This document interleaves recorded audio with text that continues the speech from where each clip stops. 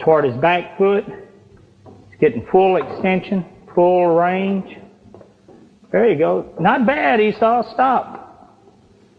Not bad for a sissy. But this seems so simple. That's good. Hey, oh, what's that? That Dr. Pell? That's that Dr. Pell. Your pum pum bring. Me proud baby mother them one there. Your pum pum bring life. Your tight pum pum bring life. Your pum pum bring life. Your pum pum bring. Me proud baby mother them one. Then the Benz that spragger, one bag of weed and one bag of grabber, one bag I got like shove, Lord. One bag I got like that. Lord, they got them with the arm. They got ball for them up. I make a rascal ball out, ball out. Come on. What you telling me?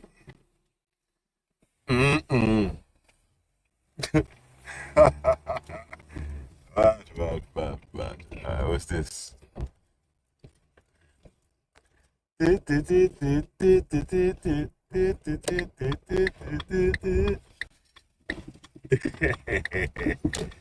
Yo. Yeah, man. Shout out bus drivers link up, man. How you mean? Hey, Chazio's gonna be there. Yeah, he's gonna be there DJing, you know. How you mean? Yeah, man. Hey, see the man from bus drivers link up, yeah? He's on job still. Yeah, he always make sure he gets like someone up there. Yeah, so big up the people them in the place, man. Slap the like button, share the stream and all them things there. All of them things there. You see it? You see me? You just run up in the shop. Mad.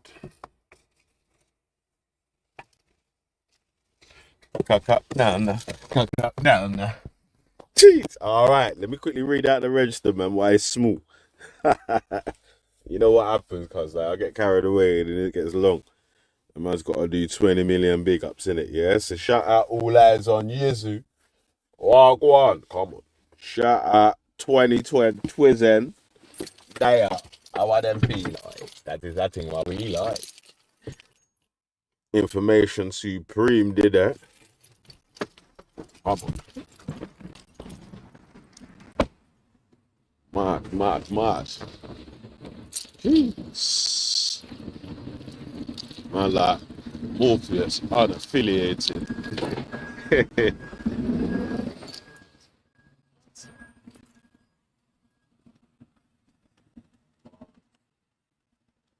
Bro. Let's slide around the corner still. Yeah. Stop it off.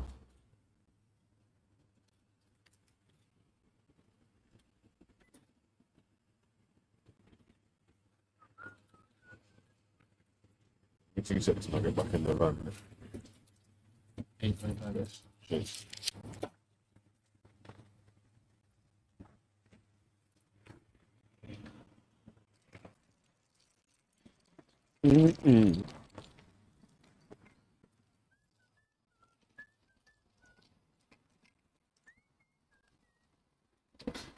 Yes, walk on, man. Come on.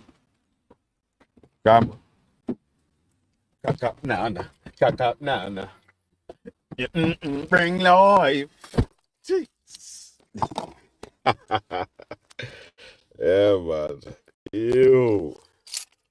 So.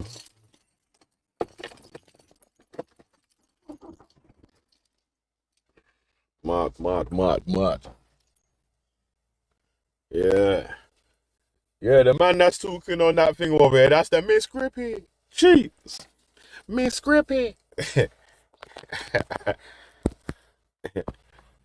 Cargo ship.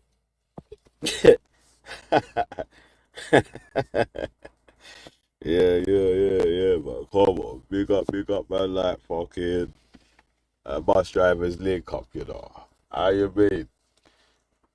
Yeah, he been running that race for a little while now still, man. He's quite up there with that now still. Oh, yeah, man. Sultan Jai.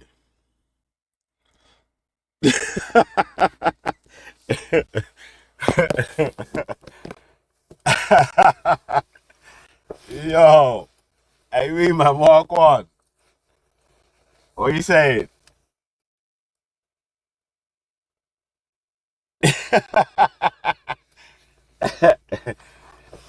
Oh, man. Yeah, man. They're on the pray state. Them under pressure. And them a pray. Them under pressure and them a pray. Yeah. We got Gertie, like number 4, they are. Oops. Fuck, I wasn't supposed to do that. She did. She kicked Esau's account instead. Yo. You know what's weird though, yeah? Think about this, yeah,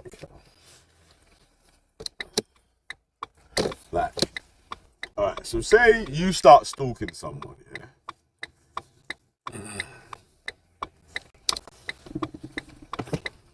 Right, say you start stalking someone, yeah? That's weird, isn't it? Anyway, yeah? It's like a weird premise to start off with it, yeah?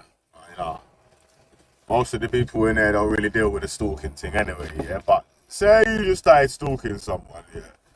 You're following them about everywhere, or you're allowing people to put up what they believe could be your address, might not be your address, might be whatever. Pictures of people that are in your family, this, that, and the other, rah, rah, rah, rah, rah. Yeah? And then the same thing starts to happen to the same people that are doing that to others. Would you, like the same thing starts happening back to you, yeah?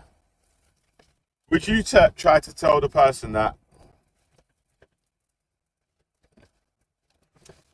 you want to take them to, or you want to have some sort of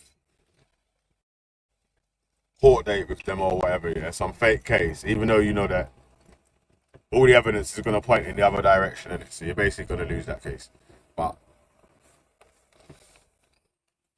or would you be like, brother, this pussy is, or whoever it is with these fucking accounts, is slapping up pictures of my fucking sisters, my adult children, top pussy cloud. Yeah, the adult picnic them, mad. And all sorts, yeah, so like, wouldn't you say to the other fella, yeah? Like, yo, listen, stop doing that, cuz car. Whoever's got this other information, they're putting that up in retaliation to your shit. Or would you try to pretend? imagine I said to Esau, bro, you let Esau dox everyone's family members, and you even yourself had pictures of my family members on your panel or whatever. And she said, no, I don't. Now I've got a pre-recorded. Someone sent me the pre-recorded, you know. That is bad still.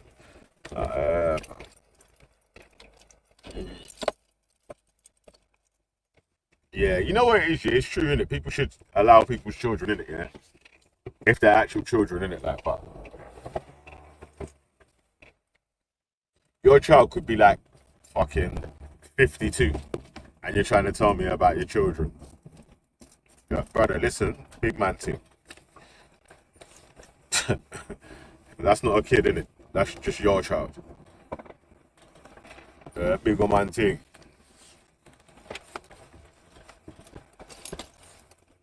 You get me? Your 35-year-old you ain't no fucking. That's your child. That's not just a kid.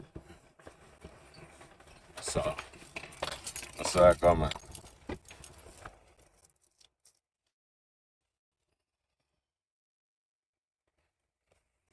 Yeah, it's weird, man. Of course she's balling, man, but you know how it goes when it comes to the hoes. You can do the same thing to the clique, you know. Your hoe chose out. I ain't gonna lie. One of the lads turning down your chat. Drove by, smoking the light. Recognize barely. Open your eyes. Off in the passenger side of the ride. Damn, B. Can't speak. Uh-huh.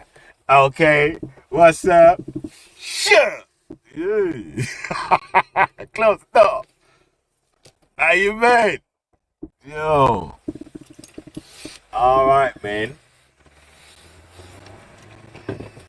So, you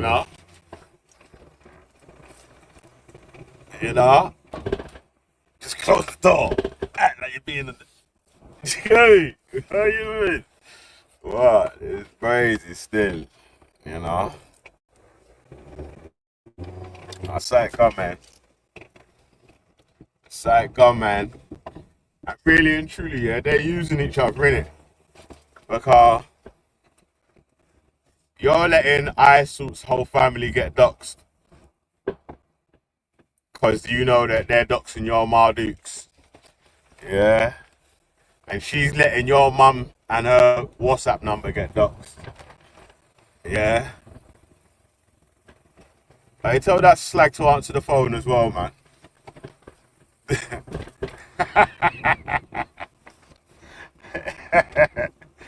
Yeah, man. How you mean?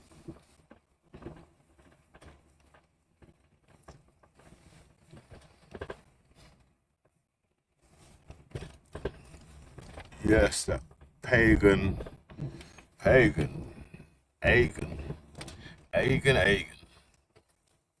So,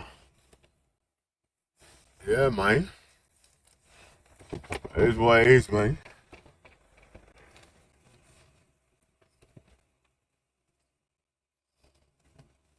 I lie.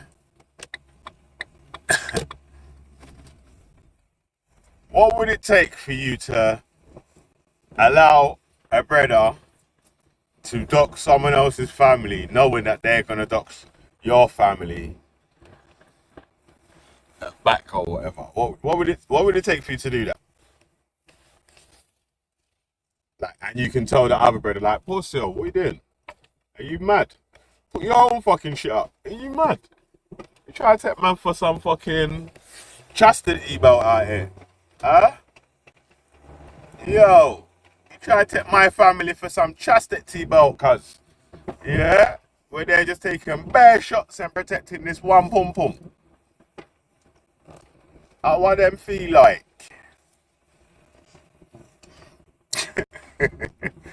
I say, go, man.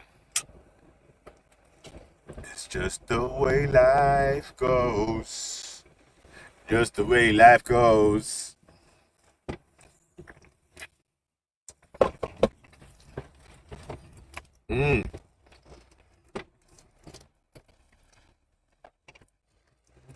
I lie. Hey.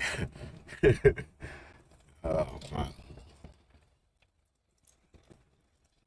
It's funny still.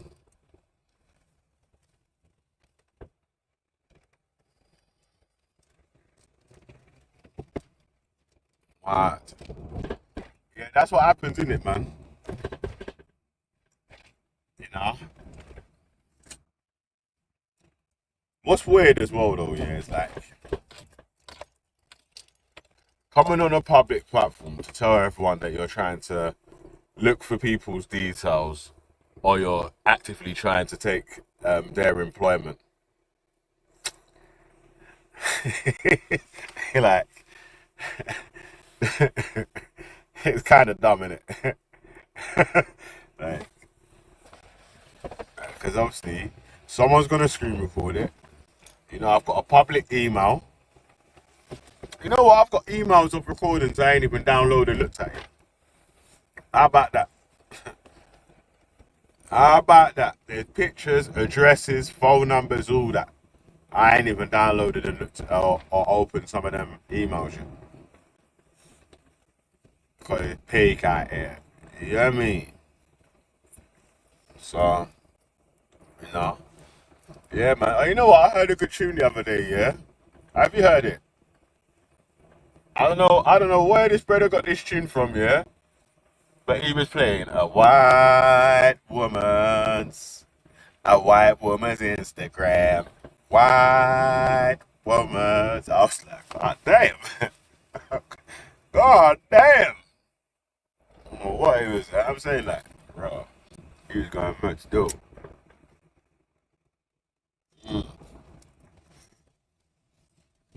All right, so let's get back to business. You know, let's leave I salty and E nonce in the nonce section with nonce baggy and have nonce Clark and them man there. Yeah, me in the nonce section.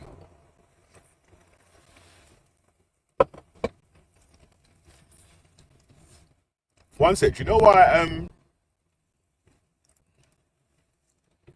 Kylie Enav is a scumbag as well, yeah? Because Esau used to constantly play a video, some music video, and make her start screaming about you can't see your kids, with the kids in the video and shit, yeah? The actual kids, yeah? Not your children, but kids. Her kids or whatever. It might have been little, like, I don't know, could be primary, secondary school kids or whatever. I ain't seen the video. From getting terrorized by this pussy to receiving all your information from this pussy, you're a dickhead, bro. You're a scumbag. You are a scumbag, scully wench, piece of shit.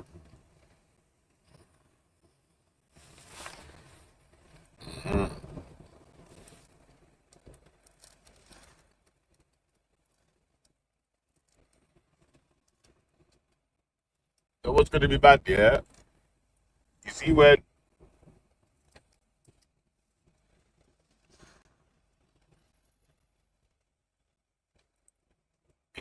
Jack and Simon and all them find out that Esau's more important than them, yeah?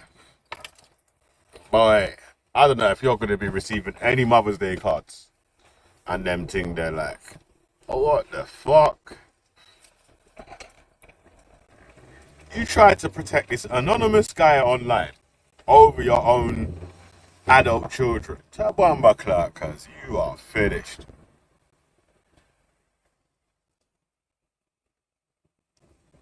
It's her ex-husband singing with her kids in the video. See, that's mad. Yeah, all that, and then you gonna join on the man's team. That's funny still. Oh, mate. Take a cue and get in line.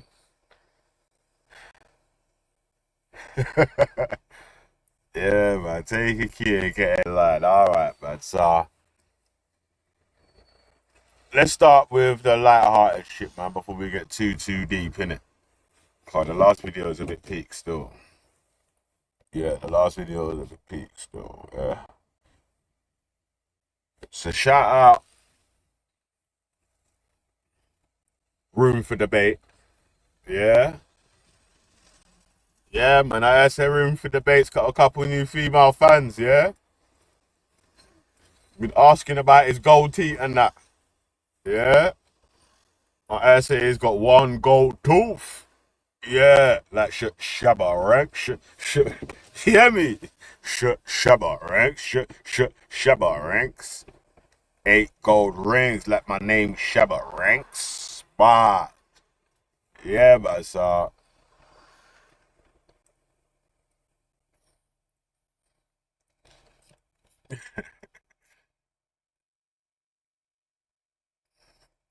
no, it's not, man. Shut up. Room for Debate isn't Henry Crinkle. Get the hell out of here, man. Now you're trying to say the Room for Debate don's racist, yeah? Oh my days. That's bad. Yo. All right, coming in. NDA agreement, yeah. NDA disclosure, non-disclosure agreement. Sorry. So allegedly, yeah, like Mr. Robertson always claimed, and the sycophants are rolling out with the story of this non-disclosure agreement being given to teachers, yeah. Yeah. And that was one of the claims. You listen, yeah. We've actually gone through this, innit? It's just that the people that are sycophants to Tommy Robinson, they refuse to accept that there actually isn't no NDA that is in line with, is it Almonberry School, Jamal Hajazi, Bailey McLaren and Tommy Robinson, that sort of case there, that case there. Alright, so let me click it. Channel. Hope everyone's fine and dandy. Spring is around the corner. I'm still suffering from this cold. I swear I have had the longest cold known to man. Let me tell you something. I need to put out an important announcement to all my new adoring female fans I've acquired since I've started doing these videos. I can assure you ladies that I have every single tooth in my head. I have a full set of teeth. I would ask Gummy to cease and desist from spreading false rumours that I don't have any teeth. I can tell you I do. They're not quite Donny Osmond teeth, but not too far off it. And I don't know how that woman with our one snagglepuss tooth could tell me about having no teeth. The ladies, yes. Oh, man. God damn. Yeah, man. Pew, pew. They say you're firing shots back here. How you mean? Yeah. You shoot back here? Oh, my God.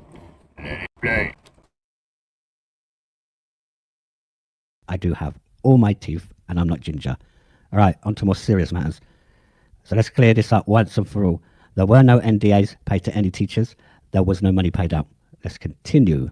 I can't see the figure because if I see the figure, it goes out. Because mate, 18. All right, so what you listened to there was a man self-snitching, dry snitching, who was supposed to have signed an NDA. It said to the whole world that he was paid £18,000. And that gentleman is Paul Kumar, who was not a teacher, by the way. He's touted as being a teacher, but he was not. He was a behavioural support officer. So let's continue and listen to Robinson spin more of his lies. I've just found out.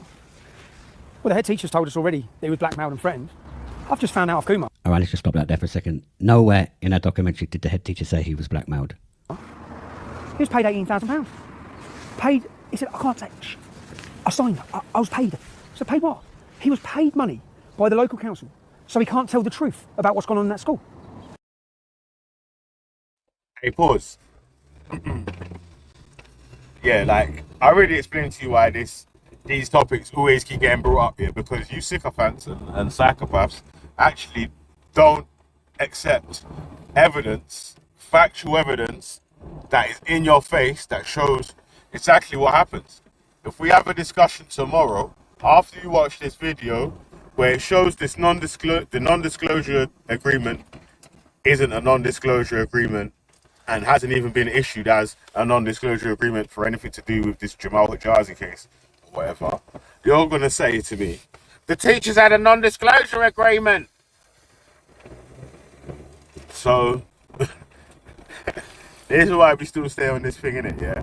So, let's make a comparison with Hamza, innit, yeah? So, when Ghost dropped on the panel, a man said, yo, Hamza's scamming people, yeah? He's like, yeah, Hamza's a scumbag.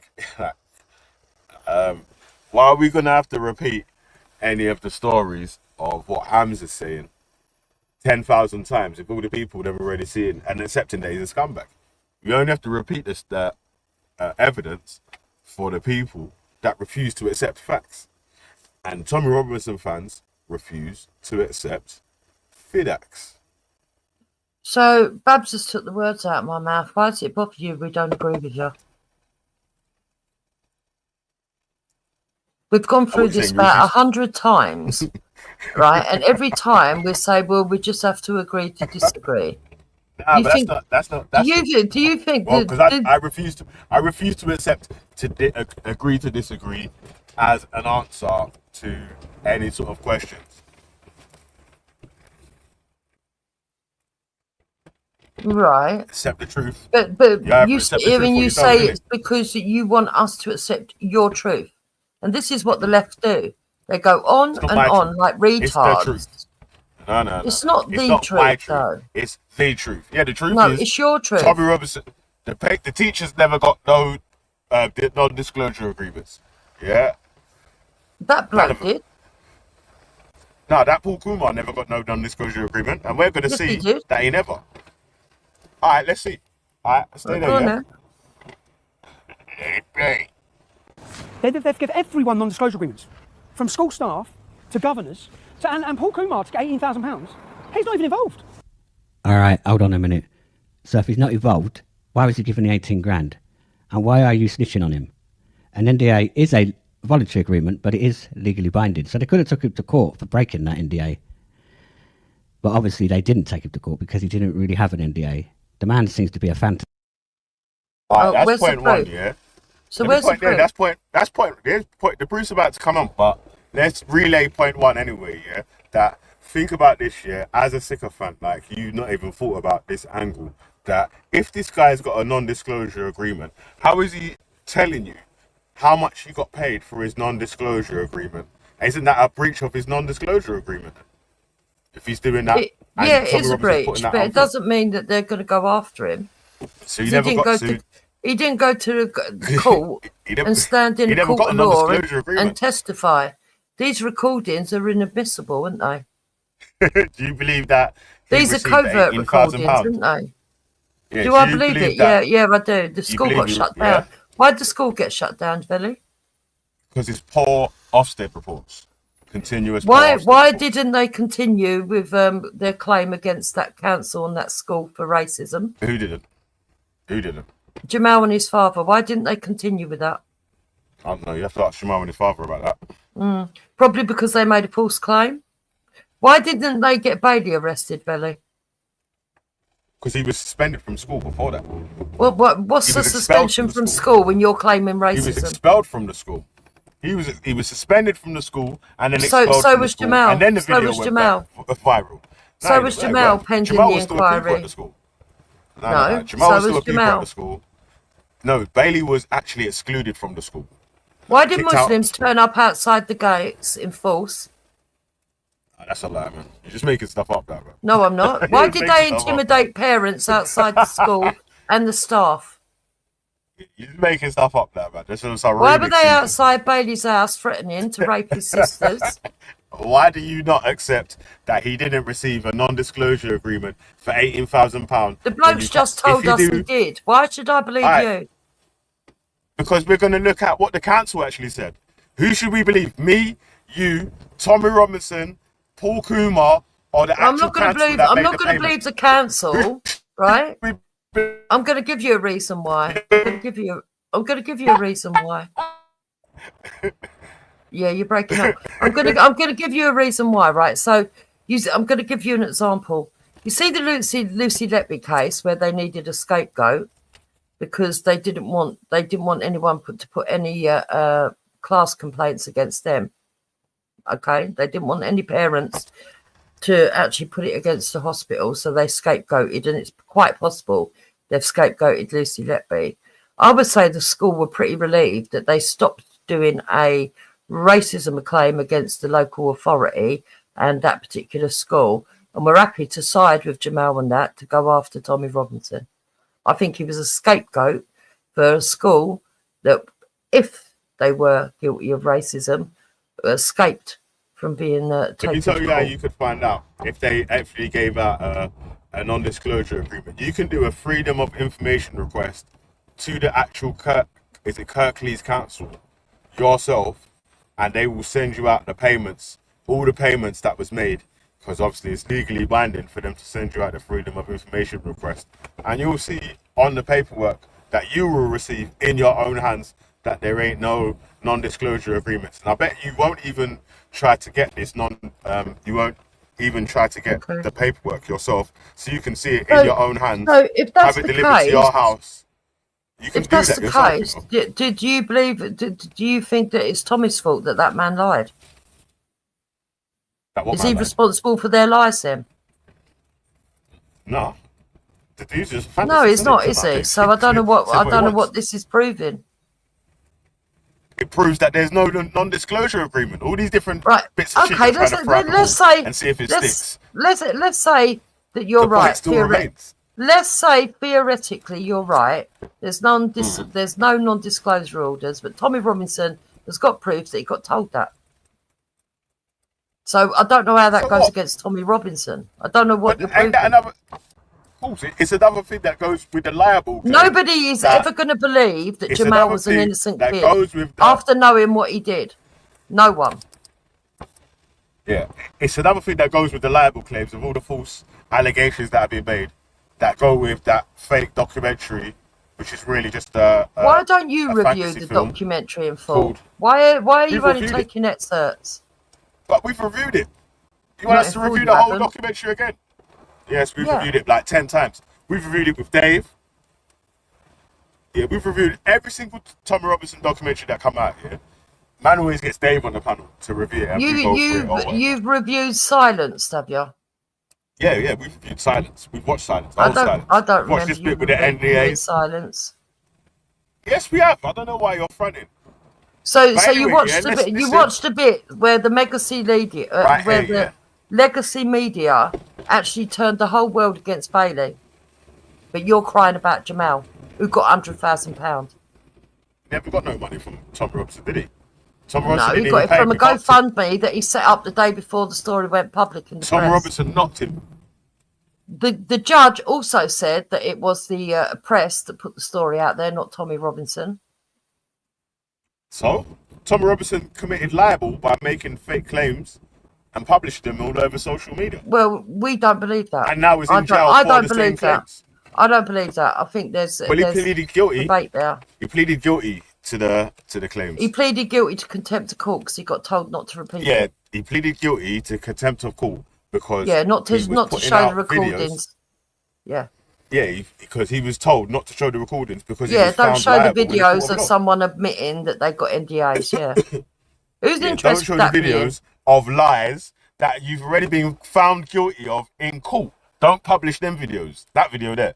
So wait, hold on. Don't show the videos that the judge decided. So you would be okay with someone making up lies against one of your children in school or whatever, making a whole documentary, you going to court, proving that they're all lies, and then them carry on releasing this video and making money off it, yeah, and trying to besmirch your child's name. You'd be okay with that, I don't care how much money he makes, considering Jamal got £100,000, claiming that he was waterboarded when he wasn't. So it would only be okay if your son received £100,000, then it would be okay then, yeah? I don't believe it's lies.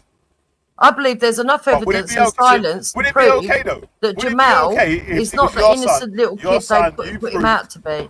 And I believe that community up there were a despicable community because they all turned up at the school gates intimidating parents and other pupils, and then they all went outside Bailey's mother's house threatening that family with rape and arson. I don't call that good behaviour. That's weird, isn't it? Because, there's only one person that's in jail from this case.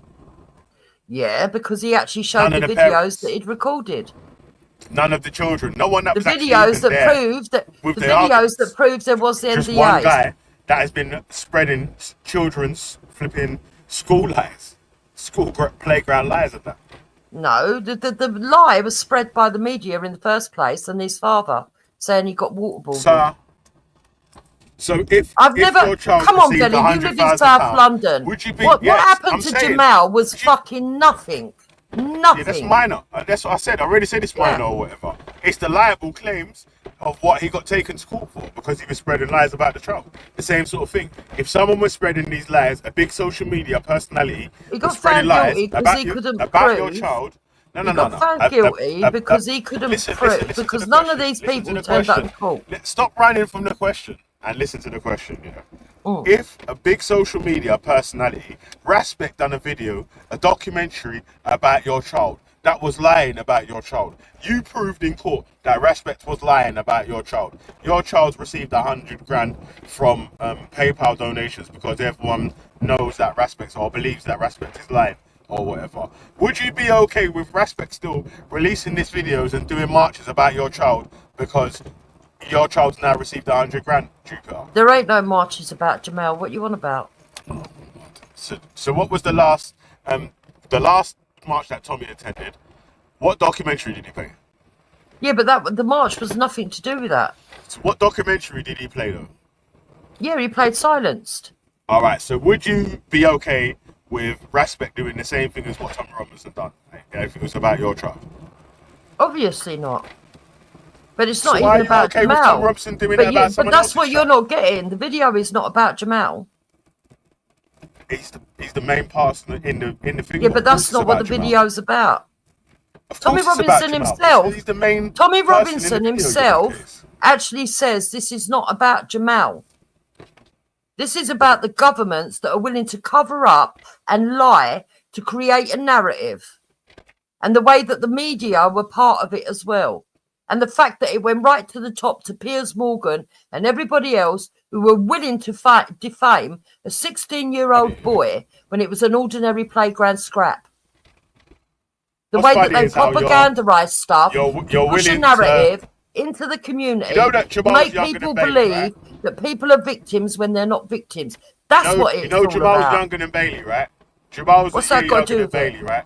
What's that got to do with it? What has got that to do with it? Is He was that portrayed Tommy as a Robinson released- victim. He got Tommy 100 grand released GoFundMe set a up. documentary on a 15-year-old child. What are you No, talking about?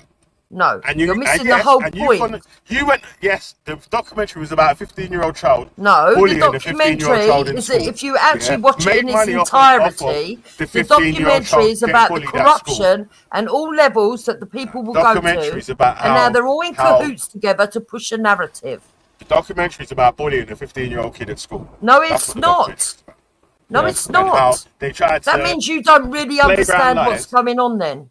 They tried to use playground lies to No, plagiarize. that means you don't understand But all the that, which adults- is sad. I thought you was better than that. I all thought the you could adults- actually see the bigger picture.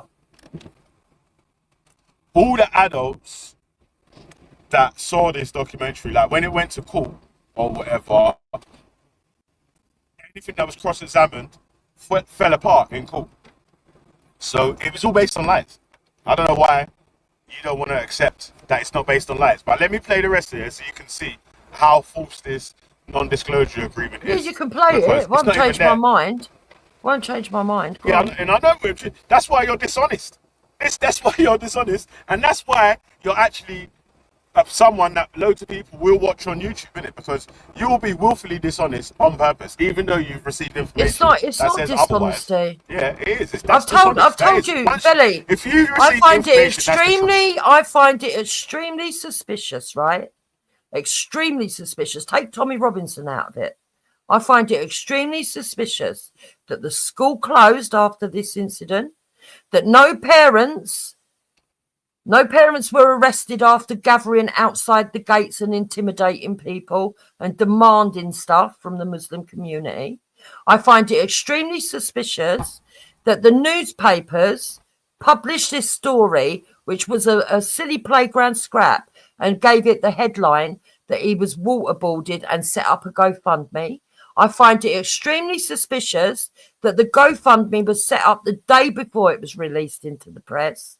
I find it extremely suspicious that the parents were going to sue the school for racism, but dropped the charges and didn't bother proceeding when they suddenly decided to go after Tommy Robinson.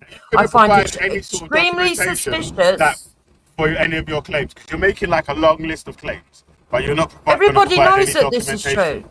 Everybody knows that Everybody this is knows true. it's not a fucking document that shows that this is true. Just say it's not true.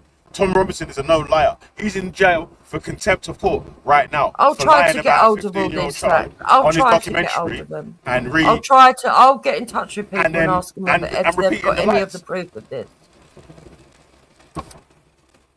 But I'm telling you, that's why that it was all, because he released the it was documentary all. and it was found Listen. to be lies. Yeah, but then he still carried on doing the same thing. Like, why did he carry on releasing? Take Like Tommy Robinson out of it. All of those things I've just said is extremely suspicious. And the bigger picture is this. We know that the councils, local councils that have been influenced, yeah, and the narrative that is going on at the moment, we know there is a bigger picture. We know that they wanted to propagandize and brainwash the public into thinking that racism was worse than it was in this country. And the reason that they did that is so that they could cover up the grooming gangs. So anybody from that group, that minority group, yeah, even if you were just a Muslim and you weren't Pakistani, were to be seen as victims. That was the propaganda being pushed by the left every minute to promote the fact that they pretend that there's racism going on so that people would be silenced. We know it's all connected. It's like you're pebble dashing the house. Yeah, you're just throwing loads of fucking pebble dashes at the wall and seeing how many stick, instead of just going on to the actual point of the non-disclosure agreement has no the non-disclosure agreement has no evidence, no paperwork behind it. There's no teacher that can show you that they received a non-disclosure, because they can show you now, right? Because ain't it like Tom Robinson's gone to jail for contempt and all that, like, so Billy, you know, he's already showed the documentary or whatever. So if there is any sort of non-disclosure agreements, someone could release. Why did they not want to release Rudy Cabana's name? Switching topics. Because because I'm not switching topics. I'm staying on the same topic, but I'm just making a point. Why did Rudy Cabana? Did they say they can't disclose his name because he's under 18? Yet they could put a 16-year-old boy's name internationally as a racist for having a silly playground scrap. Because the national press has different rules and legislations that they follow. And anytime they do break the rules, they get taken to court, have to put apology, and they always do it in small writing. So, ridiculous. That's what they do. But anyway, yeah, back to the non-disclosure agreements, yeah. Why don't you do a freedom of information request yourself, so you can jump on when you receive the freedom of it? You can obviously black out, redacted all the information, personal information, for the non-disclosure agreements that have been paid out. Show you that how many have been paid out. Because I'm not invested in Jamal. I'm not related to him. I'm not trying to push that Muslims. I'm not trying to sit here and pretend that this country is more racist than it is. Yeah, but this is the whole funny thing though, yeah? So the person that actually got the non-disclosure agreement, yeah, is a guy called Political, yeah? And his channel is actually a right-wing channel, yeah? Where I would say 90% of the views on Political's channels will be views that you agree with. The only view that you would disagree with is him going against Tommy Robinson in the Jamal Hajazi case, because he actually supports Tommy Robinson in a lot of his other stuff. He was just anti for the Jamal Hajazi thing because it's a blatant lie, and it's been proven to be a lie. I don't think that it's a blatant lie that there was suspicious behaviour by the authorities in this case, and that there was obviously a conspiracy that went on behind doors between the legacy media and the councils and this particular family, and it was all to run a narrative and to brainwash people. It's just that's for you to justify making it okay to support Tommy Robinson's side instead of accepting the truth. That's why you're saying all that sort of stuff. No, it's not. It's because that is exactly what the whole silence video was about. Kind of bad that he's done some big false expose documentary on some flipping 15-year-old kid. Yeah. Even the Bailey kid hasn't come out in public. If it's all about Bailey, if it's all about Jamal, listen. I've got a question for you. Even Bailey, both of the kids, yeah. None of the kids that are involved in this argument, yeah. We haven't seen no videos or no statements from them saying that, yes, we want this shit promoted and we want you to keep fighting my cause. You know I was right, or you know I was wrong, or any of that sort of stuff there. That this is Tommy Robinson that's carried on doing this and doing his documentaries on because it's not about Bailey, it's not about Jamal. You can't see that because you're too blind. Why is it? No, because he was proven wrong. It was proven to be all the claims that was made in the documentary were false. So it is about Bailey. It is about Jamal making false claims. No, it's not. On It's not about Bailey. It's not about Jamal. Making false claims. All right. On Let the me explain to you. Has sent Tommy Robinson to jail because he's accepted that they're false and he's accepted that they're false. Yeah? No, he Because didn't. found No, he guilty, didn't. yeah? He's He also accepted that that he was told not to play the videos, and he played the videos. He didn't say that it's false. That indirectly means that he's accepted that No, their it claims are doesn't. false. No, it Because the doesn't. judgment- That's why he won't remove 'cause them. The reason He was told that he's he not could allowed- get less the of a reason- sentence if he reason- removed them. He said no. The reason he's not allowed to air the documentary is because of the false claims in the documentary, the original liable claims. That's the reason why he's not supposed The to be. government are using Jamal as a scapegoat to actually pretend that they care about Jamal, to silence people from knowing the way that they conspire in the background with each other to put out false narratives and to manipulate the reality to make people believe what is going on. You don't understand the bigger picture. This isn't about Jamal. It isn't about Bailey. If it was, they wouldn't have spoken about Piers Morgan. They wouldn't have spoken about the harassment that Bailey received internationally. They wouldn't have been talking about the fact that she got offered housing next door to a brothel and a mosque. They wouldn't have done all that stuff. If it was all about Jamal, it would have stuck on Jamal. No big following. Listen, if Tommy Robinson was nobody and never had no big following and done his documentary, do you think that anyone would care about the documentary that was made? Sorry, say that again. If Tommy Robinson was a nobody, had no social media following or whatever, he made this documentary about Jamal Hajazi in the silence thing and the alleged covering of any sort of cases, do you think it would have got any sort of traction? Anyone would have watched it or what? Do you think you would have found out? Well, it would have depended on who did speak about it. Like it would have been in the newspaper or anything. And I think people would have been disgusted when they understand the bigger picture. Yes. Once you've seen it, you can't unsee what is going on in this country. What are you talking about, man? You just make it. You are weird when you do this sort of stuff. Like what we're talking about is the press and the governments making false narratives that there's more racism in this country than there actually is. But the thing wasn't even about racism. Even anything that the judgment gave you wasn't about racism. They tried to make out that Bailey and this kid was scrapping over racism. Just so we know, you haven't even looked at the court papers. Everything, the judgment is that the lies or the claims made about Jamal Hajazi are false, are not true. All the claims. That's what the family have done. No, the document. Listen. Yes, that is what the family went to court over. The court case. The court case was about the claims made in the documentary. The reason why he's making the documentary. No, Jamal went to court because he thought he was being slandered. Yes, we agree on that. I don't understand how that's relevant. Why is that relevant? It's relevant because you keep trying to make it about all these different other extra things or whatever. The point is, I'm telling you, the documentary that Tommy made wasn't about Jamal specifically. There's claims made. All right, can you stop now? Stop now, yeah. The claims made about the child on the documentary or whatever. Jamal's legal team has taken Tom Robinson to court.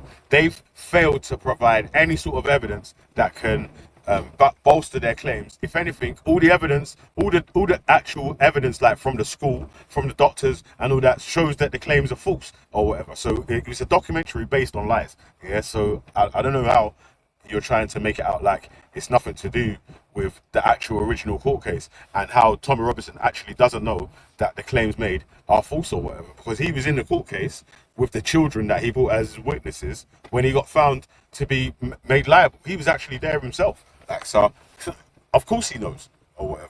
So making the documentary Right, so I'm later gonna on, or whatever about false claims. right.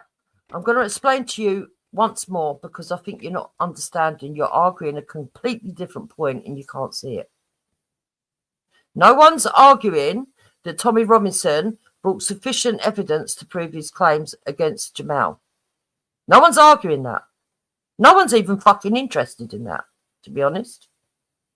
What they're interested in is the level of corruption and the conspiracy that goes on, right? And the conspiring that goes on between the councils, officials, those in authority, the MPs and the media to portray people in this country as racist when they're not. It was a children's fight. It was a children's fight that wasn't even worth the paper it was written on. And if they really believed that the school was racist and that they'd backed up a racist, then why didn't they continue with their claims and get money out of the authorities for racism? It's because they were fucking playing the system to try and go along with this story. The fact they put a GoFundMe out the day before the story hit the press tells you everything you need to know. They portray in the same week as Jamal had that silly little fight, there was 2 girls on buses that was white British girls being beat up by Muslim girls in scarves, yet nobody did a GoFundMe, nobody commented on it, no one talked about the racism from the Muslim sector, nobody. Why you guys? But we're supposed to sit here and believe that a moustache kid, by the way, who might not even be a kid, he might have been too old to go to school, be honest with you, because he was meant to be 2 years younger than Bailey, but had a full moustache, by the way. Yeah? So? Yeah? Full moustache. We've heard all that before, haven't we? And at the same time, yeah, all the rest of the bullshit that went on, it was a silly little playground scrap that the media tried to portray as racist to brainwash the masses. That is what went on. Every point that you've made, yeah, I keep making it about the claims that was made that has been disproved. Every point that you keep making is about racism or someone's race or something to do with Islam or whatever.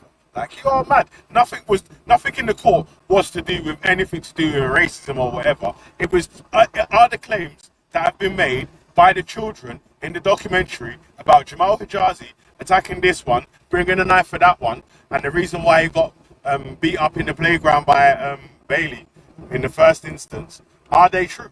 That's what the claims were about. And they was all proven to be false beyond reasonable doubt. No, it wasn't. It wasn't proven. It wasn't proven. The evidence, no, it wasn't proven. The reason they found in Bailey's favour is because he couldn't bring enough proof to show his claim. The evidence brought, we went through it, yeah. Okay, so where's the evidence that Jamal brought?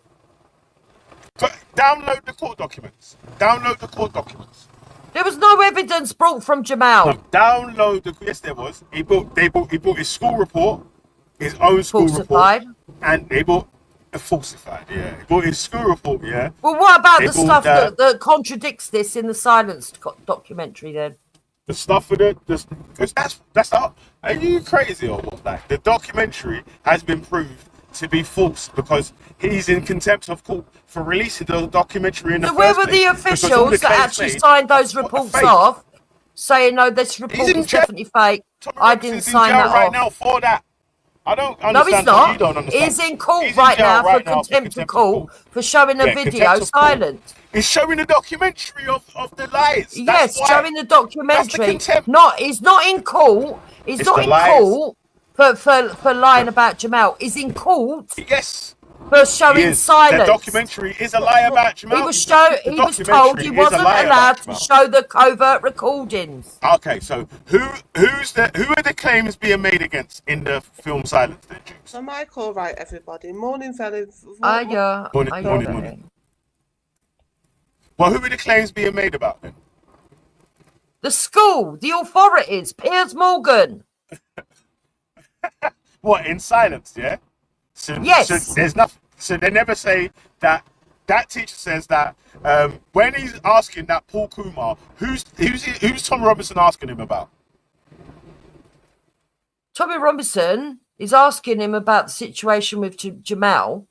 Yes. Oh, so he did ask him about Jamal then, yeah? Yes, obviously, because Jamal was used by the authorities and his father. Used by his father now. You lot are crazy, man. You know, instead of taking any responsibility, you want to shirt blame to everywhere else. Responsibility for what? I didn't do nothing. For believing lies, isn't it? Like, Tommy Robinson's taking responsibility for making up lies. I know it's and a moving on to fucking lie. cases I that know, after seeing the cover-up of what's happened to girls up and down this country, I know our governments are corrupt. I know our legacy media is corrupt. I know our police are corrupt. I know our mayors are corrupt. KGB News. I know the whole You can only trust establishment. KGB News. I know that there is a conspiracy that goes on between all these people to gaslight the nation into being submissive. This is why I keep trying to say, like, you lot are so dishonest here. And actually, it's mad as well, yeah. That, because, like we're saying, even once you receive the information, that's actual factual. Like you can download the court documents, but you haven't downloaded them once. None of the GDL has dared to download the court documents. I don't need to, because I've seen plenty of other people, including Black Belt Barrister, who's downloaded them and gone through them. Why would I need to download it when I can go through it with these people and understand? Even Black Belt Barrister, the fucking Tommy Robinson cap, will tell you that the claims he's making are liable. Because there's evidence doesn't back the claims that he's making. Even by exactly, we know that Tommy Robinson failed to provide enough evidence to prove his claims. We're not denying that. I don't know why you don't get it. No, it is not a lie that there's corruption. It is not a lie that Piers Morgan and all of the legacy media went after a 16-year-old boy. It's not a lie that GoFundMe was put out there a day before. It's not a lie that it was the legacy media that blew the story up as some kind of waterboarding when it was an ordinary playground scrap. It's not a lie that people told Tommy Robinson that they signed non-disclosure orders. It's not a lie they shut the school down. It's not a lie they tried to house the mother right next to where she would have been unsafe. It's not a lie that a baying mob were outside her house. And it's not a lie that they were all outside the school, because it was all filmed and there's footage. So I don't know what it is you think is a lie. The lie is all the claims made on silence have been debunked in court. No, they have not, though. Silence is a lie. Yes, they have. So they didn't speak about Piers Morgan in the court case. They did not speak about the non-disclosure orders in the court case. They did not. They did not talk. The non-disclosure agreements about to come all of the points I just made, they have not discussed in the court case, because the court case was about Jamal claiming that he was slandered, and the authorities used Jamal as a way of silencing Tommy Robinson from showing the corruption. We're talking about the reason why the court case, the liable case, was solid. It's because the claims made about the child was proven you to be still false. Don't get it. Yeah, you don't get it. That's what the actual thing is. Is you're the one that's you're arguing about Jamal. Understand. No one gives a shit about Jamal.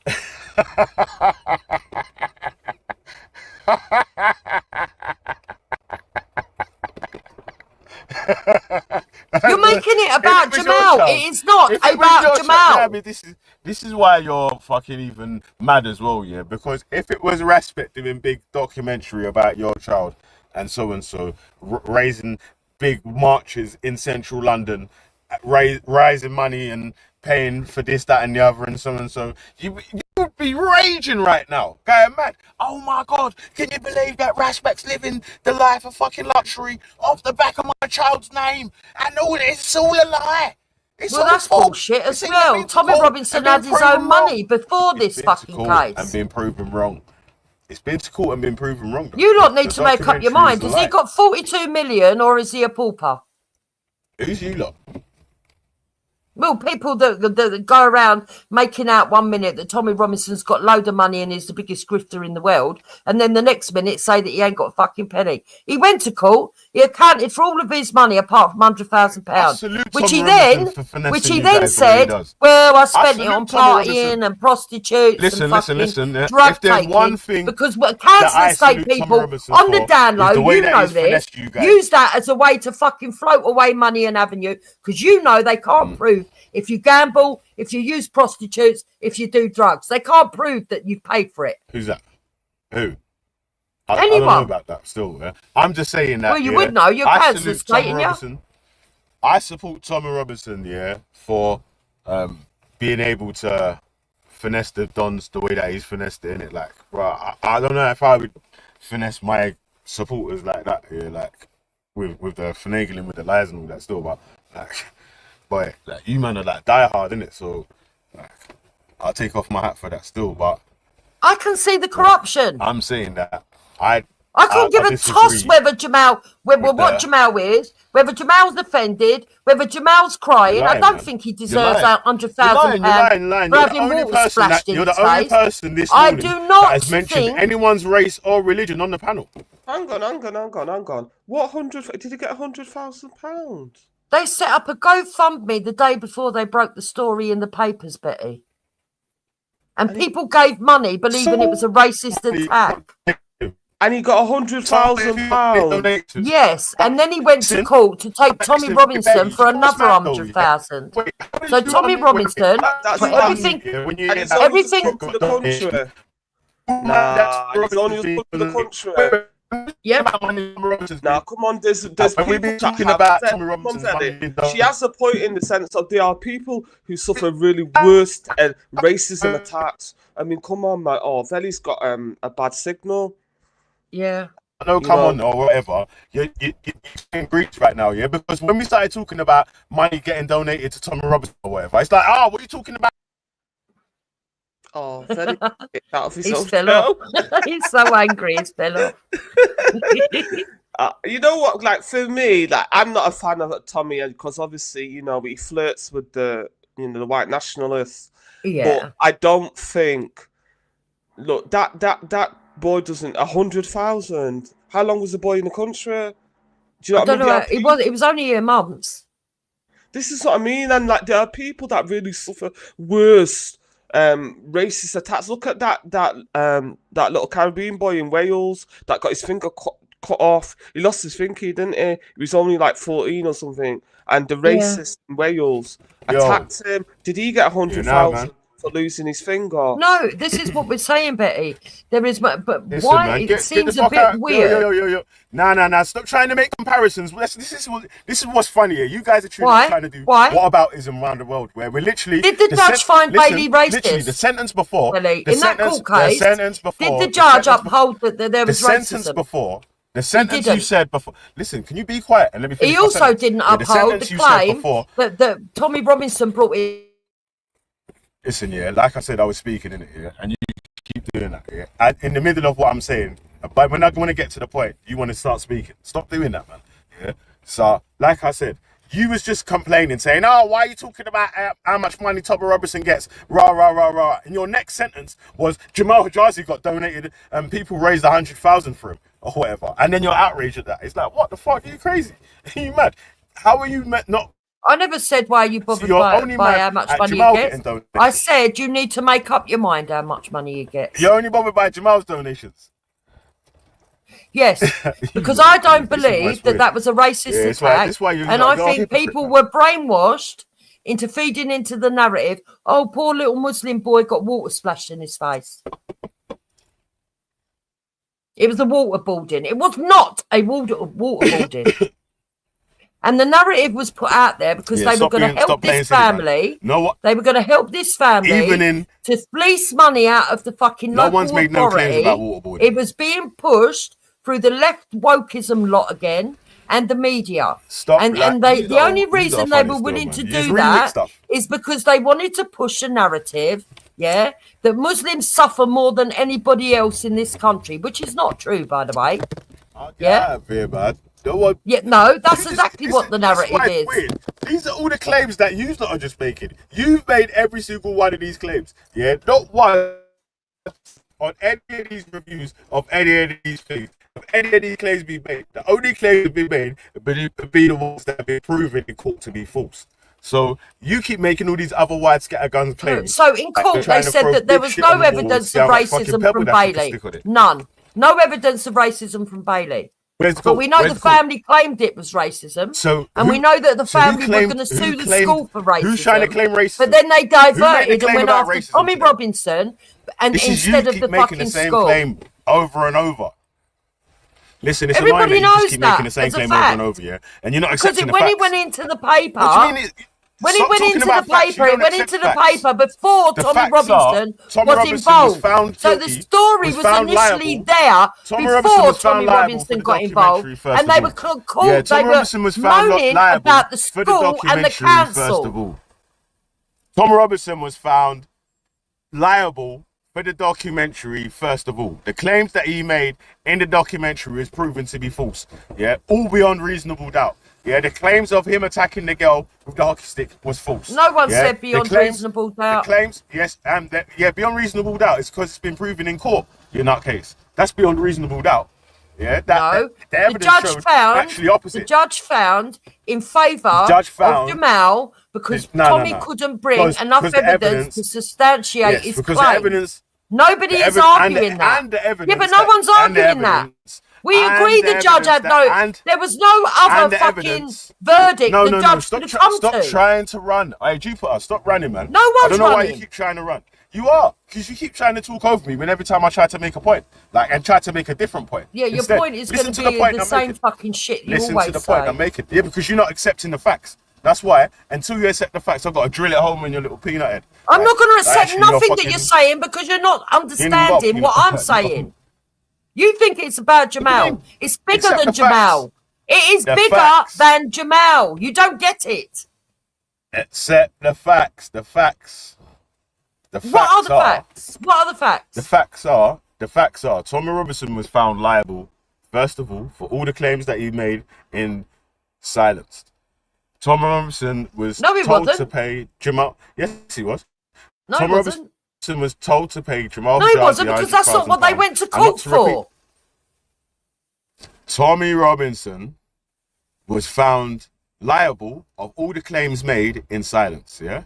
No, he wasn't, because that's not what they went to court for. Tommy Robinson was found liable, yeah, of all the claims made against Jamal in Silence, yeah? Let me finish what I'm saying. Yeah, stop cutting in. I know. Oh, I'm just going to keep repeating, yeah? Then, judge ordered Tommy Robinson to pay £100,000 to Jamal, which he never paid, and not to repeat the claims. Tommy Robinson repeated the claims in central London. Yeah, loads of people went to that march, and blah blah blah blah blah. Yeah, Tommy Robinson had the Burberry shirt on. Yeah, the Burberry polo shirt still. Yeah, what does that mean? Yeah. I'm just letting you know the timeline of events. Tommy Robinson gets arrested for contempt of court, obviously, because he's shown this documentary that is already lost a liable case on in central London. And now Tommy Robinson's in jail for it now. So Tommy Robinson is in jail for lying about a fucking 15-year-old kid in flipping Almonbury School. And you're going wild trying to make all these different flipping speculations. Oh, the government's against them. I'm actually, listen, yeah. If you really was in a place where the government really was against you, you wouldn't fucking survive, because in a place where the government isn't actually against you, yeah, and things are shown to be fucking a bit easier for certain people and blah blah blah. Yeah, you're balling right now. It's crazy, cuz. Oh my god, how the fuck are the government? I'm not balling. I'm letting you ball, and then when you finish, I will respond, because I'm not like you. Yeah, let me make a point. Yeah, man. You cut every point I made. You don't appreciate that cocaine and prostitutes cost a lot of money, Tommy. He needs that money. Do you know what I mean? It's very expensive. We're in a hard economy. Even the drug dealers are now increasing the prices. Yeah, it's not about the money, Billy. The fact of the matter is, what you're not understanding is that Tommy is not locked up for the finding guilty against Jamal. That court case is over. He was told to pay Jamal £100,000, and he said he couldn't because he was bankrupt. That's gone. That's by the by. The verdict on Jamal is gone. The reason Tommy is locked up is because of contempt of court, because they told him not to show the video silenced. And he showed it because he believed that there was stuff in there that actually showed the government and the media and the corruption between the Muslim Brotherhood and everything else, the left, and the horrible relationship between the Muslim Brotherhood, the Muslim Council of Britain, Hope Not Hate, BBC, all of the papers. It doesn't have to. We understand what he's talking about. Why you make stuff up all the time? You're such a liar. It's crazy. That's what you're so mad. It's not a lie. If you don't understand what the whole movement is about, that's not my problem. The Muslim Brotherhood and all these other extra people. What is the Tommy Robinson movement about, Billy? What is it about? Tell me what it's about. He lost the case. Tell me what the whole Tommy Robinson movement is about. You're not remixing the argument now. You are stupid enough to think it's all about being racist to Muslims. You do not understand what is going on in this country. You don't get it. You never will. You're doing this. I don't know where you've learned this new machine gun pebble dash approach, where you make loads of claims, say loads of different shit, and then try to change the conversation in the middle of the conversation. Yeah, you made a claim about the reason why the contempt of court was against like the Muslim Brotherhood, all this, that, and the other, and blah blah blah. That's bollocks, man. No, none of that was that. The reason why the contempt of who was behind Jamal's solicitor? The reason why contempt of court stands up here is because the claims made were liable. Repeating those claims means that you're going against a judge order that was set. Yeah, we agree. Or whatever. Repeat. So that's what makes you. So that's why he went to jail, because he repeated the thing, innit? We know that. I agree on that. Tommy pleaded guilty for that. I don't know what you're arguing. You literally just started arguing right now. No. You're trying to make all these. I've always said, maintained all the way along. All the way along, I've maintained that in the court case, the judge had no other fucking avenue other than to say that Tommy was guilty because there wasn't enough evidence brought forward. However, in the video, there was.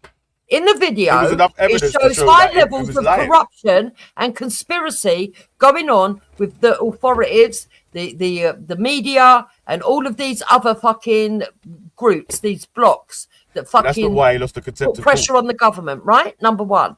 Number Making two. Those allegations are number not two. The reason why he lost when he showed the video silenced, I agree with him for showing it because it shows the level of cover up and conspiracy and everything else and what is going on in this country.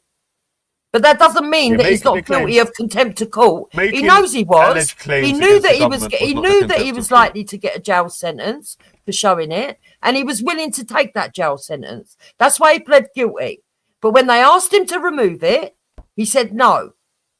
He could have took a lesser sentence and removed that video, but he doesn't want it removed because he knows the bigger, wider picture that video shows and reveals, and so do the establishment. Springs around the corner. I'm still suffering from this cold. I swear I have had the longest cold known to man. Let me tell you something. I need to make an important announcement to all my new adoring female fans I've acquired since I've started doing these videos. I can assure you, ladies, that I have every single tooth in my head. I have a full set of teeth. I would ask Gummy to cease and desist from spreading false rumours that I don't have any teeth. I can tell you I do. They're not quite Donny Osmond teeth, but not too far off it. And I don't know how that woman with our one snagglepuss tooth could tell me about having no teeth. Can I reply ladies, to yes, this, Bab, I do have all my teeth. Right, so whoever you are, because nobody knows who you are, you can't give me a cease and desist when you're an unknown person, you fucking wanker. Go fuck yourself. Right, carry on. And I'm not Ginger. All right, on to more serious matters. I reckon he's bald. I never said he's Ginger. There were no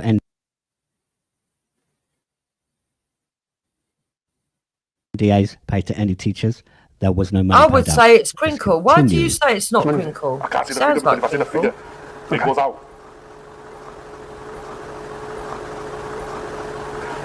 Because mate, 18. All right. So what you listened to there was a man self-snitching, dry snitching, who was supposed to have signed an NDA. It said to the whole world that he was paid £18,000 And that gentleman is Paul Kumar, who was not a teacher, by the way. He's touted as being a teacher, but he was not. He was a behavioural support officer. So let's continue and listen to Robinson spin more of his lies. I've just found out. Well, the head teacher's told us already that he was blackmailed and threatened. I've just found out of Kumar. All right, let's just stop that there for a second. Nowhere in that documentary did the head teacher say he was blackmailed. He was paid £18,000. Paid, he said, I can't say, shh. I signed it. I was paid. So paid what? He was paid money by the local council, so he can't tell the truth about what's gone on in that school. They've given everyone non-disclosure agreements, from school staff to governors, and Paul Kumar to get £18,000. He's not even involved. All right, hold on a minute. So if he's not involved, why was he given the 18 grand? And why are you snitching on him? An NDA is a voluntary agreement, but it is legally binding. So they could have took him to court for breaking that NDA. Yeah, and? But obviously they didn't take him to court because he didn't really have an NDA. The man seems to be a fantasist to me, but it is what it is. I don't know what he got 18 grand for, but he definitely didn't get it for this Kirkley school incident. Let's continue. If you live here, if you live in this area, your tax money, he's got 18 grand. What must the head teacher have got? He must have got 6 figures. How much money have they spent on this lie? We put in a freedom of information request to Kirkley's council to find out exactly how much they had spent of taxpayers' money to get the silence of their staff. They didn't answer the first request. They avoided the second. Only when we sent them legal letters, because they have to by law answer these questions, did we get our answer. All right. Now what you're looking at is an exit payment from Kirkley's council, which covers the whole of the council and covers all ex gratia payments to all staff and all departments. Nowhere on the exit payment download does it say anything about NDAs. Now, this is not a response from a freedom of information request. That piece of text he showed you before was just something that he's cobbled together. It looked like a 5-year-old could have done that. Let me show you something, people. All right, this... That's not proof. What's this? That piece of text he showed you before was just something that he's cobbled together. It looked like a 5-year-old could have done that. Let me show you something, people. All right, this is, let me just stop that for a second. This is a genuine Freedom of Information request reply from Kirkley's council. Now, I'm not going to read it all out because it is rather detailed, but I am going to play it and you can go through it at your leisure and you will see. What does that prove? The request asked, was there any payments made? That there was no NDAs. Were there any NDAs signed? No, it doesn't. How does it? Was no payments because that's what the Freedom of Information NDAs says. Was signed. There were no agreements over the incident between Bailey McLaren and I can't even read it. So what's it say? So what you're looking at here is a genuine Freedom of read Information response. Well, it's too small. You can't fucking read it. You read it. I can't read it. I'm driving. And it's too small as well, my screen. I'm on the fucking mobile. And a split screen. Well, what's the point in showing us something we can't read? Because you can pause it and read it at your leisure, you nutcase. Like, when it's on this channel, you could stop and go through and actually read the Freedom of Information request. Or, what even better, what you can do, is get your own Freedom of Information request, asking the exact same question what they asked. Was there any NDAs given to the teachers or whatever? When you receive it saying yes, because you say that it's going to say yes, you should be able to bring it online and show everyone, right? Yeah, look, see, Belly, you was lying. I proved you wrong, Belly. Blah, blah, blah, blah. Yeah, but then you're not going to be able to do that, because when you receive it, it's going to say no. Right. Belly, if you as an establishment were going to get accused of racism as an establishment and it was going to be really bad for your council, really bad for your school, and you shut that school and you give payments to all the teachers not to disclose anything that happened in that school, would you openly admit in a letter, yeah, you did give NDAs, knowing full well that it's going to back up all of Tommy Robinson's claims, knowing full well that it's going to open a can of worms? Would you do that? So you're saying that the council... Well, you're saying the government don't lie on legal documents now. I'm saying that I'm just saying to you, are you saying that Kirkley's council are lying on legal documents just to make sure that they don't prove Tommy Robinson? Is that like the claim you're making right now? I'm saying that they would say that there's no disclosure orders if they wanted to cover up their own failings, yes. But the reason why the school was shut was because the non-disclosure orders were given out. Continuous Ofsted reports, and then it went downwards. It didn't get better. Tommy Robinson showed payments. This bloke is claiming that they're. This bloke is claiming that they're exit payments. at the Ofsted, yeah, possible. Ofsted will But why close your was the school school and shut? turn. Ofsted will close your school and turn it into academy if you continuously get failing Ofsted reports. Yeah, if Ofsted inspectors turn up to That do a school report wasn't or due to whatever, be closed. and It it goes just down, got and it closed, goes just like downwards, that. and it keeps going downwards. No, it weren't. It was kept on failing Ofsted reports and was getting worse. So people to the school had to be shut, and then it's going to probably get turned into an academy. Well, that's a bit weird, isn't it? So there was no talk of shutting down the school before the incident, but after the incident, they decided they were failing too much and we shut the school. They fell. That's a weird. That's a weird coincidence, isn't it? What? How many years does it take to get like 5 different Ofsted reports, Duper? God knows. Could take. It depends when they come back. 5 different Ofsted reports. So you get a new report each year. Exactly my point, Billy. So if they've had 5, no, you don't get one every year. You don't get one every year. You don't get one every year. Worse. You don't get one every year. No, you don't. But they felt because they was failing, innit? Once they got their one that was failing, and then they would have got their next one, they would have kept on going back to them, innit? Like, see if they was improving. Once they're showing improvements, then they would have. Once you get a failing one, okay, yes, that's true. Once you get a failing one, so you're saying there was 5 consistent years that they were failing, so the school was going to shut at that date, was it? All the parents were informed, I'm saying that, and everybody knew that school was going to shut, and that's why they took a full intake. That's why they took a full intake that year, yeah? The parents had already been informed that the school was shutting. That's bollocks. It never happened. I'm saying that it's going downwards and it was failing, yeah? And the head teacher would have been informed about what would have happened if it would have continuously been going down. So they would have had to send out letters after they've received bad, failing Ofsted reports to say that, yo, we're going to be taking over a school or whatever. You know what I'm saying? Like, Okay. This is gonna Well, that's a good theory. Can you bring me the 5 Ofsted reports and the dates? And the dates. 5 still. Wait, my phone's. Yeah, but that's what I'm saying. You need the 5 Ofsted reports proving that they did do 5 and the date, and that they already knew that the school was closing before the incident. Because it seems a bit funny to me that they took a full intake of kids. The kids were going to that school. Other Syrian kids were going to that school. There were decent Syrian kids that was doing well in that school. Other kids were doing well in that school. In fact, there was a girl there that testified in court that was doing so well she'd got into university to be a solicitor. To tell you the truth, if the school was closed down for failing, it's obviously got a lot more problems than just bullying. You know, schools don't get closed down. Or... Betty, the school got closed down after the incident. All right, listen, I might be wrong on the... Listen, wait, hold on a sec. Wait, let me just say this, yeah, and then I'll let you go, Betty, yeah? Sorry, it's cut, yeah?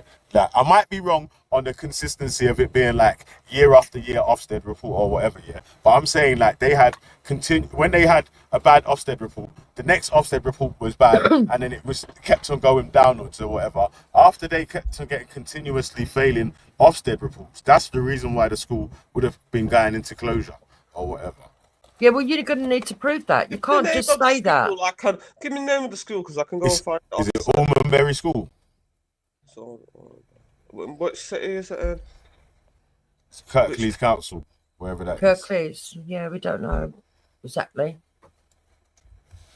All right, let me play the rest of it, yeah? There's only a little bit left. Okay.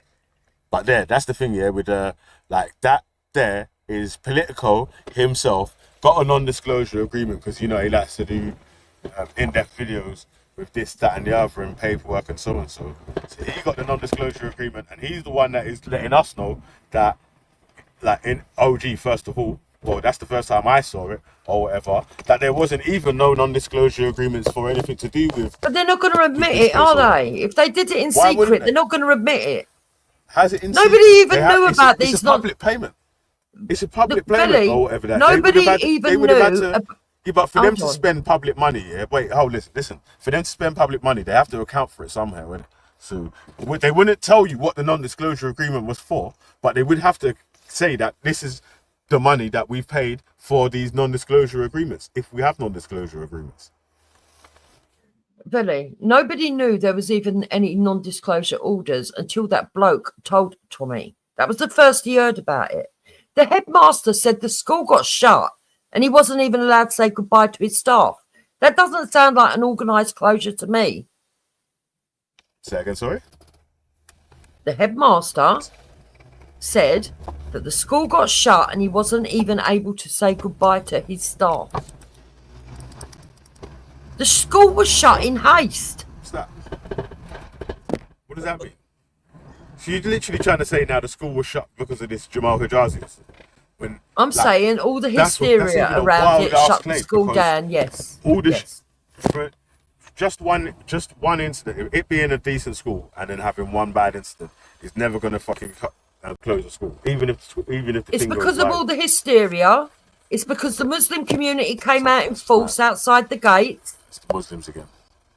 They're pesky Muslims.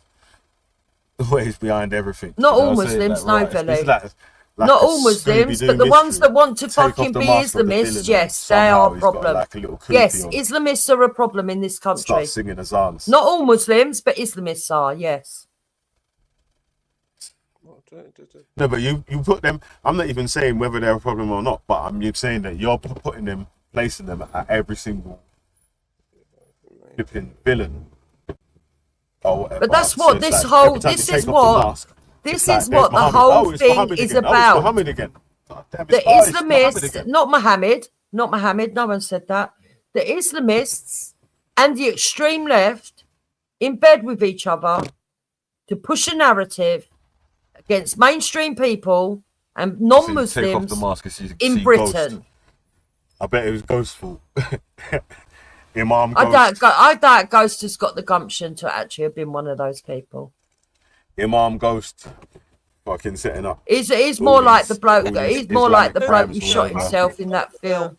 Has it turned into an academy now? Because I'm looking at I'm looking at this academy for is it Almond Berry, and it's basically saying we've got an offset report. So 2020. So that's after the incident because it says on Wikipedia the incident took place in 25th of October 2018. So why did it close back, Bay? Well, the Ofsted report after it says the school is outstanding on the 26th of February 2020. This school is outstanding. Yeah, when the school turned into an academy, you know.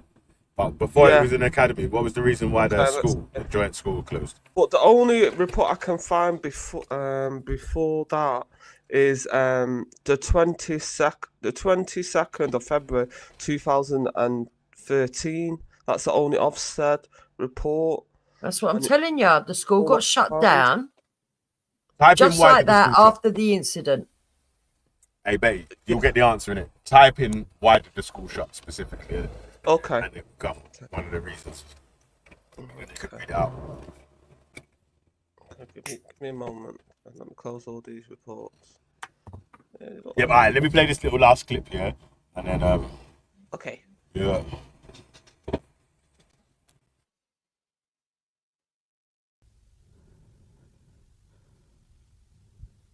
Okay. So as I said, that was a genuine freedom of information request response from Kirkland's counsel. What Robertson showed you was not a freedom of information request response. It was just something that he cobbled together, something that you can download off the internet. The man is a total fraud. Now, I'm not going to do this again. I've done this several times now, and people keep saying to me, but why? Why did they lie? Why did they lie? They were paid. They were paid. No, they lied. They all lied. Robertson lied. Kids lied. Adults lied. Paul Kumar lied. A whole of them lied. Thanks for tuning in. Well, so according to him, everyone's a liar apart from Jamal. That's funny, isn't it?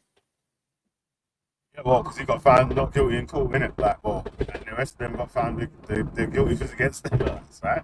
They didn't find in Jamal's favour because they found Jamal to be truthful. They found in Jamal's favour because Tommy couldn't bring enough. They found in Jamal's favour because Tommy couldn't bring enough evidence to court to substantiate his claims. But part of the reason why he couldn't substantiate his claims is because people were given non-disclosure orders. The headmaster left his school without even being able to speak to the staff. He says that in And his so own disingenuous. words. And so dishonest. It's not disingenuous. He says it in his own words. It is. It's, you are. You're so disingenuous. It's so dishonest. About why the school closed. It's a PDF file. It's saying the school faced major challenges with the breadth of the curriculum, standards of education. It says in the recent Ofsted inspection, Standards of education. It said it was judged to be inadequate and requiring special measures. Low pupil numbers at both the primary and secondary level also placed the school in a position where it was very difficult to be financially viable. This restricted the curriculum, meaning some students were unable to pursue certain subjects and career paths. The vast number of factors were taken into account before the proposals were put forward to close the second phase of the ACS and retain the primary school on site. Cabinet members have decided to move to the next stage in decision making, which is to publish the statutory proposals in June. So basically, it's saying low. So it's basically saying low. Not enough students come in there. Just as challenges of the education, the major challenges with the curriculum. Yeah, if it doesn't have enough, if it doesn't, so basically saying the low numbers the low numbers at the school put into extreme financial difficulty because they get paid per student, don't they? That's how school funding works. And if you nowhere in what Betty read, yeah, and I was gonna pause earlier, yeah, but I did already know that, but it wasn't close with nothing to do with the Jamal Hajazis. It's a bit of a coincidence, though, Velly, isn't it? I mean, I would say that's the. It's a coincidence that it was a good school and all of a sudden it started failing, just like that. So when was after it a good the school? incident, What, it was a good school. And it was a good school before the incident, and after the incident, I would suggest that it was fucking random, because the head teacher himself said they closed the school and he couldn't even speak to the other staff. So it wasn't done. It wasn't done in an organised way. We all know that there's always an official version, and then there's the real version. And like I said, we're going to read through factual evidence, and you're still going to deny the facts. That's displays of. Can I just say another thing about this? Extreme dishonesty. You know, like I was saying, why did you get all that money? And this, I'm just going off Wikipedia. You can't. Everyone knows that Wikipedia can be wrong, but they're basically saying that this Syrian boy it said he had a previous broken wrist due to bullying. Yeah. It says his arm was in a cast and he's been dragged to the floor by his neck, and his attacker said, "I'll drown you." And what are you saying? So they're basically saying that someone already bullied. That's what I'm trying to say. Like, the man was already bullying him, man. Listen, you know what it's like when a new person joins the school.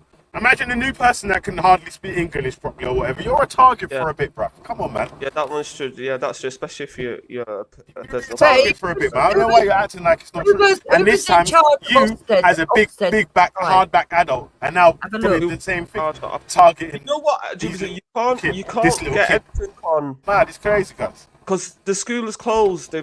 They've taken away the Ofsted reports. There's only a summary from the Kirkley. Yeah, but who was in charge of Ofsted at the time the school closed? You can get the date and the year and ask and see if you can get that. The new conspiracy, yeah? This is what I'm trying to say. It don't matter what the facts say, then you're just going to keep trying to make angles to say, oh, look, there's a... So, Velly, do you object oh, it's a Muslim! It's a Muslim! Velly, calm down. Do you object? Do you object to Betty being able to get silenced? And playing it on our ear. You can play it, yeah? Let me. I need to jump off still because I need to make a phone call in it. It says James Kempton. So, I'll be back in 2 minutes though, yeah? Was the intermediate head of Ofsted from 2017 to 2020. So it was an intermediate? Yeah, it was, yeah. the head That's interesting. of Ofsted. And then after that, and then Julius, is it Weinberg, in 2020. So I couldn't really understand yours and Veli's because there was a lot shouting and people were very passionate. You and Veli were very animated this morning. So Jupiter, can you just quickly summarise your position, because I only just came in, I was eating my breakfast and stuff, and then I thought, the arguing on my favourite subject, Islam.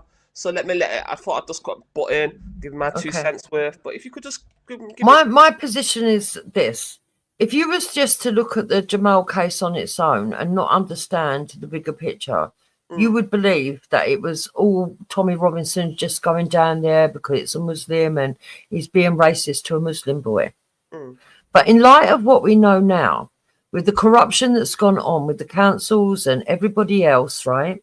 The allegations that Tommy was making is that there was a conspiracy between legacy media, people on the left, the Muslim Council of Britain, who was behind Jamal's father in pushing for this court case, and the Muslim Brotherhood that was also standing by him, pushing for this. So there was a political arm that was using Jamal's family, right, to push an agenda. And what we're saying is that, and even the judge upheld that there was no racism, but there was no proof of racism from Bailey. Now, in the first instance, Jamal's father, after that little footage where Bailey's putting splashing water over his face, shoves him to the floor, splashes water on his face. They called it a waterboarding, right? That's not a waterboarding. Now, they're saying that Jamal's father went in the first instance to sue the school for racism and the council for racism, okay? So what? None of that even matters. None of all that even matters. It does matter. The only point that matters is that the claims made was found to be false. That's the only point that matters. That's the only point that has facts behind it. All these other claims are just... I'm trying to explain my position. I'm not explaining your position. I'm explaining mine. You can do yours after, right? So that, in the first instance, is a bit weird. That's bad.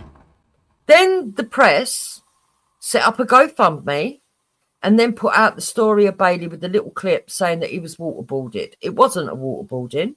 It was exaggerated. Yeah. And they were saying it was a racist attack. Turns out it wasn't a racist attack at all, because there's no evidence to substantiate that. Even the judge said that. But on the basis of it being a racist attack and being a motive to the nation, people donated £100,000 to Jamal. Okay, whatever.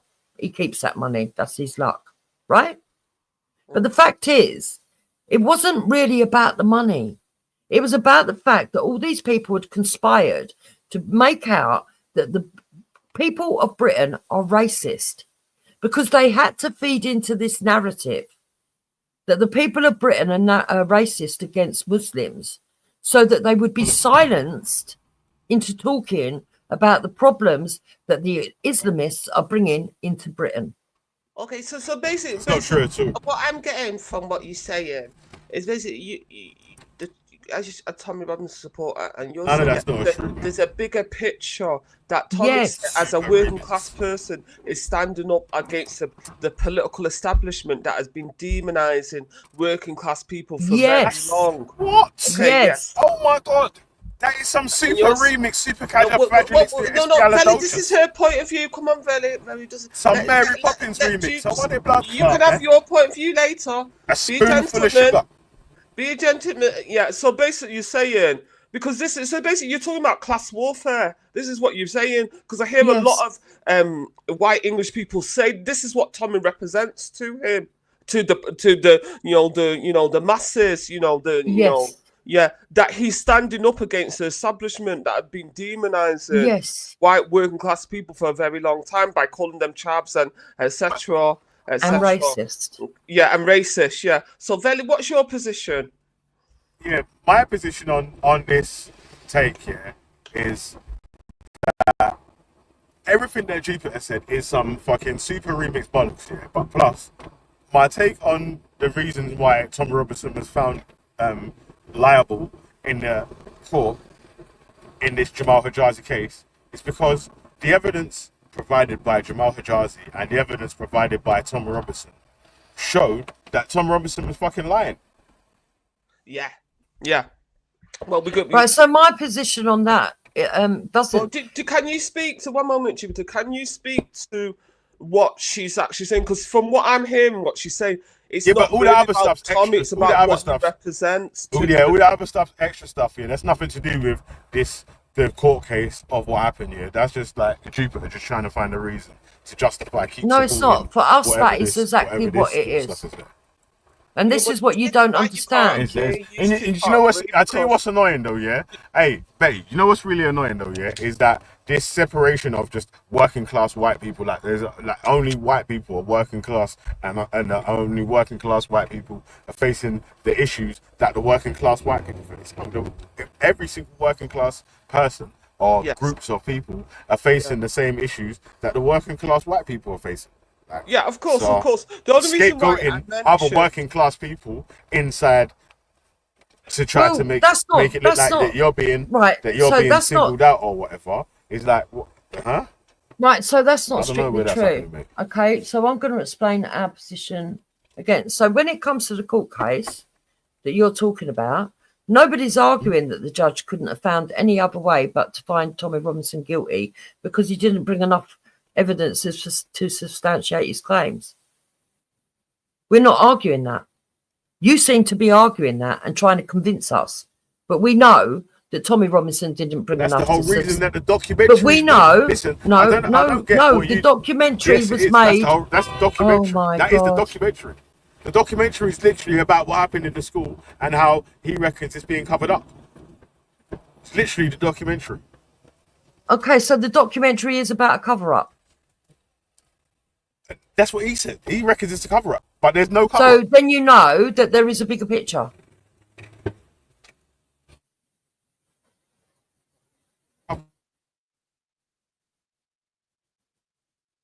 On this time, the cover-up is that he's finessing guys that support man and believe what he's saying when he knows what he's saying isn't true.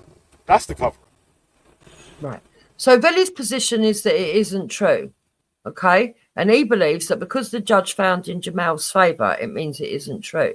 My position is this: Tommy wasn't able to substantiate his claims because the school got closed, the staff got given non-disclosure orders, even though Tommy Veli's position is he doesn't believe that they got non-disclosure orders. He thinks that the bloke that was on camera saying that he got paid off was lying. Okay, whatever. That's his position. My position is, why would someone lie if they don't know they're being recorded? That man got recorded in confiding in Tommy that he had a non-disclosure order of £18,000, and he said other staff members got it as well. Okay? Now, the school did get closed. The head teacher's on camera saying the school closed so suddenly he didn't even get to speak to his other staff before he left. Right? The school was a good school. Suddenly it had a bad Ofsted report and had to close. That's the official line. Now, we know when we were first declaring that there's something odd going on here, when we were first declaring that there was something odd going on here, yeah, because why would a story of two kids fighting in a playground in the first instance be reported as a waterboarding when it wasn't? In the second instance, have a GoFundMe set up. They don't do this for every kid that they talk about in the papers. And they don't set up the GoFundMe the day before they release the story for every kid they talk about in the papers. And it doesn't go international like what this story did. And they were all quite willing to go international and to label Bailey as a racist when even the judge said there was no racism to be found in the situation in the court case. That wasn't upheld, right? That Bailey was deemed now a racist. He was a 16-year-old kid. Any other child under 18, they won't put their name in the paper, but they were willing to brand this kid a racist. They were willing to splash his face all over the papers, not just in Britain, internationally. Bailey's family received death threats. Bailey received death threats. All of the harassment that Bailey got, there's been no follow-up reports from the media on the suffering of Bailey or anything like that, or any assistance given to Bailey. This was a propaganda piece. And if anybody's got an eye for a propaganda piece, they would see it. It isn't about Jamal. It's about the whole connection between the Islamists and the left and the media. Now, but why didn't Tommy raise money for Bailey then? If Bailey's such a victim, he's the one. He's the one that attacked the other kid. He attacked the other kid, and you're here propagating bullying of a flipping 14, 15-year-old kid. When you keep talking about Bailey's age, that Jamal kid was younger what was the reason? What was the reason that he? See, now that age don't matter. This is what was the reason? Right, so it does matter. It does matter. It does matter. It does matter because it is British culture in this country that if you pick on the younger brother or sister, the older brother or sister is going to come and deal with you. It's British culture. Everyone knows it. So his younger sister had been bullied by Jamal. But so he's stuck up his sister. Literally just wait, Betty, did you hear that being made as a point until just then? Have you heard in this argument? Have you heard that Jamal Hajazi was allegedly bullying Bailey's little sister in any of the arguments that was being made? That has always been a claim. Because I'm looking at just made that claim now. I am surprised that the even name is out if he's under 18. I'm a bit surprised because not normal. I understand you disappointed in that sense, Felly. But I understand Felly's point because he's saying that the racism, there are certain white Britons that are being racist towards Muslims and people. Yeah, I get that. I get that. Okay. I get that, Betty. But the fact of the matter is, yeah. I know. I understand both. I understand your point because what you're basically saying, because they put his name out there, his name is going to be. It's the worldwide, isn't it? Because so was his name out when it was 16, or was his name deleted and or flipping? No, his name was out from 16. And how comes he didn't take the papers to court then? I'm not saying that there isn't racism that goes on out there, but isn't it interesting that Jamal's father was going to sue the school for racism, but never followed it through? Now, if you really believed that your son suffered the racist attack at the school, whether you got £100,000 from a GoFundMe makes no difference at all. You'd still sue the school, wouldn't you? Yeah, but none of that. That point doesn't mean anything to me in the point of a word like that. And if it was a racist attack, Veli's saying that Tommy's message of trying to help the working class is being corrupted because he's got wealthy donors and he's using he's profiting off other people's pain while using prostitutes and cocaine. That's what Veli's saying. So how can you trust somebody like saying. that? I'm saying that, yeah. This is because we're saying that it was proven liable in court. The evidence that he was brought against the young man was proven to be false or whatever. The documentary shouldn't have been shown, and there was court documents. The reason why Tom Robinson's in jail right now is because he's shown that documentary or whatever. But we know that so no one's disputing. It just shows that it's just So you should agree that the documentary is a lie, then, isn't it?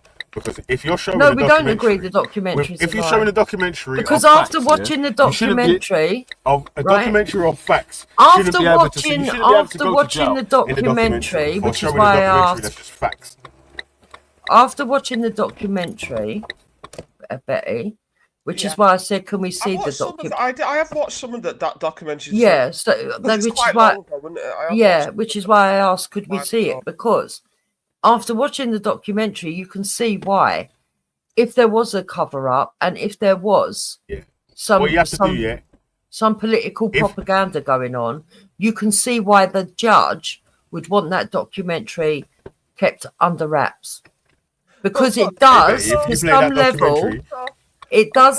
level, indicate that there was something not quite right going on. You play the documentary, Betty. After the documentary, You have to download the court papers and go through that. No, I can't play the whole of it. It's a bit too long. That documentary is really long. But I was watching that Sean Atwood, and the lady came on, you know, from the grooming gangs from Telford, the girl called Katie, and she said something about Tommy Robinson. She basically said that she didn't like he pulled up at her joint, Who's this? demanding to, you know, speak to her about, you know, the Telford grooming thing, and she didn't like it because one, he flirts with the white nationalists, and two, you know, she'd already been abused by white men, not just Asian men. So, you know, she didn't want somebody like a white man. Well, she didn't say white man, but she doesn't want men who she doesn't know, like with, you know, a legacy of being a football hooligan, pulling up at her joint and demanding that she let them in, and, you know, be part of this exposure against the establishment. Katie, she's a grooming victim. If you go on Sean Atwood, Katie, yeah. But do you understand that point that she made, Jupiter, that if you've been abused by men, she'd been raped by white men, she'd been raped by Asian men, you know, obviously the Asian Muslim men. Do you understand that point, that what she's saying, that it's not whether Tommy had in good intentions, you as a man should not pull up to a woman that had had serious abuse done by men. That's why, you know, the women's refuge doesn't like men in the refuge. Do you understand her point? That it wasn't appropriate for him to come unannounced and pull up at her joint, demanding that she, you know, expose the Telford gangs, and with Tommy a part of that exposure. Do you understand her point? Because Tommy, what I'm saying is, Tommy could have got a woman to, you know, approach her and, you know, address her. He didn't. Him as a man shouldn't have done it. Do you understand? Because she said she felt frightened. Everything she knew about. Yeah, I can understand that perfectly well. I'm not into the arena of slagging off victims. I mean, I think every victim unto their own. But what you need to, well, you don't need to. I don't think she didn't that's say a turn of phrase. She didn't say she slagged her off. It's what she's saying is that he's a man and she's been abused by men of all shapes and sizes, and he should not have come to her house unannounced. She don't know how he got her address, but he came to the house unannounced and started making demands. And she felt if that's true, then yeah, that is sad. But what I will say, that and bad, to be honest, inappropriate. But what I will say is this: most of the people that Tommy runs with in his videos are people where the system failed them and wouldn't listen to them, and so they had nowhere else to turn, and they spoke to Tommy, and that's why Tommy put the stories out. Yeah, any claims about any other documentaries or any other works that Tom Robinson done are separate claims. Yeah, this has strictly been about the Jamal Hajazi case and the reason why Tom Robinson is in jail today, because the claims made in the documentary have already been proven to be liable in a court of law. So re-airing this documentary with these claims in them still is the reason why Tommy Robinson is in jail today. So Tommy's in jail for showing the video, for playing the video. Yes, contempt of court. Yes. I hope he's not going to get striked if we play this documentary. No. Well, I don't think he will. I think he's played it before. He said. What you should do though, yeah, is that you should make sure you download the court papers and have a look at that in it, because again, that is the actual reason why. That's the reason why. My man's in actual jail now, because in court, no, it's not. It was found. It is, because in court it was found the claims made in the documentary are false. The reason why Tommy Robinson was not allowed to show the documentary or repeat the claims is because the claims were found to be liable in a court of law. So stop saying it's not because of that. That's the primary reason that this contempt of court is even there. Because the claims made in the documentary was proven to be liable. So repeat, playing the documentary. He could have played the documentary and edited out any claims that he's been proven to be false or whatever, and then not got done for contempt of court. Why didn't he do that, Jupiter? He did not get taken to court about the video. The video was produced in court as part of his evidence. The judge struck it, saying it wasn't admissible. He listened to it, but said it wasn't admissible because the Said it's people had not admissible. given their It's just hearsay. permission, and it was covert recordings. See, Right? this is where you got it wrong again. It was Right. admissible, and it was admissible as hearsay because you can't cross-examine any of the people that were making claims because none of them come to actually substantiate their claims in a court of law. All the people that were secretly recorded could have come and fucking substantiated their claims in a court of law, but they decided not to. Oh, you little fucking Really? prick! Right. So number one. I've got to play it, Jibs. I've got to be in a different browser, so I'll be back in a minute so I can play it. Okay. Really? Let's be realistic. If I get given £18,000 and told to sign a non-disclosure order, I might, on the down low, if I don't know I'm being recorded, tell someone, look, listen, I'd love to support you and tell the truth, but I can't. I've got this non-disclosure order and I've signed it. I've got 18 We literally grand. just proved that that's Right? false. Right? No, you didn't. You think Yes, you we did. No, you think you did, but I it did. doesn't prove anything. Right? Then, We did. then You can download. Why even don't if you you got download the subpoenaed thing, to court, you're not going to I'm stand gonna in get a it myself. public place and make the same statement. No matter what anyone says, even if they subpoenaed these people, they would be bound. They would just use the excuse, look, I can't, I got a non-disclosure order, I can't come court. What? Non-disclosure, having a non-disclosure agreement is not a valid reason that you can't give evidence in court. You're actually allowed to give evidence in court for a non-disclosure reason for a non-disclosure agreement. What you ain't allowed to do is go on social media or go to a newspaper and repeat the story which you've held a non-disclosure agreement with. Else you're liable for any of the claims made or the payments to be returned in this non-disclosure agreement that you signed. But first, the main issue with that is that the non-disclosure agreement that you're alleging is actually Well, there. then I think is that's not- Tommy's has- we failing can't because even he find was it. he was his own We can't even solicitor. find a non-disclosure agreement anyway. Well, then I think that was Tommy's failing because he represented himself in that court case, which was also the other thing. Maybe he should have subpoenaed the people. Maybe he didn't know that because if he'd have subpoenaed them, they would have had to have been questioned on the stand then, wouldn't they? And I think they would have found enough evidence if they'd have done that. Yeah, but you could play the propaganda documentary all you like, innit? Yeah, but again, a man's actually in jail right now for actually repeating the lies that you're not allowed to repeat. Innit? The He's claims in made the jail for documentary- playing the video. the He was claims told not to made, play the yes, video. because the claims in the documentary are liable. This is why I you're so I would dishonest. say they don't want it played because what's in the documentary is scandalous. Say again, sorry. I would say that the reason that they don't want it played is because it's scandalous. It shows it's indicative of what the authorities are like. It shows you that there's a conspiracy and it fits into the wider narrative that everybody feels is going on. And it actually shows you that it is going on. And may I remind you, not only 2 months ago did we find out that on a grand scale, there's been cover-ups up and down this country. Yeah.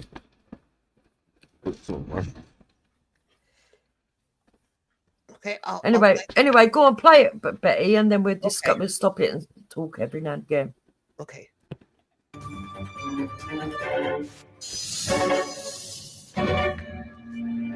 Alright, listen, this documentary is bollocks. So you're gonna have to download the court papers as well. You ain't playing all this and then not going through the court papers after. Okay, I'll go and find the court papers while we finger. Can I put myself on mute and you'll still be able to hear it? Yeah. Okay. Yeah. You can put your own mic on mute and yeah. Okay. Just don't mute the browser. Yeah. Okay.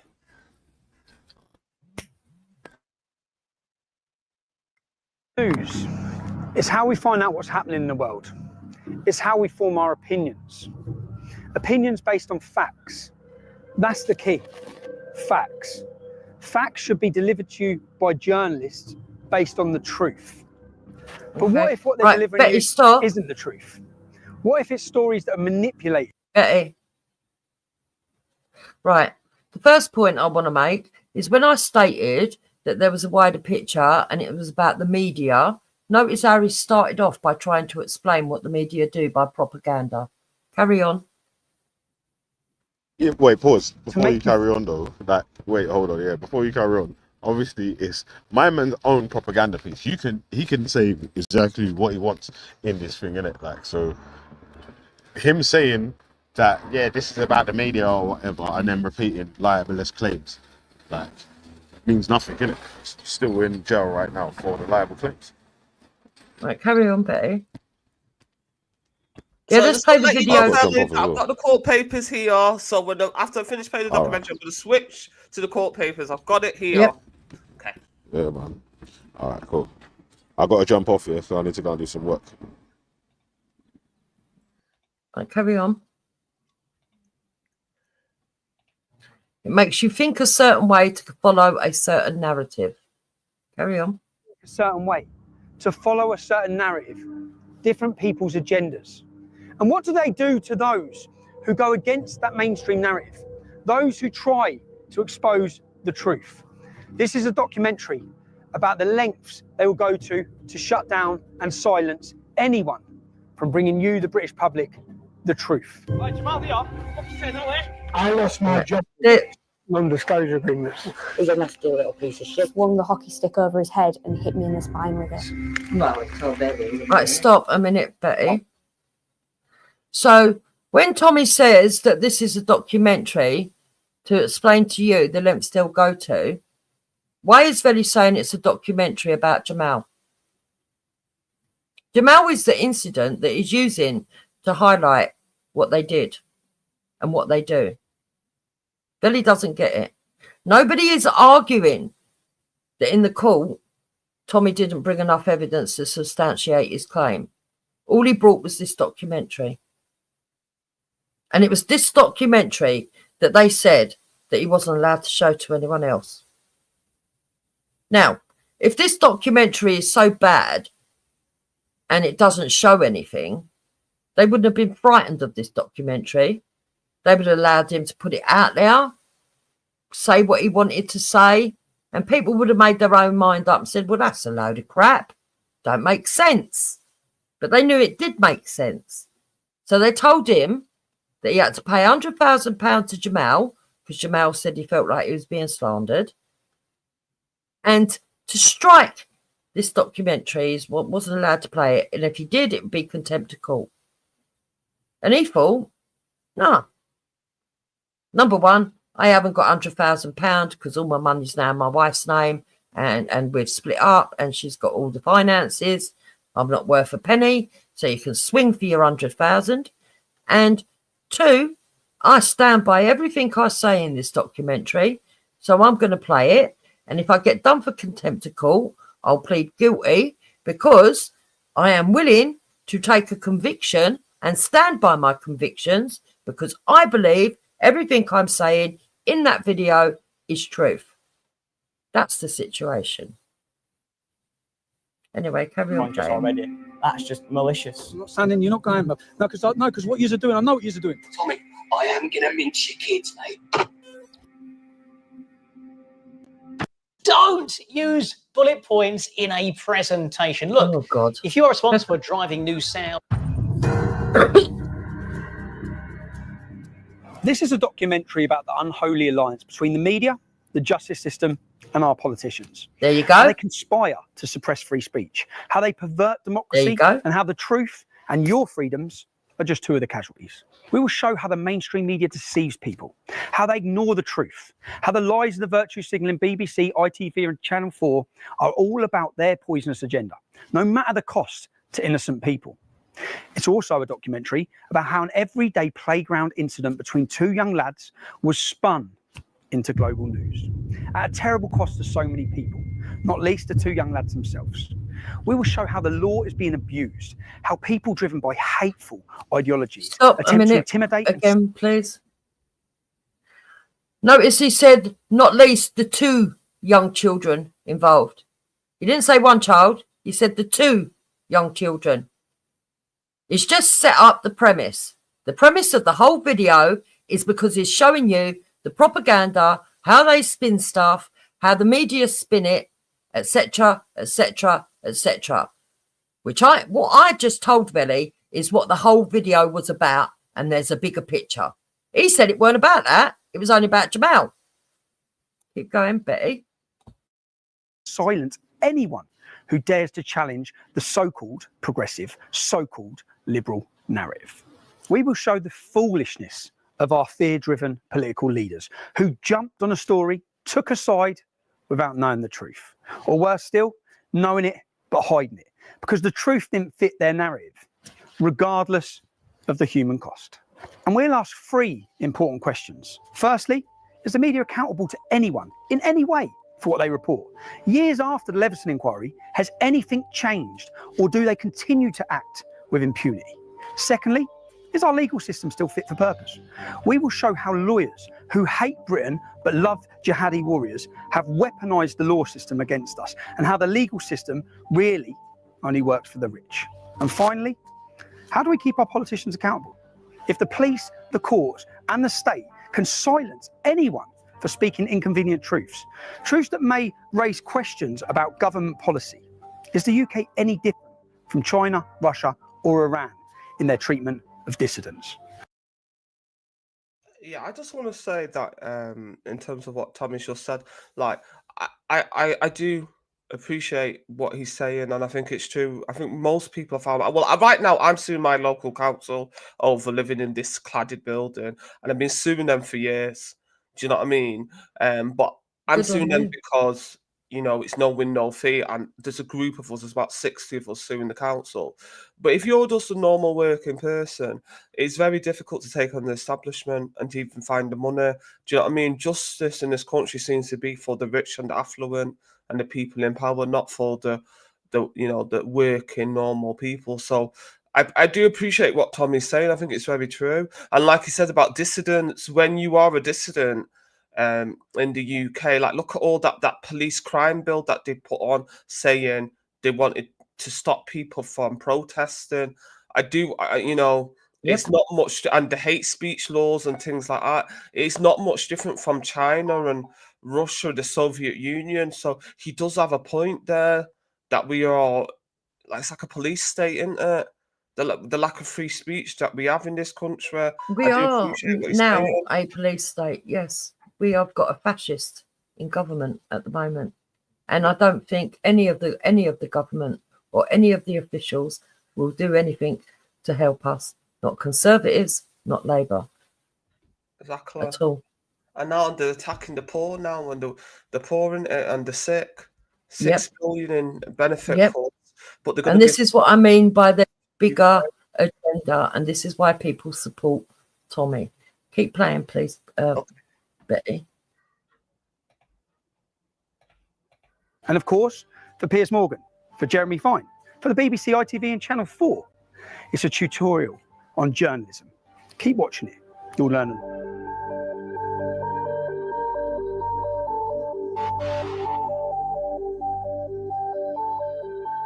Our story appears to start and end in a brief playground incident at Almondbury Community School in Huddersfield. A playground scuffle. One boy poured a bottle of water on another child. The school dealt with it, and that should have been that. 3 weeks later, however, a video clip of the incident surfaced, and within hours, with the help of lawyers and the ignorant rantings of ITV's Piers Morgan and the BBC's Jeremy Vine, it was made into global news event. And the lives of so many people were turned upside down. Such playground incidents happen every day. So why was this spat between 2 boys transformed into global news? Well, one of the boys was white and the other a Syrian refugee. At which point the truth of the matter was buried beneath an avalanche of agendas and opportunism. Within hours, the race hate brigade was sharpening their blades. Well, clearly when somebody comes from Syria, fleeing Assad's regime, Right, can you stop a minute, coming Betty? to a place like this, when they get treated. This is outside the school gates, but there wasn't a baying mob outside the school gates, was there, really? This was a group of Muslims that were all outside the school gates, intimidating the school and intimidating the parents. Carry on. Yeah, this one said condemn what that boy. You shouldn't have done that to Jamal, though. The guy had a broken arm and stuff like that. I do condemn it. It is not to say. Obviously, that's traumatic for that young Syrian refugee. Do you know what I mean? Whether or not, I understand Tommy's point saying that these type of bullying or like confrontations happen every day, but it doesn't make it right, Tommy.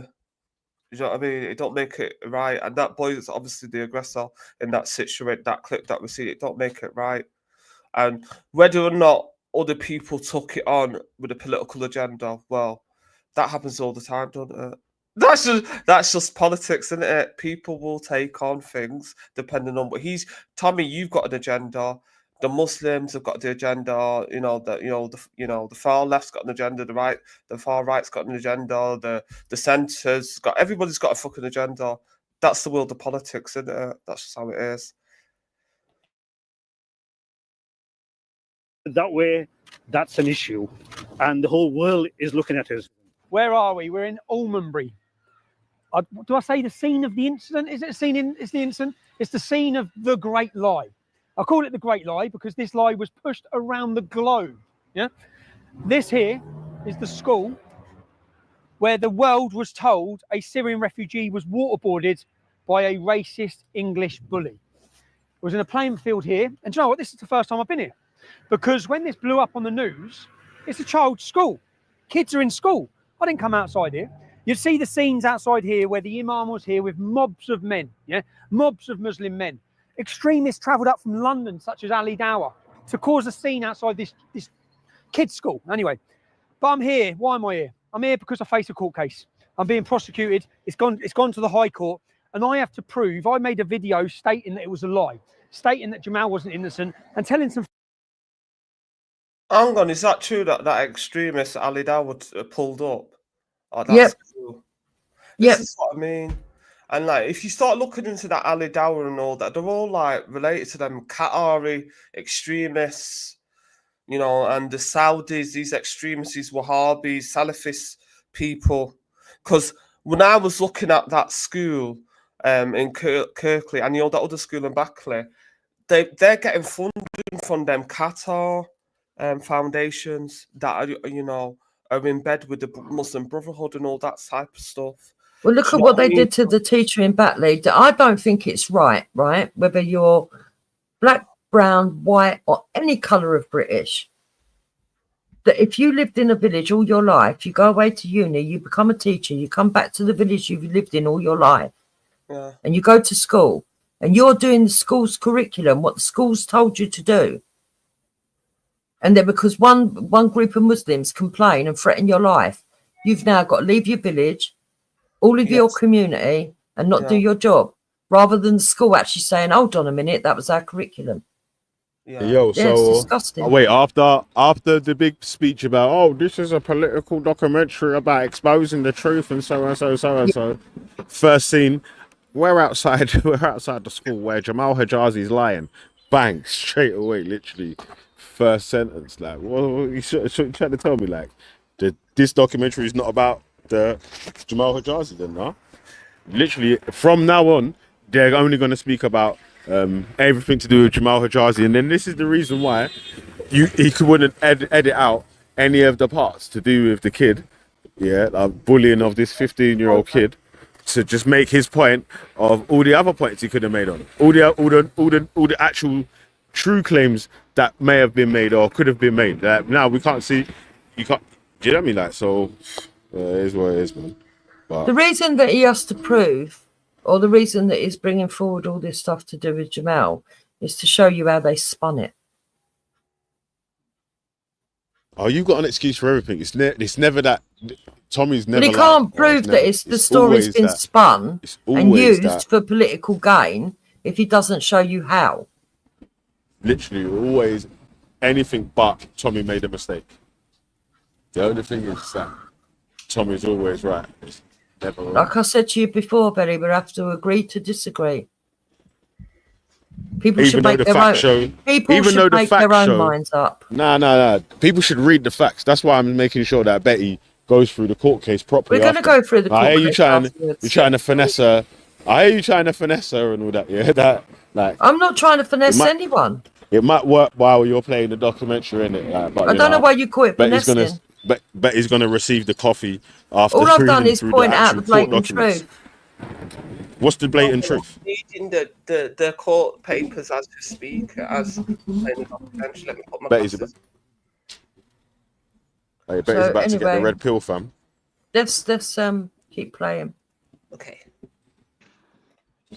Facts about Jamal beating up girls, an instance that I'd been warned about by the members of this community to tell the truth about what happened at this school.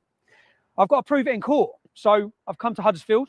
I'm now going to knock. I need to find witnesses. I've got addresses for many. I need to knock and talk to them and see who I can get to come to court to help me prove to you, the public. This is about as much as proving in court as proving to you, the British public, that I was the only journalist in the country who told the truth about what happened in this community. The story you were told. You were told that a vulnerable Syrian child refugee had been bullied and waterboarded by a nasty white boy. You were told it was a racist attack. You were told of the dangers of far-right extremism. You were invited to agree that this kind of intolerance could not be tolerated. Was he vulnerable? Was it a racist attack? Our evidence shows the answers to both these questions was no. Was the Syrian lad waterboarded? Why was this word used? What about this? Was that waterboarding? Take a look at this.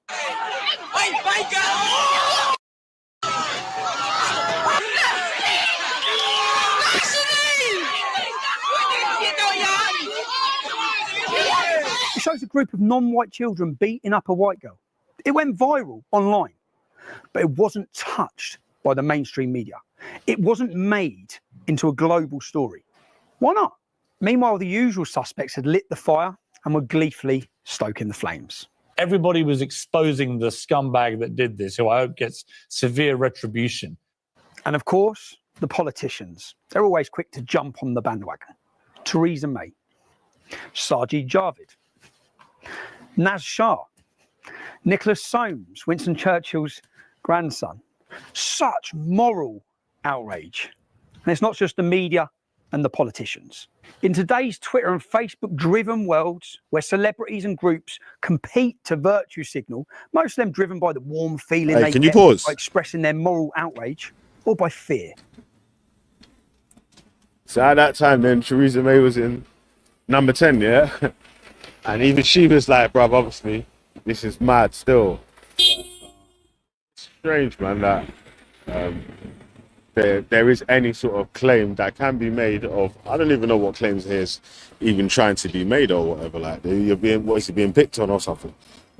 And I also what he's trying to say? Okay, so do you remember the black kid that got beat up by the gypsies outside school? Do you remember that? Did you see the press talking?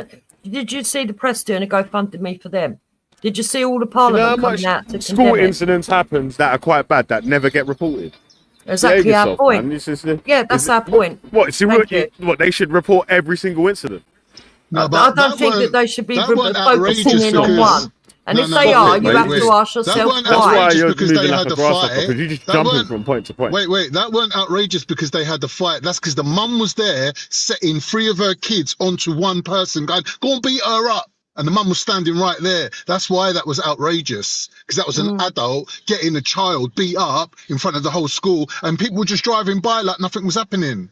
That's why that was outrageous, not because the black kid had a fight with a white kid. Outrageous. So why didn't it make the parliament? Why weren't there a GoFundMe set up? Why are you begging for attention for your causes? That makes sense. It's like as soon as Tommy Robinson don't get something in the papers, he's like the enemy of the press. All of a sudden, it's like, oh, the press. Who cares? The press cover what they cover. You have to ask yourself why the press covered that. No, but why does your view of the country depend on the press? No, like, okay, you know what Jupiter's saying. For what Jupiter's saying. Betty, speak for yourself, please. Speak for yourself. The woman's eloquent. She can speak. Speak for yourself. Betty understands what I'm saying. Go on, Betty. I want to hear if you're understanding my point. Want any Islamists to get exposed, didn't it? Just speak for yourself. Just speak for yourself. Whatever you called yourself. Listen, I'm not even name calling. I'm not even bothering. You just got mental health issues. I'm not even bothering getting into it. What's the point in you coming on here to shout people down? I know, and he's got. I'm not trying to shout people down. It's like what Jupiter's trying to say. Like it don't make sense. Like we got enough Jupiter fans. We don't need another one. You do enough black-splaining when I'm on here normally. Can you let us speak? What's black-splaining? Explain to me what black-splaining is. when you pretend you're black and you say, That yeah, ain't but what the black-splaining. black community is saying, what That ain't Veli is black-splaining. saying, That ain't what Lady black-splaining. Divine is I'm saying. speaking for myself. No, you normally talk for others. So you're saying a Muslim can't hate Tommy How Robinson? can you That stick on means the that he's point? sticking up for We're Veli. talking about this video. Stop attacking Jupiter. And I'm me. not attacking We're Jupiter, talking but I about said this one thing video. to you. We're If I said one there's thing a to you, topic Jupiter. on this show. We are talking about this video. Stay Yeah, on but just point. speak for yourself and use your own IQ for yourself. Stay on point. We are playing this video. We don't You're the care one about how you mentioning feel about Islamists. Jupiter. We are You're the one staying mentioning on point. Islamists. We You're are the one talking mentioning about Islamists. this video. We are Well, talking you're not. about this You're talking video. about what Jupiter Hey, thinks and Veli has Islamists. set You're a talking about topic everything about other than this the video. case. We Talk want about the to video talk then. about this case. We don't care how you Idiot. feel Are about you an Jupiter. Islamist, Who's Khan? we? Who's we? You. Betty, when you say we, who do you mean we? What, the Are you an Christians of the world? Islamist, Khan? Would You. you consider yourself an Islamist? No, I wouldn't. Why? Because I'm wondering why Oh. you're coming here to represent the Islamist cause. I think But painting there's no normal everyday Islamists Muslims in as Islamists this is case, man. What are you talking Islamophobia about? You're going and should mad. be illegal. You're going mad. That's what I There's think. no Islamists in this case, man. You're just making it up, man. You just you're just doing that. I would say there you're was Islamists you're outside the a big school. We virtue just seen them. signaler. Like you keep doing that. You're a big virtue signaler. I've noticed that you're doing a lot of it today. Still. Yeah, that you're not Trying to using do that appropriately, exactly. but You keep whatever. doing that. You do because like you're trying to make some Islamist argument. I said now. you're not using so that you want everyone to appropriately, jump. but if you want to call me a virtue signaler, do that. I'll tell you how it's appropriate, yeah? Because at the point of the argument being about whatever this topic is about Jamal Hajazi's case with Tommy Robinson, the documentary that sent Tommy Robinson to jail, that's being played now, you keep trying to say Islamist, so you can get people trying to say, what about this about Islam? What about that about Islam? Yeah, the rest of the people in the chat Extreme are Islam, onto yeah. the Islam too. So, and this has nothing to do with Islam. So Islam, wait, hold on. Anyone being extreme or non-extreme or even any text or doctrine, any part of the book was nothing to do with this case though. Well, that's where you're missing the whole point. It's talking about the corruption between media, hope not hate, the left, and Islamists. They're all in bed together. All right, in all good faith then, why doesn't he just say that? Well, he did Why at are we the like beginning. going around He the did at the houses? beginning of the video. He said Well, that's but he what the didn't aim say- of this video is. What I'm going to do is we're going to do back and forth because I don't want to be here all day. But what we're going to do is I'm going to read out some of the judge's summary and play the video afterwards so you can hear both sides. Yeah, so it doesn't because if we play the whole video and we never go to the judge's summary, it's going to end up 2 hours and I haven't got 2 hours to be doing this. So I'm just going to read some of what. Yeah, but if we don't play the whole video, you're not going to get the whole points that was put across. Yeah, but then you've got a laptop too, so you can take on where I stop playing the video. Do you see? You understand my point? Okay. So I'm just going to read some of what the court papers say. It says the 25th of October 2018, substantial media coverage. It basically says the liable action was a fight between the claimant and another boy at school. Bailey is it McLaren? Is it McLaren if I said it that right? Yeah. At the time, the claimant was 15 and Bailey was 16. They were Okay, so not 2 years younger and in the same school year. Notice. Okay. They're both in the same year at school. The incident was recorded, almost certainly by a mobile phone by another pupil. The clip lasted 38 seconds.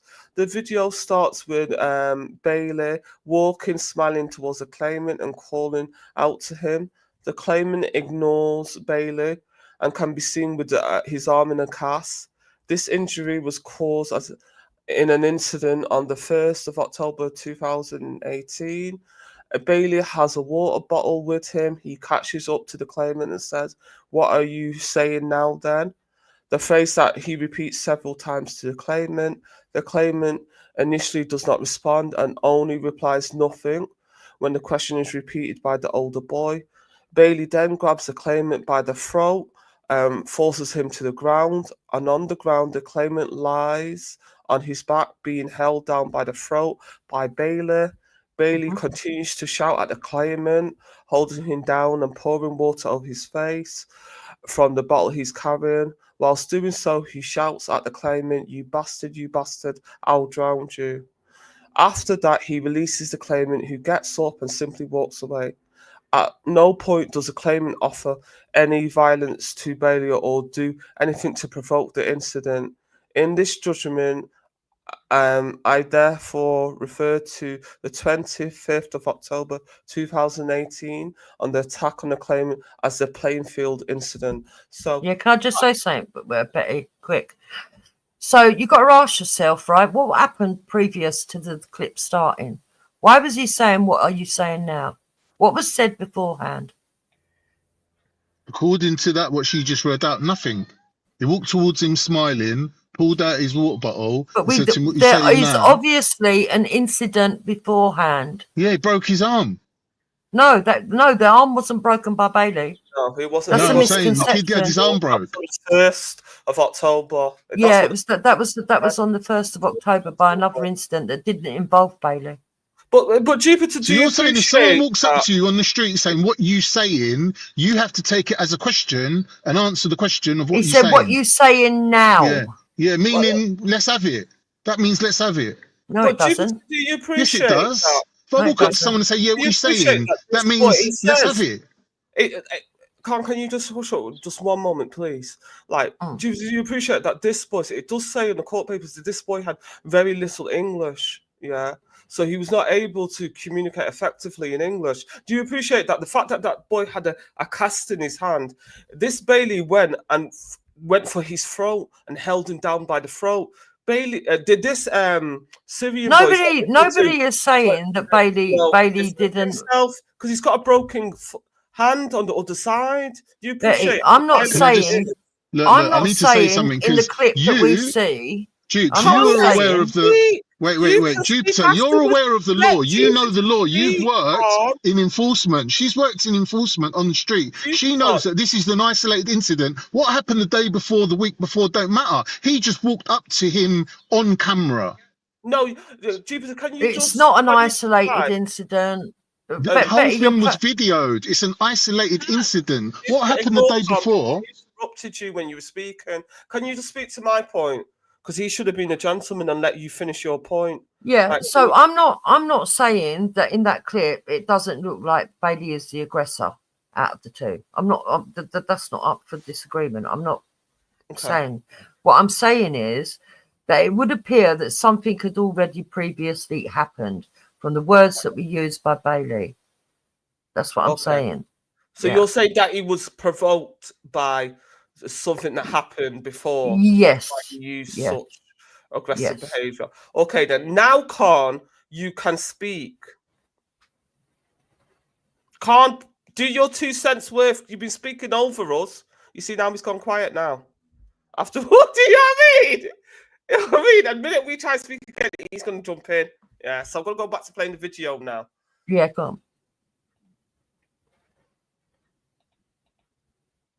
Yeah, sorry, I was speaking to someone on the road. Right, okay. Go on, carry on. Okay. Go on, Khan. Put your 2 cents worth in. What I'm saying is this. Jupiter's works in enforcement. She knows, yeah? It doesn't matter if you gave someone a parking ticket last week. It don't matter. If they're walking up to you and it's being recorded, that's an isolated incident. That's you provoking someone into violence or attacking someone. Either way you look at it, like, when the police look at that, you're approaching someone.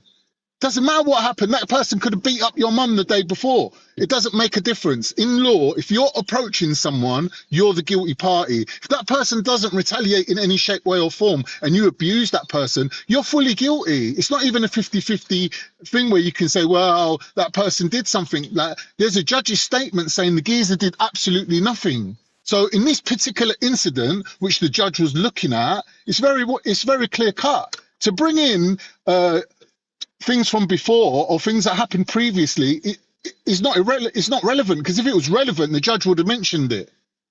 But Jupiter's taking it upon herself, same like Tommy Robinson, to know better, to know how to do someone's job better than that person, to know how to be a judge better than a judge, to know how to be a prime minister better than a prime minister. This is the sickness, the illness of the British people.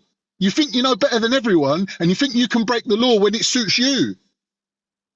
Betty, I'm just going to quickly respond to Khan.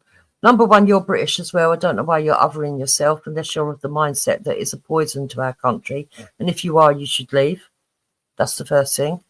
Secondly, I would say that you don't even know the premise of what my position is. Was you here when I told Betty what my premise is? Oh, silence. Right. So I'm not even arguing the judgment of the judge. That's not my argument. So I don't know what you've done, what you're crying and screaming about, because that's not my argument at all.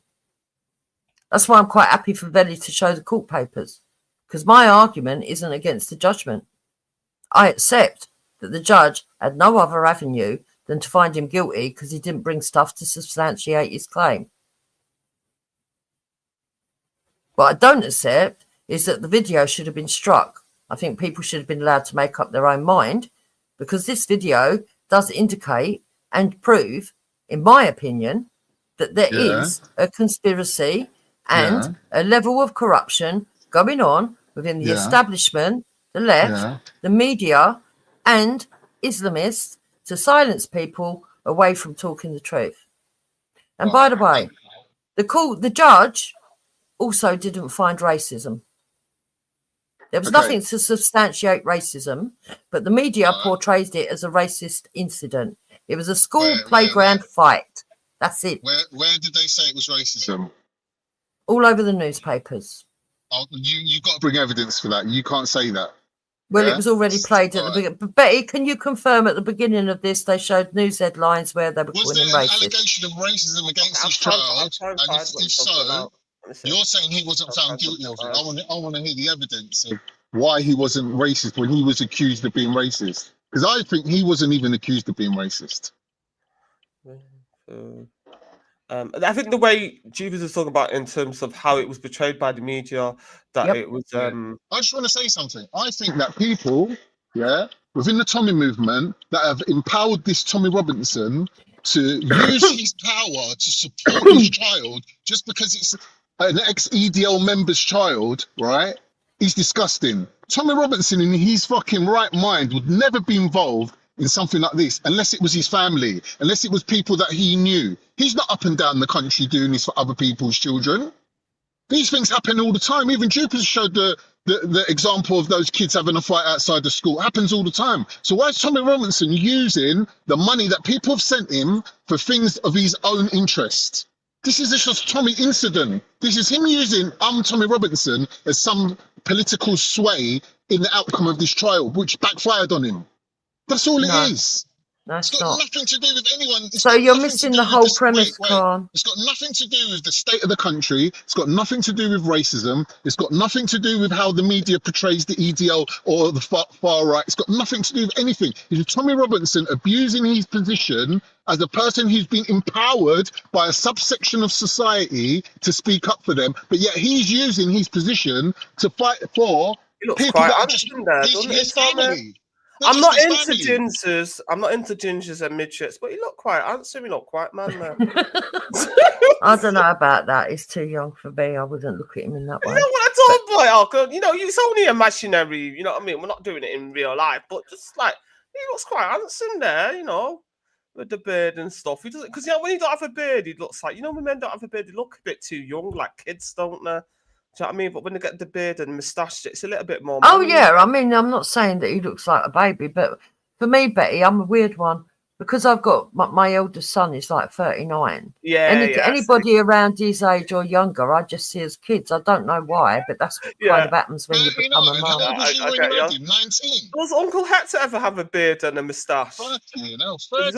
Yeah. Is it? Yeah, he has that. Yeah, in the past. Yeah. Yeah, I just say. So I've got a weird fetish for. I watch a lot of men's grooming videos of them doing their beards and their moustache. That's one of my fetishes. Because this whole grooming channels where men spend their time talking about how to take care of your beard and how to moisturize it and comb it. Obviously, as a hairdresser, that's my thing, isn't it? Mm-hmm. I was 18. I was 18 when I got married, and 18 when I gave birth as well. Just. I didn't do the maths. I just before I turned 19. Normal your generation though, when in the 70s, Yeah. that's when it was like Yeah. for people, you know, that age. But okay, so I'll go back to playing the video now then. Yeah, go on. Everyone who's anyone pumped the Bailey Jamal story. Boxers, Lennox Lewis, Huddersfield Football Club, celebrities from across the globe. Let's have a look at all of the celebrities and blue tick brigade who pumped the Jamal story. And here are some of the people who pumped the story you watched earlier of the white girl getting beaten up. Sadly, whether it's politicians, celebrities or other groups, none of them are wise enough or pause long enough to ask whether they have the whole story, to check the facts, to find the truth. But why let the truth get in the way of such a good story? And this story was just too good a story. Two lads in a playground scrap is not international news. But racist white thug waterboards helpless Syrian refugee, boom! Racism can't be tolerated, beware of the far right. That's their kind of story. We'll hear more about the militant left later, but they clearly weren't going to miss out. Can I quickly say something? I think, yeah, these passive-aggressive dickhead whites, yeah, like Tommy Robinson, really take the piss. Because he's deliberately named himself and aligned himself with the British Army, calling himself Tommy Robinson. And the British Army is being complicit in killing over 1 million people in Afghanistan. What? Acts of God. What's that got to do with anything?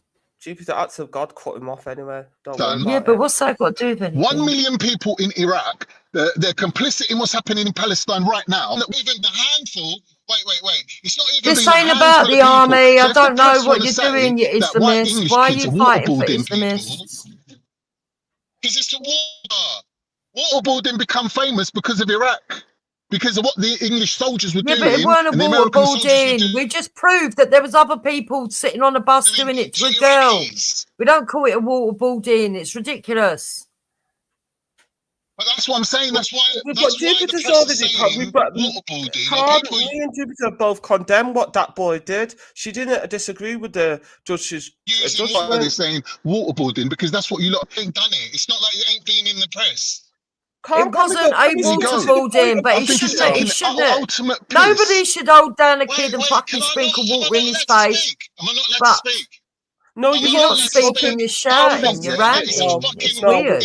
We're going to go back to this video, Khan. We're going off topic. So we're going to go back to the video. I want to talk about what Tommy said in the video. I want to talk about what Tommy said in the video. So I'm going to talk about what Tommy just said in the video, yeah? And Tommy made a good point. And I think sometimes people of colour need to stop playing this game, and some of the white people that align with people. Yeah, he's showing off as somebody who's listening to him on the other end. But the fact of the matter, they can't hear what we're responding. And he obviously thinks he looks like Charlie Big Balls. The fact of the matter is this.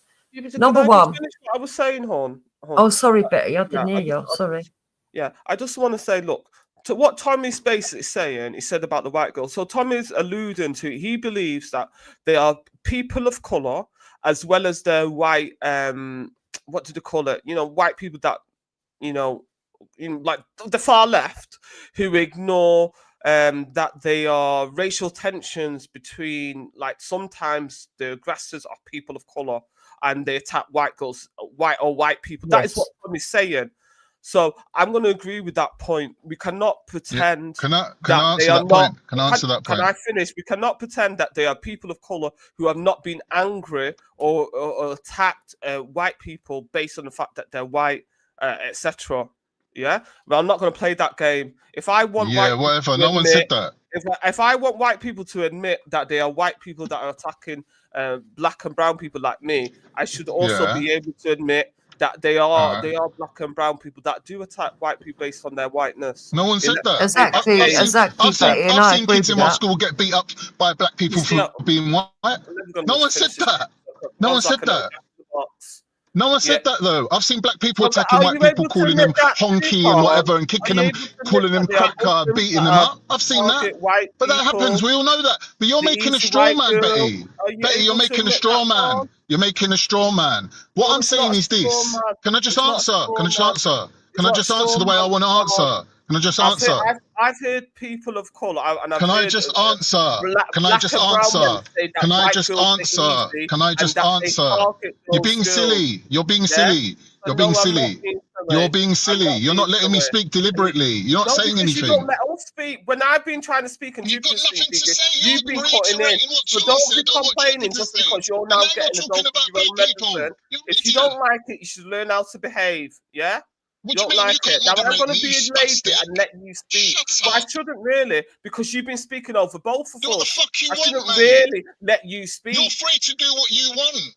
I'm free to do what I want. Don't you get it? Dickhead. The matter is simple as this. You see what I mean? Tommy Robinson. Is that uncalled for? How gentlemen, this is a Muslim man going around calling a woman a finger. Trying to make a speech here. You know what I mean? He said dickhead whites as well. He was racist a minute ago. I'm not a dickhead. I don't have a dick. I'm a woman. I have balls. No, but you got dick on I your have a brain. womb. You got dick And on I the have head. You got dick on your head, vagina. though. I do not have a dick. Yeah, but you got dick on your mind. You're concentrating on dick instead of a conversation. You are the one with the dick. You are the one with the dick and the balls, sweetheart. Remember that you card, can't stop me from making my point. What I'm going to do is I'm going to play the video and drown him out because he's off topic. You can't. Because Tommy Robinson is complicit in avoiding we start cutting carbs, I need to drop my belly fat. the social services. It's the most interesting weight loss fact I learned in the last decade. Back in the gladiator He's just going to keep talking over the video. He's here to ruin it. But now I know I was doing it all wrong. The fact that people have to stoop to this level shows that they're scared of what they're going to hear. Yeah. Coming from Tommy Robinson, And they can't rationalise and have a proper discussion. He's a distraction from what is the truth. I'm going to play the video and he will stop talking and I'll go back to the same time in the video because he's like you said he's going to ruin it. Yeah, he doesn't want anyone to You're not going to let me speak. Yeah. What's the point? What's the point? What's the point of the echo chamber? Whether it's politicians, celebrities, or other groups, none of them are wise enough or pause long enough to ask whether they have the whole story, to check the facts, to find the truth. But what truth gets in the way of such a good story? And this story was just too good a story. Two lads in a playground scrap is not international news. But racist white thug waterboards helpless Syrian refugee. Boom! Racism can't be tolerated. Beware of the far right. That's their kind of story. We'll hear more about the militant left. Okay, so now he's stopped. I'm going to go right back to it. I'm going to rewind the video since he didn't want to let us hear it. So let's just rewind it a bit so we can hear it. Where celebrities and groups compete to virtue signal, most of them driven by the warm feeling they get by expressing their moral outrage or by fear. The fear of what might happen to them if they don't. Everyone who's anyone pumped the Bailey Jamal story. Boxers, Lennox Lewis, Huddersfield Football Club, celebrities from across the globe. Let's have a look at all of the celebrities and blue tick brigade who pumped the Jamal story. And here are some of the people who pumped the story you watched earlier of the white girl getting beaten up.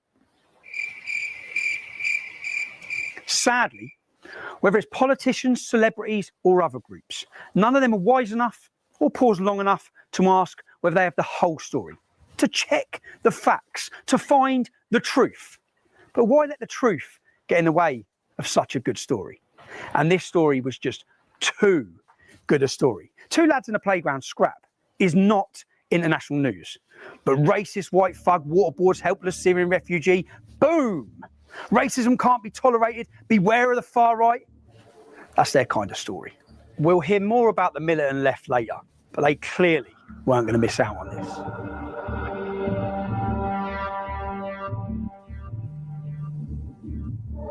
Well, representing might be too harsh a word, but I'm here as a concerned citizen. Mohammed Amin Pandur, a mufti on a mission.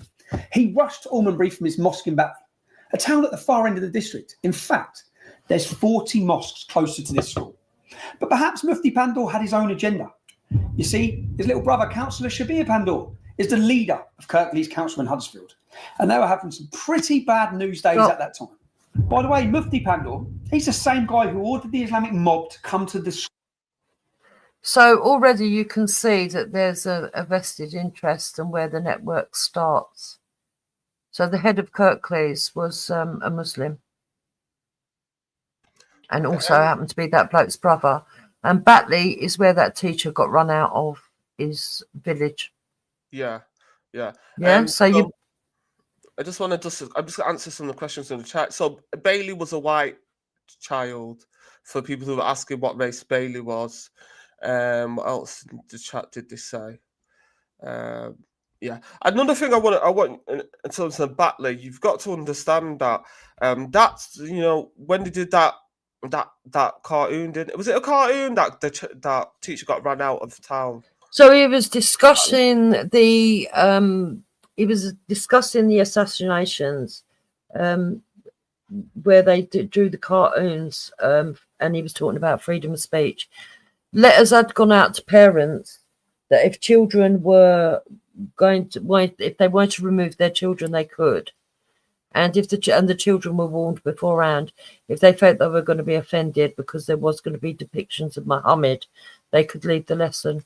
But this girl decided to stay. Her parent didn't write any letter saying that they wanted her removed, and then afterwards she kicked off a fuss. Okay. So Valley someone's in the back. The dream team is in the back. I'm back. That's what the person's saying. But yes. So but when you look into this Batley grammar, it's receiving funding from the... I'm sure that's the same one that's receiving funding from the Qatari Foundation, which is... Well, that just shows more corruption again, doesn't it? When, you know what I mean? Because I looked into that. I'm sure it's the same one, but I will verify that as we're playing the video, so I can show you the evidence. Okay. But yeah, so what else? So I want to go to this as well, though, because I said I would show you the court papers, that's fine. Court papers. It says that it's impossible for the recording to identify any motive behind the playing field incident. No racial abuse is directed at the claimant during the incident. There you go. There does appear to be an element of meditation and attack. I've drawn a conclusion from the fact that the video recording starts before the incident begins. The person recording the footage is already walking directly towards Bailey. The person making the recording. So, like, you know, just before when they said, Khan said there was no one ever said it was a racist incident, but we've now shown that the newspapers did. You know, the newspapers did, but the judge found that there's no evidence to suggest that. So that's what he's talking about. Tommy's talking about how they, you know, the legacy media are putting narratives of racism in it when the judge has said there's no racial abuse that he can see in that video. There's no racial motive that he can see from the footage that he's got. So I think that's an important point to put. Now I'm going to go back to the video. Khan, would you like to make any other comments before I play the video again? I'll make one comment. It's slightly ironic that we're watching a video where Tommy Robinson's accusing the media of hyping up this fake illusion of a far right on the rise, when this was years before the eventual riots on the streets of this country by the EDL and by this... EDL don't exist, Khan. So what riots are you talking about? And if you're talking about what happened... Considering what's happened, I'd say it's pretty ironic. Okay. It's a laughing stock. If you're talking about what happened in August, last August, I don't really think that they were riots, not of the kind of riot that people associate with considering that there's people that have been imprisoned... Those were protests, and there was opportunists that went and robbed shops. Yeah, but I would say that your opinion becomes secondary when it's actually a matter that's gone to court and it's actually been tried, and people are actually serving terms now in prison. Yeah, but I don't think that a lot of those people, some deserve to go in there, and others didn't. So now you know better than the judges that prosecuted them, right? Well, I think our judicial system is fucked. So this goes back to my initial point of you think you know people's jobs better than them. and you're prepared to break the law. I'm giving you my opinion. No, but you're saying that judges who are convicting people wrongfully are basically flouting the law or breaking the law. So that then justifies you breaking the law. But how can I didn't say if they broke the somebody's law. in prison for not doing anything wrong, they're unlawfully in prison. Yeah, but they pled guilty You can't because they were legally put someone in pressurised. prison if they ain't done nothing. But that's not legal still. I believe in the future, Carl, mark my words, there's going to be a few people that actually take them to court to get redress. Well, we'll cross that bridge when we come to it. Okay, so I want the point that I said about Qatar funding extremism in the UK, Islamic extremism in the UK, and that school, Batley, that school, the Batley Grammar School, where that teacher got run out, received funding from the Qatari Foundation. Now, this is a former ambassador to Qatar, and he's on a channel Unheard, talking about how it funds Qatar funds extremism in the West. Now, if you go carefully to where, like Qatar has a foundation where they give funding, so it lists the UK institutions that are funded partly by Qatari money, and you got Sainsbury's because they bought out Sainsbury's, Heathrow Airport. Well, they've got shares. They haven't bought out the whole thing. British Airways, Harrods. But if you go to the education one, it says in March 2021, the Batley Grammar School, was the site of hardline blasphemy protests that resulted in the suspension of one of the teachers. But it received funding from the Qatari Foundation. Yeah, it stinks. You've got to be very careful. When you think it's just these like normal Muslims that are just, you're standing up for their Muslim faith and stuff like that, you understand that a considerable amount of them are getting funding from the Qatar, and Qatar funds Islamist extremists around the fucking world. Yeah. So I would recommend that you watch this this interview with the ex-ambassador of Qatar. Yeah. So so even for you Muslims as well, you normal Muslims that don't believe in funding Islamic extremists around the world, please have a look at what this ambassador says and have a look at Qatar, because Qatar is that's how you see all these mosques popping up and the Islamist. But what your argument don't make sense, Peter. You're saying that Muslims shouldn't be able to invest in Europe and European countries, and then if they do, they're not allowed to have any influence over them countries when they invest. That doesn't make sense. I'll go back to that's like you're going against capitalism. That is that is what capitalism is. I'm not saying that, Khan. You're saying that, but no, I'm not saying that, and I'm going to go back to the video. Yeah, let's go back to the video. But I recommend people to look at that Qatar. All right, let's talk about companies that invest in Israel and genocide. Companies like McDonald's, companies like British arms companies. You showed the cartoon of Mohammed in a discussion about free speech. Look at what we do as a community, and you'll understand our stance. So what has happened is totally unacceptable. Yeah, and we have made sure that the school understands that. The teacher has been suspended. The teacher has been suspended.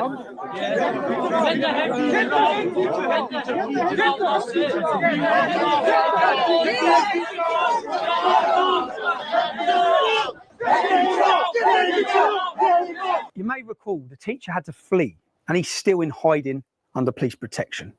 Luckily, he hasn't ended up like Samuel Paty, the French teacher who was beheaded for having a similar discussion in a classroom about free speech. You see, free speech is essential for any society wishing to maintain intellectual and social progress. But not all societies are bothered about intellectual and social progress. Should we be silenced by the demands of Mufti Pandor and Sharia law? Should we sacrifice our freedom of speech? Should we sacrifice the free and open exchange of ideas? Should we sacrifice the cultural inheritance of which we are all custodians? But back to the bad news days in Kirklees and the playground incident in 2018. There was also Kirklees councillor Masood Ahmed. I'm not aware of there's a problem at the school. That's something obviously I need to find out in terms of that if there is a problem at the school, and that is something I will definitely be picking up. Now, some of you may remember this. My colleague is going to explain what's going to happen next, right? Am I being arrested? You are being arrested. I am being arrested. Causing a breach of peace. I've caused a breach of peace. I'm being arrested. But the content of what you're Can we just say streaming. The content of what I'm streaming, I'm being arrested for breach of the peace. I'm being arrested for breach of the peace. You've all watched this. You've all watched this. You've all watched this. You've all watched this. Can you get me a solicitor? Can you get me a solicitor? Can you just turn off Yes. your live feed? Can you get me a solicitor? Turn off your live feed, please. Yeah. Do you understand what I just said? Well, no, can you explain it again? On suspicion causing a breach of the peace. What does that mean? What does that mean? At the same time as this playground spat between two young lads, 20 Huddersfield men were being jailed across Yorkshire at Leeds Crown Court for what would be the biggest grooming gang Britain has ever seen. Ultimately, 35 almost exclusively Muslim men would be given 380 years in prison for grooming, trafficking and raping young children. So I just want to talk to that point. So another thing with that, I'd recommend people look at that Sean Atwood with Katie, the survivor of the Telford grooming gangs. She spoke about how some of these men had killed some of the grooming victims and their family. I did not know that the grooming cases, they're actually unalive. Sorry, I've got to say unalive because you know what YouTube's like. I did not know that some of these perpetrators of the grooming gangs were unaliving the Telford victims. I didn't know that. So I definitely. And you know, Betty, there's one case, Charlene Downs, where they believe she was used as kebab meat, and they actually sold it to the public, but they never managed to get that to court and prove it. But yeah, that was put out there in the that's if we believe the press, though, because the press do exaggerate. But yeah, that's what was said. But I think, and I think this is the point that Tommy and like Katie, the survivor of the Telford gangs, the very fact that these perpetrators were able to kill a victim and her mother and her sister, and that's not in the press. You can tell you that's an agenda. I just thought it was just rape and impregnating. I did not know that they actually, these Muslim perpetrators were actually unaliving some of their victims and their family. And that's disgusting. Why is that not in the media? So you can't just say that that's not, there's not an agenda in the legacy media. Well, are you saying that Qatar invests in England and because of that, they can't call out criminals who unalive British girls? Is that what you're saying? She never said that, no. Absurd. She never said that, though. Crazy. But that's what she's never saying. Said that. She's saying that. She's no, saying that. So where's the agenda coming from to cover up crimes of these people? Just so where do you see that the victims were unalived and the family were unalived by these? I've seen the girl that was unalived. Her daughter was on saying that my mum was unalived by my dad, who till this day denies it. But he was banged up for doing it. He burnt the whole house down with the granddad in there and everything. No, that's so it does happen. It does happen. No, that's not the case. That's not the one we're I'm not talking about the case. I'm saying there are cases I'm aware of. I'm talking about cases I'm aware victims. Of. Yeah, she was a grooming victim. The Muslim perpetrators. Yeah, she was a grooming victim. And her family, her mum and her sister. Why is that not in the mainstream media? Why has that got anything to do with Muslims investing money in this country, though? Why does Katie have to go into Sean Atwood and mention this? I didn't know that. Maybe it's not in the media because, like every other crime, there's loads of crimes that don't get into the paper. They don't want to expose the fact that police are being underfunded, our streets are not being policed properly, there's cutbacks, the elites are cutting back money to all social services and things that we're supposed to be getting, that we're paying taxes for. And the police are doing a shit job, and they're covering up the fact that the police are doing a shit job. The police were supposed to bring those groomers to justice, they never. The police were supposed to carry out investigations, they never. The police were supposed to report the fact that, wait a minute, we don't have the right guidelines to deal with this. We need to upgrade our system so we can process this. It wasn't to do with guidelines, that was the public excuse. We've had to, only 2 months ago, why did they bring in new guidelines then? Did they spend money on nothing then? Betty, only 2 months ago, we had a major, it hit the fan when Elon Musk spoke about it, and it went to Parliament.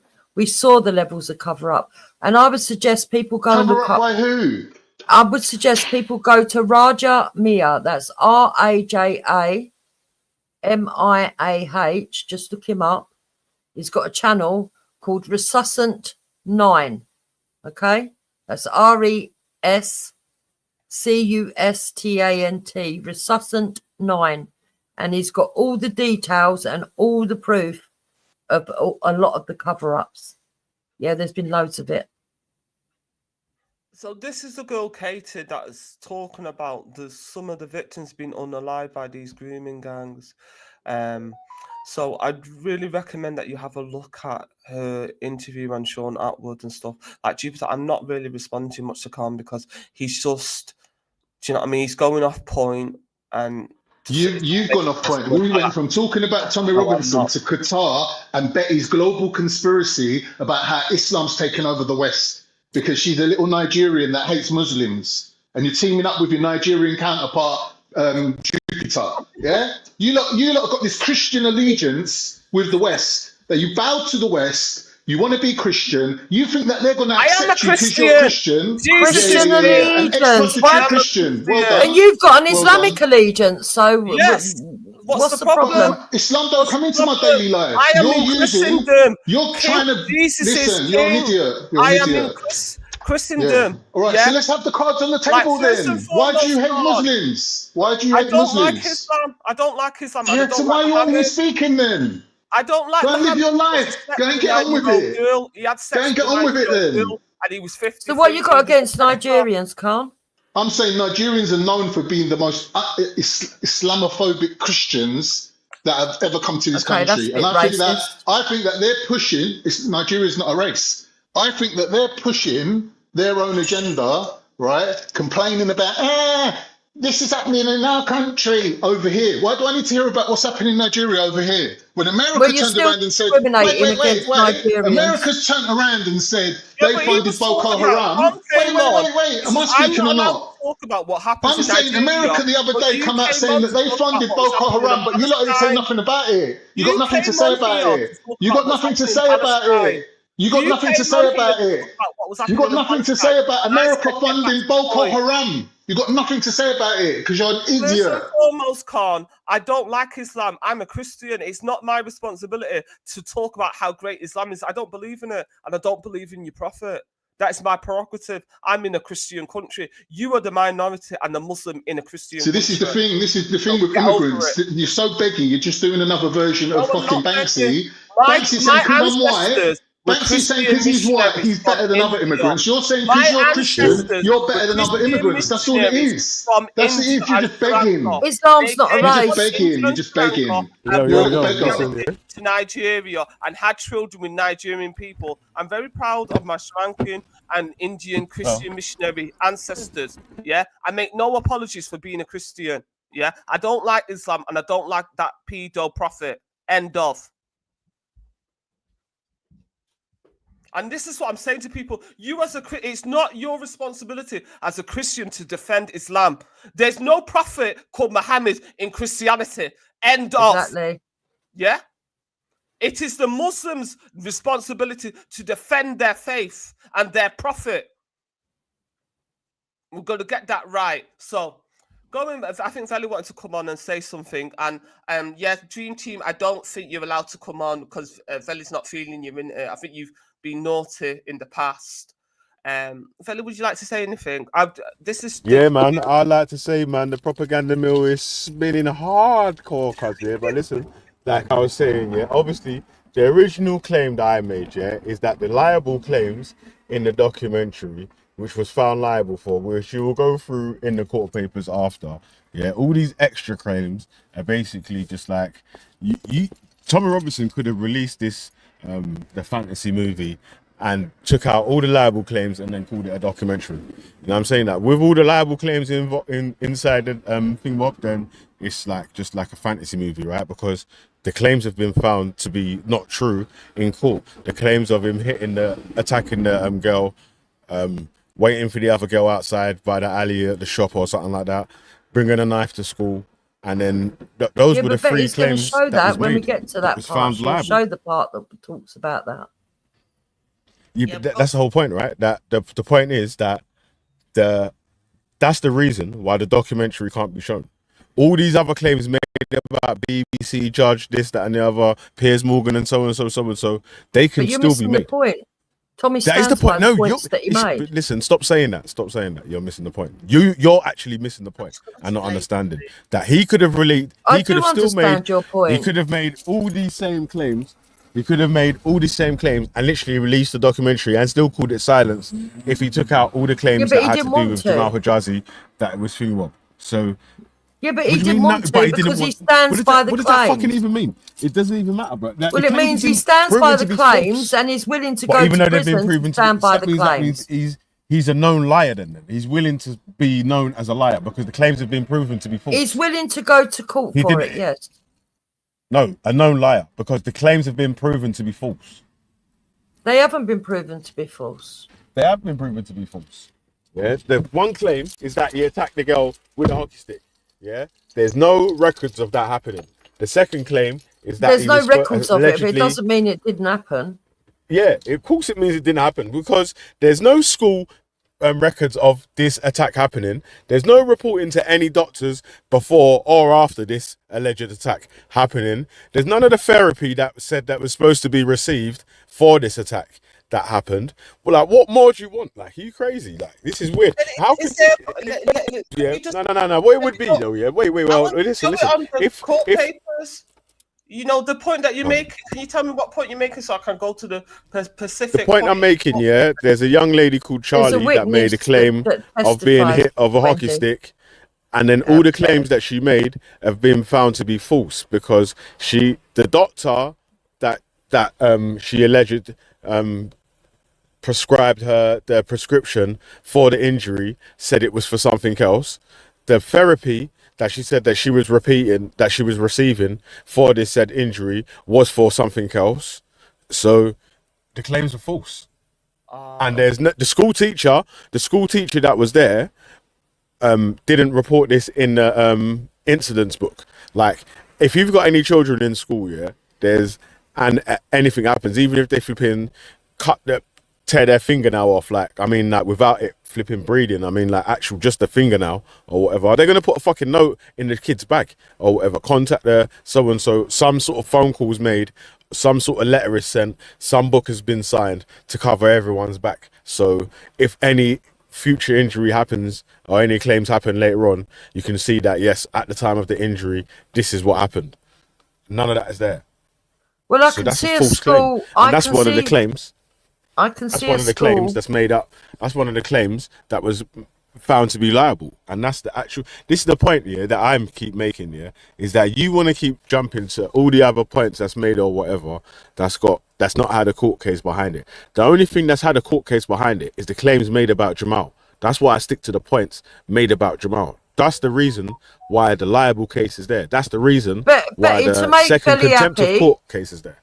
To make Billy happy because he thinks we're running from what he says, but I'm not. I'm trying to find what he's talking about. Just read that bit to do with what the judge found to do with the witness testimony, and then we can get back to the video. The witness testimony was saying that there's a lot of because Billy seems to think that's important. Pages, people. Yeah, he seems to think that is what my premise, and it's not. That's the So I only don't know. reason why the documentary is not allowed to be played. This is why you're so disingenuous. That's literally the only reason the documentary is not allowed to be played. Not because any claims made about any corruption or collusion But by he any stands by secret his Muslim claims. gangs, BBC, Piers Morgan, blah, blah, blah, blah, blah. That's not the reason why the documentary is not allowed to be played. The only reason the documentary is allowed to be played is because Jamal Hajazi took him to court for the claims made about him and was proven to be false. Okay. All the claims made about him was proven to be false. So the parents and Jamal claimed it was a racist attack, yet there was no evidence for that. They were even going to take the school, go and sue the school, yet there was no evidence for it. But he's a credible witness, though. Keep running, man. You see, what we're saying is that there seems to be judgments that are made and found by this judge that seems almost understandable. Oh, so the judge ain't biased when he made the claim that it's not racist, yeah? So that time he's not biased, yeah? When the claim goes in your favour, oh no, he's not racist, he's not biased for that claim. But all the other claims made against Tommy, yeah, it must be. I be biased. believe, Must be I believe, lies on I it. believe that Crazy. there I could. don't know how you don't Hold see. on, hold on. I believe that you have to prove reasonable doubt. Now, to my mind, a school that you claim was failing and could be closed would quite easily not keep good records. Oh my God. Yeah, the schools that might be failing, but the teachers don't want to get found or any private prosecutions brought against them. Like, think about this, yeah? If your child was in school and another child attacked him with a hockey stick, yeah, and they didn't report the case, yeah, or whatever, or it was found to be that you can't prove that this is true. Now, you're not going to bring any sort of fucking liable case against the private prosecution against the actual teacher. So I was a parent governor at a school in southeast London where one child actually fell over and broke their arm on the wet floor and it wasn't recorded. So there are times that things don't get recorded. Dude, can you not see how You you're didn't even clutching answer at my straws question, and innit? you've got This to is keep why it's changing your weird. It's criteria like, to I'll fit ask you a purpose? direct question, Does that and not your make answer sense? will be nothing to do with what the question I've literally just asked. Like, you just make a whole different point instead. But do you think people can't see you doing that, Jupes? Like, you literally didn't even answer the question. Well, I did. You didn't. I've You give just you said a, that. I've I give said- you I a said clear to you- case I said to of where you, something do you weren't not believe recorded. that people would bring their own private case against the people when so that's incident in southeast London, yeah, where you as a parent, teacher, or whatever. Was there any sort of no win, no fees claims brought against the thing for the injury They that did the get, child received? they did make a claim, yeah, they did, and they got awarded money. Go look for it. So, but the fact so, but the so, but the fact of the matter is, it does happen. Pause. So, if this happened in this time, how comes this other child that was injured in the same circumstances hasn't brought no sort of claims, private prosecution, or whatever to get compensation for the injuries that she's received? Because really and truly, if that is true, then that should happen, right? She should get compensated for that injury. No way you should get away with hitting another child with a hockey stick in the class or whatever, and the teacher's covering it up. You okay? Well, believe it or Like, not, this is there weird. are some parents out there that are not bothered to do all that stuff.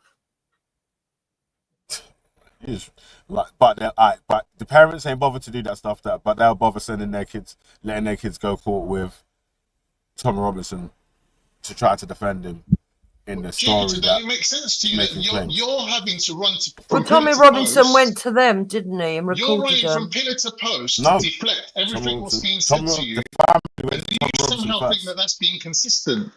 And it looks disingenuous when you do that, and people call you a Stop liar. gaslighting. Stop But people gaslighting. calling you a liar, and you seem to think that you're the most straight person going. But you, to make one point, you've got to run all around town and back again. No, I haven't. I'm talking about You have. reasonable doubt, and You're I've got going on like reasonable. you're fucking. I've got reasonable doubt, no even if the reasonable judge doubt. found no Right. reasonable doubt. I've got reasonable doubt. How can you know better than the judge? I didn't say I did. I said that No, my but you're opinion's saying that different. Tommy Robertson stands by his conviction. Like, that means you're saying that Tommy Robertson knows better than the judge. I'm saying that Tommy Robinson believes he's innocent, and there's many people in jail Yeah, that but I'm believe saying they're to you, I innocent. can believe something, and you can believe something, and when we test it against the law, which is the criteria for right and wrong, and you get proven wrong, and you get convicted, you can't still keep saying that you're right. Yeah, you can if you didn't do So it. what's the criteria for being right and wrong then? If it's There's not the many law itself, there's many carriages of misjustice. What are you talking about? this ain't one of them. And what evidence is Tommy That's Robinson going only to be your able to opinion. provide to show that the claims that was made against Jamal was actually true, that they're not false? What Well, they're evidence in is the he gonna be able to video. provide? They're in the video. Oh my God, are you mad? You can't literally use the evidence that's been shown to be false in court as evidence to show that it's true. Like, Well, I believe What are we that doing? they haven't been shown to be false. the claims that were made against Jamal, that Betty's got up on the screen right now, yeah, if you read through the court documents, Well, or whatever, if that's they're what all you proven to believe, be Ellie, false. then people can make their own mind up, That's can't what you they? believe. It's not what you believe. It's what the court documents say, you nutcase. Stop saying what you believe and trying to make it into a what I believe versus what you believe. You don't accept the So there's actual many evidence black that is people front in of you. prison There's many Oh, black shit. people Black in people. prison This is where why you judges lot are have mad come when to you a do this. decision, and As soon as it don't those matter what the people, scenario is, and you men are going to try to gaslight the other there's person many by using civil, someone of their there race are in many some hypothetical civil scenario to say, liberty "Oh, groups. why if a black person broke there now? We need to are stand up for the many- white dude that broke there now." It's like, what the fuck? How does that even matter? There Literally, were many. This is how dumb you think black people are. It's like you Can must I think black make my people statement, spastic. please? Because every single thing, Bob, you think that like if I had a I black don't person think in black a scenario, people are dumb. then I don't think they're all gonna believe me and come on my side and just agree with That's me. a It's like, straw what the fuck? man. I don't think Stupid. black people are dumb. It's literally what you lot do. Every time we My have this my discussion, husband's certainly but what if not a black dumb. person? It don't even fucking make no. It doesn't make sense in the argument. Like no one cares. Like literally, the only person. Yeah, that it keeps sounds mentioning like you're having a race and tantrum now religion, because you can't the let only me person speak. that keeps making inference to anyone's race and religions in these arguments is literally you from the start of these conversations.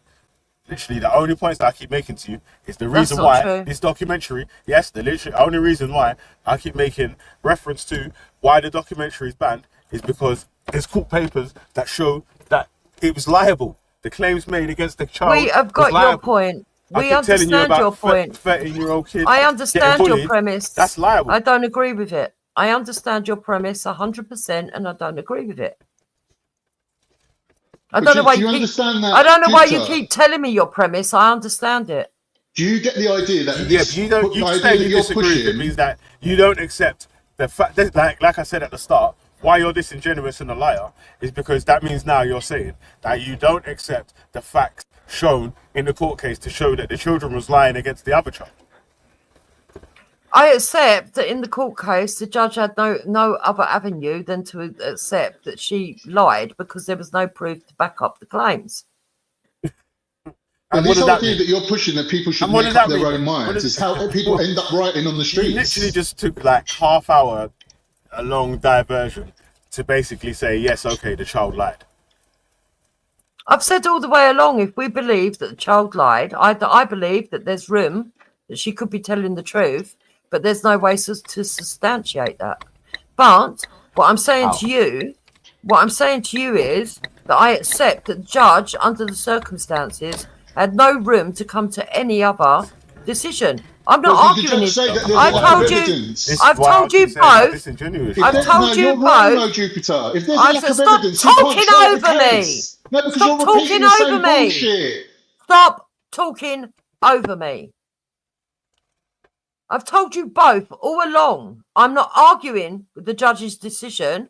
I just don't agree with it. I understand exactly why he came to that conclusion. I don't believe It him. just means that you just don't accept the evidence that's in front of your face that shows that the child was lying.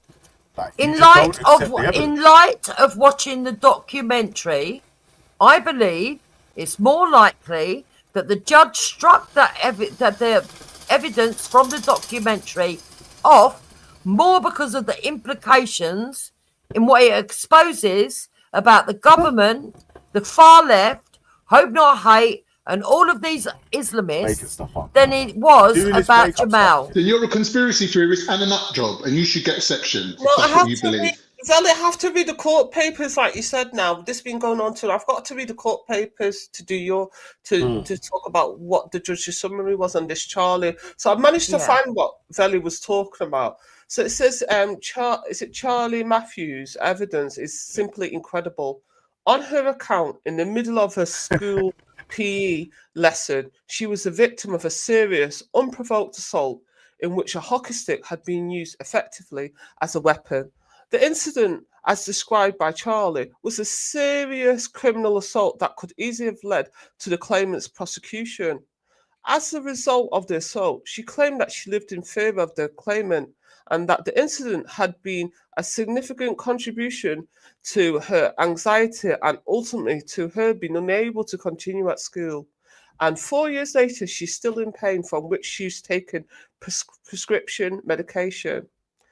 This is a good example of series of events which, if true, would have generated a host of either supportive or corroboratory? Is that how they say Corroborative. corroborative documents. Firstly, according to Charlie, she reported the incident to the teacher in charge of the PE lesson. It was an incident alleged had been witnessed by OTP, although he claimed that by none of the other pupils in the class. It is clear from Charlie's own school records that on the 15th of April 2016, when she suffered a nosebleed as a result of being struck by a cricket ball in a PE lesson, an accident report was completed by the school, which was sent to her parents. An entry was also made in the diary kept by the school recording the incident.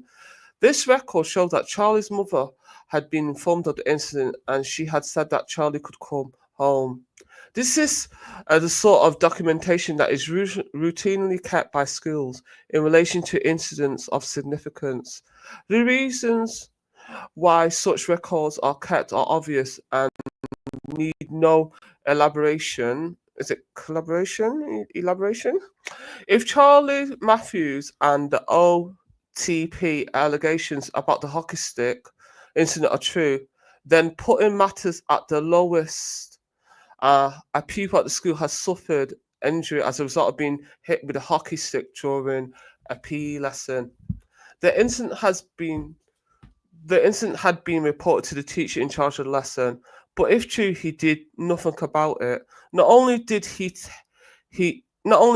take no immediate action against the claimant, but no investigation was initiated subsequently to find out whether there were grounds upon which to discipline the claimant. Further, no record was made either of the incident or the circumstances in which it had been caused. Why would a teacher act in such a gross... I don't know how to say that word. What's that word? What's that word? I don't know what that is. Dereliction of duty. No remotely credible explanation has been provided by the defendant or Charlie. The reasons I'm satisfied is that no such incident was reported by Charlie or the OTP to any member of the staff, as apparently confirmed in April 2019 entries into Charlie's records. This is because no such incident happened. So the judge is saying he does not believe that she got whacked with a hockey stick by the claimant because there's no school records to back it up. And when she's had incidents like getting hit with a cricket ball, it's been recorded, so he just believes that she's lying, basically. And I'm sorry, people, I am dyslexic, so Paul Valley has to deal with it. Big up for reading it. Don't worry, don't worry.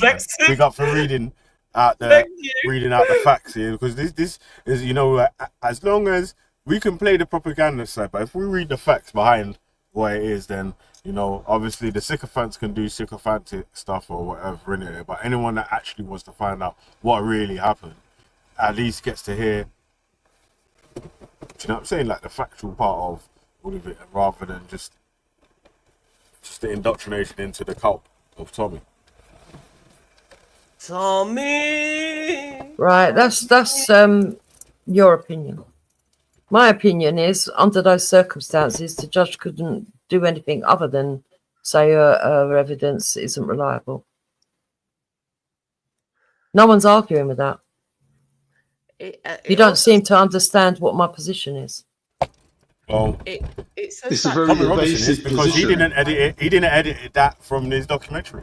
Literally, if he edited all the claims made about Jamal Hajazi that was liable in the documentary, would he be in jail today, do you feel? Probably not, but he stands by the claims. Can I just say that I hated hockey. It's even very though they're dangerous wrong. sport. It's weird, isn't it, that you're saying that the claims don't matter, but he stands by the claims. So that means the claims are paramount to part of the. Well, he's going to give you the reasons why he stands by his claims, Billy, in this documentary. Don't you see, Jupiter, that if you bring everything in life down to beliefs, right, rather than going by facts or by a criteria laid out, which is telling you what's right and wrong, and you want to be the arbiter of justice, right? You have to at least be consistent, right? But you lot, number one, ain't being consistent, and number two, by taking away this idea of critical thinking and evaluation and thinking about things according to a standard, what you're doing is undermining the whole country and everybody in it and making everything down to beliefs where you can rally people to take to the streets and smash up shops. And that's what's happened. From the video that you're watching now till last year, that whole process of devaluing people's thinking processes to make it all about beliefs, and people are entitled to go against authorities and think whatever they want and know how to do things better than a judge. Yeah, and Tommy Robinson's right. What? So now he's a political prisoner. He's in prison. Based on what? Based on he wants to be as famous as Julian Assange. I know you think it's all about Tommy, but it's not about Tommy. But you're not using him as the guys. It's about, oh, for God's sake, it's about all this stuff that shows the way that stories are spun. For example, Bailey, there is no evidence of him being racist. If we're going to stand by the judge's decision on that girl being an unreliable witness, then we have to stand by the fact that he found no racism. And therefore, why the papers put it out there as a racist event and rolled up the Muslim community and rolled up the community to make Muslims go outside the school, but that which goes was against your inciting violence. Yeah. You're saying which was that why are you talking over me? David Beckham on the front. Why are you talking over me? To sell newspapers, to give you the reason making to an answer. argument. Yeah, funny innit? Funny innit? When I say something you don't like, you both shout and scream over me, but you want me to. No, but you said I like what you're saying. I'm giving you the reason. The reason why it was in the newspaper was to sell newspapers. The same reason why when David Beckham lifted up his leg in the fucking World Cup against Argentina and got sent off, they put him as #1 villain in the world or whatever to sell fucking newspapers. That's it. Okay, thank you for that opinion. But what I would can I say, just quickly add something? No. I waited. I let Benny speak. He's the host. Let me reply. The fact of the matter is, whether there was an added appendage of them being scandalous to sell their newspapers, they also set up a GoFundMe, so they genuinely believed the boy was under or wanted to give the impression to get people to donate money to a child who was allegedly under a racist incident. A racist incident that there's absolutely no proof of. Wait. Right? That's number one. Number two, they don't do this for every child that suffers racism. What was special about him? All right, we'll get to that. When did this happen? Before or after the judge decided that racism didn't come into it? Before, right? Before, yeah. So once the judge made his statement that this ain't nothing to do with racism, everyone else had to stand under that, right? So what you're saying is the newspapers try to make it out to be racist. Wait a minute. Let me just add one sentence. One more sentence. Listen, I'm saying that if your argument, wait, I'm going to make it easier for you to answer. That's why. If your argument is that the newspapers are influencing if you're saying, because you've already thought of it, I'm saying if you're saying that the newspapers are influencing justice in this country, but the judge goes against what the newspapers are saying, then that goes against your argument. Simple as that. The judge did not agree with the newspapers. End of. So how are you saying that the newspapers got influence and Muslims have got influence over what the judges do? They don't. Okay, hang on. There's another. I think the judge did sort of contradict himself. I've got another thing to counteract this thing. It basically says, point 18, it says, I accept that the claimant was a victim of persistent bullying at school and that this is likely to have a racial element. It is difficult to make clear findings. It's that's what I'm trying to say. So basically, he's sort of contradicting himself. So basically, it's not difficult to make clear findings because the bullying. I'm going to read the whole thing again since Khan decided to interrupt. Yeah, but you're not understanding what you've just read. That's the problem. I accept that the claimant was a victim of persistent. Who's the claimant? Who's the claimant? Jamal. You fucking Right. idiot. So he was a victim of racism. That's I what the judge is accept saying. that the claimant was a victim of persistent bullying at school and that this is likely to have a racial element. It is Likely. difficult to make a clear finding because the bullying that the claimant suffered was carried out by several pupils, not just Bailey McLaren. Although the claimant certainly regarded Bailey as a ringleader, the school did attempt to deal with the bullying, but its efforts were not successful, mainly because it was difficult to obtain corroboratory evidence.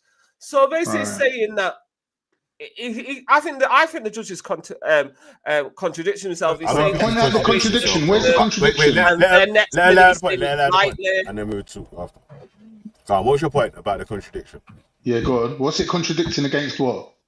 What's the other point? He just said it's likely that's a racial incident, and then before Yeah, but he's saying that there's not enough evidence to convict the kid himself of it. It could have been a group incident where we can't just pin it on him. That's what he's saying. He's saying we can't pin it, all the racism on one person, so we can't convict him of any particular crime. That's not what he's saying. There's not enough evidence to say that it was definitely made. It was definitely a racist. He's saying that there's been incidents of bullying, and that the other incidents may have been racial, but in this instance, he can't prove it was racial. Exactly. Yeah, but the other incidents are not necessarily Bailey. Right. Exactly. So he's not saying. Oh, that's the whole point, isn't it? Splitting straws here, man. You keep going with the claims of racism, yeah. And I keep telling you that the only claims that I keep bringing to you are the claims that have been proven to be liable within court. You keep going with all these different other side claims and so on, so sometimes can't take a bait. And there is no claim of racism in these court papers. Even with what the judge says there is no evidence of racism towards Jamal from Bailey. That's right. We're not arguing that. We're not arguing that point. Don't straw man it, because no one said that there was. You said that the newspapers said it. Yes. Right. So there might be enough evidence for newspapers to say it, but there just isn't enough evidence for a judge to convict you, because a judge has a higher standard of criteria of what evidence is required. Okay. Simple as that. Okay. All right. We're going to take that standard. Let's go back to the video. Okay. So he's basically saying it's like that. Just somebody wants to say her opinion, and so he's basically saying that the judge is basically he says that he believes that it's racially motivated, but he can't. It's a reasonable doubt. He can't prove it definitively, so he can't say it was racially motivated. He's got suspicions, basically.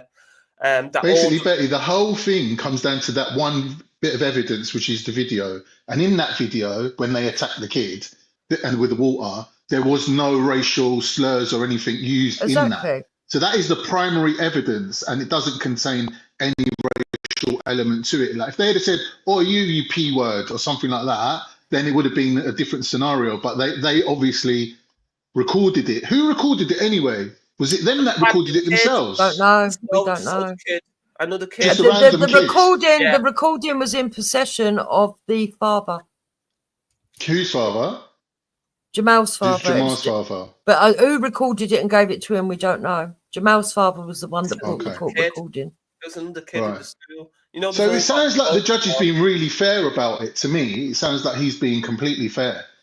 Like it doesn't sound like Qatari money's in his back pocket at the minute. Like the way you lot are making it out, like there's some conspiracy. Like you haven't managed to even make half a case for a conspiracy or a cover-up, to be honest. Okay. Well, we're going to go with the standard that there's reasonable, reasons to believe that even though the judge found there wasn't racism, that there could be. Okay, because it sounds like there might have been, even though we've seen no evidence. But that same judgment you don't give to the other side. Weird, that, isn't it? Where? What have we not given to both sides? Explain Can I just read all the Qatari Foundation, the Qatar Investment Authority, all the British companies that these Qatari Islamists have invested in: Sainsbury's, Heathrow Airport, British Airways, Harrods. That's why you're getting halal meat in Harrods now. The Savoy, Claridge's, Canary Wharf Group, the London Stock Exchange, the Ritz, Barclays, 10% of the Empire State Building. Well, all this basically. But anyway, basically, they have given money to this Batley Grammar School. That is what the Qatar Foundation has done. So that's why you have to know that, be careful. This is where you've seen this creeping Islamic agenda, aggressive agenda, and they're not defending Christians, and what I mean. So defending Muslims means that you're not defending Christians. Is that right? Yeah. Okay? Yeah. Why? Yeah, this is Why a is Christian that? country. It's not a Muslim country. We're not saying it's not. If it weren't a Christian country, we wouldn't have moved there. Say that again. I didn't If it fucking wasn't, move it. if I it didn't wasn't, move here. I was born I'm not here. talking about you. I'm talking about Muslims. I'm saying if it weren't a Christian country, they wouldn't have moved there. Why would Muslims move to a Christian country anyway? Because majority of the rights that Muslims have in Christian countries is because of Christian values and kosher values that Christians uphold. That protects Muslims as well. So you can't ban, for example, halal meat in England because you'd have to ban kosher meat as well. So we're protected under that protection of freedom of religion. So if it wasn't a Christian country and it was like when you communist, drive for all the example, Jews out like you Islamists want to do, then there won't be no that's not protective true. umbrella. You're just making things up. Prove it then. Prove where Islamists and Zionists ain't actually in bed together. Prove that. Because I'll tell you No, that, you need to prove that. No, I'll prove to you that ISIS was funded by America, who also funds Israel, and there was evidence that ISIS fighters were receiving medical aid from Israel, and there was evidence that American-funded groups are sitting on oil fields in Syria protecting them. You're quite right. Elon Musk uncovered a lot of what the leftists were doing. The left government. They weren't the lefties though. They were the American. But it wasn't the left. Why are they lefties? Because it was because what was the happening, Democrats. they were funding NGOs and all these other organisations that were umbrella groups that were then put. But who are you calling lefties? That were then Democrats. Then passing the funds on. I'm trying to understand who you're calling lefties.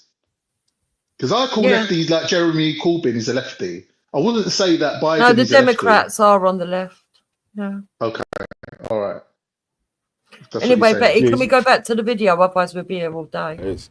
And it's just really just any answer, just not to accept any of the facts, really. That's what. Yeah, that's it basically. Cognitive dissonance. Just don't want to accept the truth. Lulling the whole country into this kind of like, if we believe it, then it's true ideology.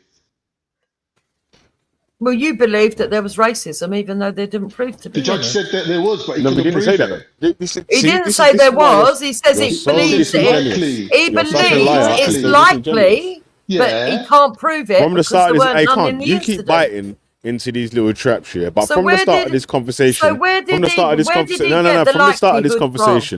the start of this conversation, I keep telling you the only points that I'm making are the points that have been proven to be liable in court. Who's talking about you? I'm talking about Khan. The points isn't the points, but and I'm saying that's the point. Let him speak. I'm just making the point. The point of the argument. The reason why Khan's making the same argument, he's trying to argue on the same points that I'm making, right? Yeah, you've been able to try to sway him over to some extra points or whatever, and I'm saying now the original conversation didn't start with nothing about racism or race or religion or whatever. You keep inserting that into the conversation to try to drag it to left, right, passing it to the left, passing it to the right, up to the center, say your middle. premise again. The premise is you seem to think that I don't understand the premise, even though I've told you I do. All right, the premise is Tommy Robinson was found liable for making claims against a 15-year-old school child. Yeah, and went to court. Everybody accepts that. No.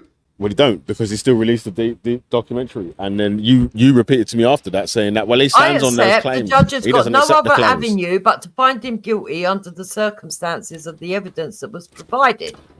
Do you not understand that? But you're saying evidence was deliberately omitted from the case. Also believe that once the documentary, once he done this documentary that gives us his reasons and explains everything, I believe that the judge was biased, and I think that there is reasonable doubt within this video. Do you understand that?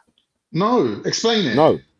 No, because the claims that I've made that were found to be liable could have been omitted from this video without no charges being brought to Tommy Robinson. But he included them in the video because he knows, really and truly, without the liable claims made against Jamal or whatever, the video don't even make no sense. What the fuck's the worth of having the video? So to carry on the fucking fantasy story, raising money from you guys, the sycophants and all that, like, man's gonna carry on with the story. He's not accepting the truth, even though he was proved wrong in court of law. So I understand why you guys wouldn't accept the truth or whatever, but like, you won't even download this court papers and read through word for word and see how it's We're false. going through the court papers here. I've not run away.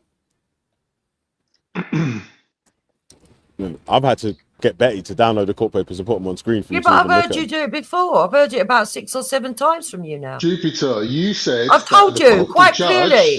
I understand admitted... your position. I disagree but you just with don't it. agree with it, right? And we're saying that our position is based on the law. Factual what evidence. The judge uses to prosecute people with. You're saying that evidence was deliberately omitted because it would swing the case the other way. And I'm saying to you, if you believe that, you're worse than Tommy Robinson. Because Tommy Robinson just being defiant. No, that's you're not what I'm actually saying. accusing a judge of being biased, which is even worse. No, that's not what I'm saying. Well, I'm biased, yeah, but that's not my premise. My premise is that if after seeing the video, how the judge can make the judgment that he made, I don't know. I can't understand how he done that. All right, listen. Because I believe there's enough in the video. There's enough in the video to go up against the claims that the judge makes in his findings. The people now, the only people in the video. Wait, hold on. On that point, pause on that point. Wait, Jupiter, hold that point. Pause on that point there. That one point there of the video was allowed to be played into court. Yeah, the judge and everyone heard the videos, all the claims made in the videos. None of the people in the video, apart from the children, turned up to the court to be cross-examined. There's no way that we can accept everything that's said in a court of law without the people being cross-examined. Like, this is why I made the reverse example of saying, right, if Respect made a documentary about your son that you found was liable or whatever, even though he got 100 grand raised for him or whatever, would you still accept him being able to make these libelous claims, even though he's being found to be liable in a court of law? No, you wouldn't. You only accepting it now because you're a sycophant for Tommy. So that's the point that keeps being made. If I believed that my son was telling the truth, I'd stand by my son. If I believed I was telling the truth, no matter what the judge found, I'd stand by my word. Tommy is standing by his word and putting the video out and being prepared to go to court and plead guilty for showing the video and stand by his conviction because he believes he's telling the truth. And I believe he's telling the truth after seeing the video. I believe after seeing the video, there's enough stuff in there that is speculative, maybe, but at the same time is circumstantial evidence to prove that there seemed to be some sort of spinning and propaganda going on. And you've got to ask yourself, why is there propaganda and spinning for this child? You're the one accepting the spinning and the propaganda. You're the only one that doesn't accept. Exactly. So we have to agree to disagree. Whoa. But Tommy weren't found we don't agree guilty to on disagree. speculation. Because what it is you're disagreeing to accept factual evidence. So you're being willfully ignorant. But I'm saying, is it factual evidence, though? Things as true. Of course it is. Listen, just because there isn't a paper trail doesn't mean that events don't happen. Okay, I'll go back to playing the video, Dad. Yes, please. Most of whom were known. Wait, sorry. Pause the video for 1 sec, yeah? Let me just see where this brother just keeps jumping on, cuz. Sorry. Let me just check this for you. Yo, what you want, cuz? I don't know why you keep coming around there, fam. Like, we were trying to remove the weirdos from YouTube, cuz, man. Like, you see the way we've been draping up ISIL and BISOL lately. Play the video, man. Mufti Pandor travelled for half an hour to rabble-rouse a gang outside the school gates over this playground incident. When within a couple of mile radius in Batley, police have arrested a further 99 men in relation to historic sex crimes. So far, 32 have been charged, including one Ibrahim Pandor, 41 of Batley. That makes it the highest destination of grooming gang arrests anywhere in the UK. We Googled to see what Mufti Pandor has said about these grooming gang atrocities. Nothing. We Googled to see what Councillor Masood Ahmed's condemnation. Nothing.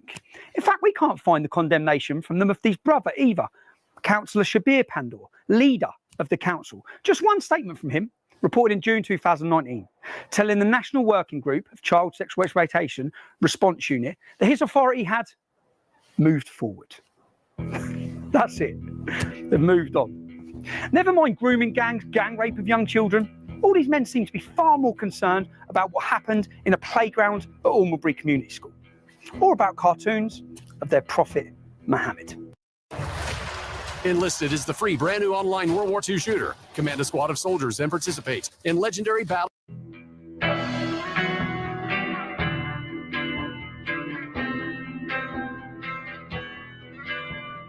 I think I now realise how difficult this is going to be, because everyone we spoke to today, they're all confirming what I said was true.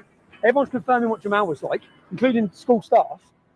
But as soon as I mention this camera, as soon as I mention court, I need someone to come to court, they just totally silent straight away. No one can have said that.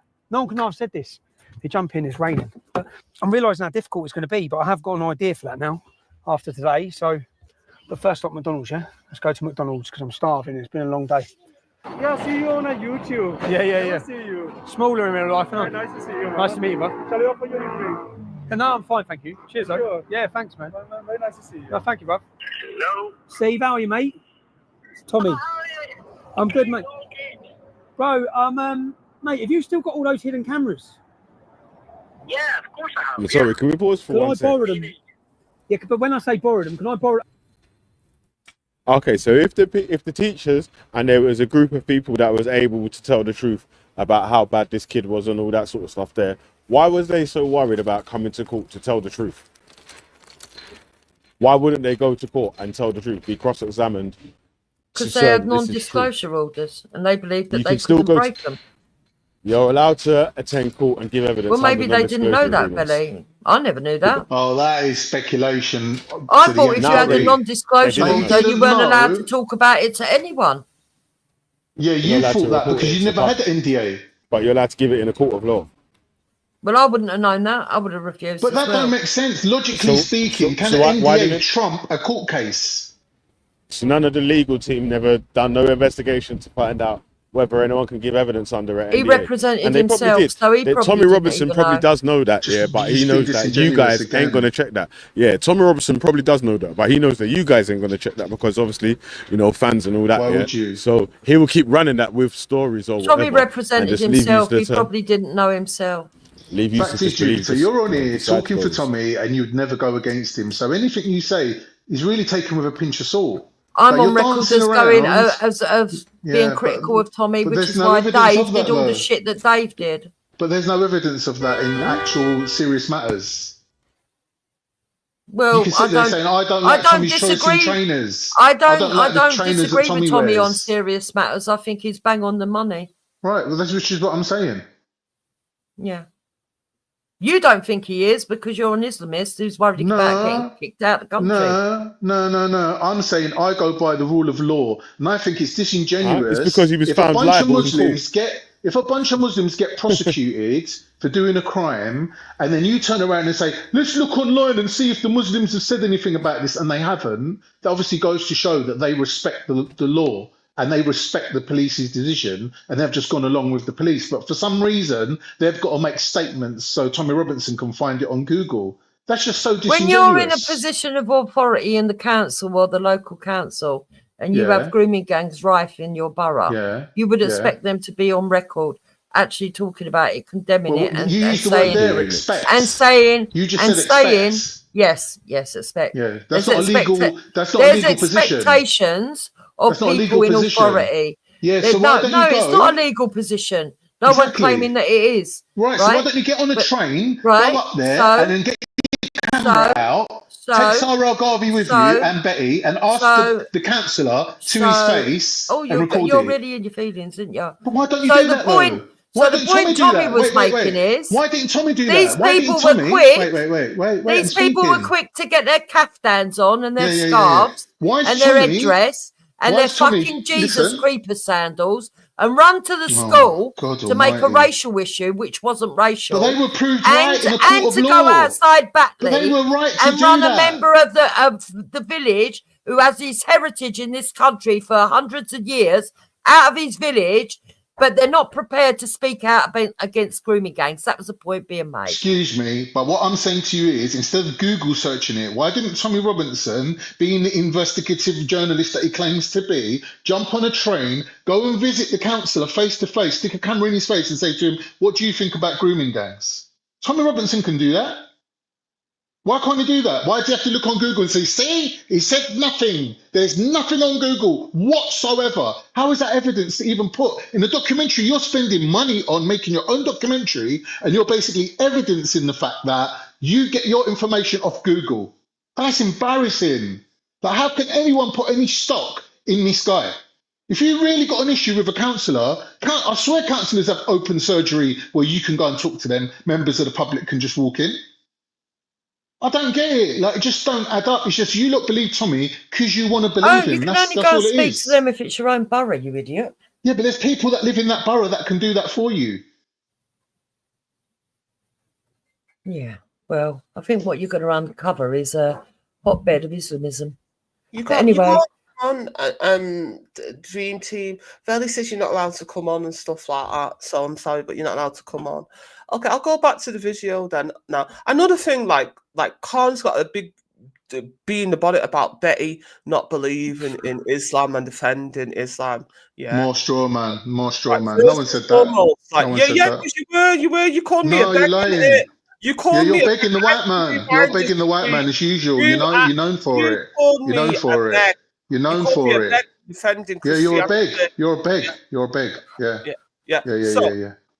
so I want to talk about Betty's position. Look, I'm a Christian. I was born in England. I'm Afro-English, and my ancestors were Christian missionaries. Yeah, and I am glad that my ancestors brought Christianity to Nigeria because it helped counteract the Muslim and that false prophet in Nigeria. Because my ancestors had to fight hard to stop the Muslims, Nigerians, like from waging Islam via the sword. That's how they did. Yeah. So I'm proud of my Christian missionary ancestors from India and Sri Lanka. Yeah. I had a very good education in Britain.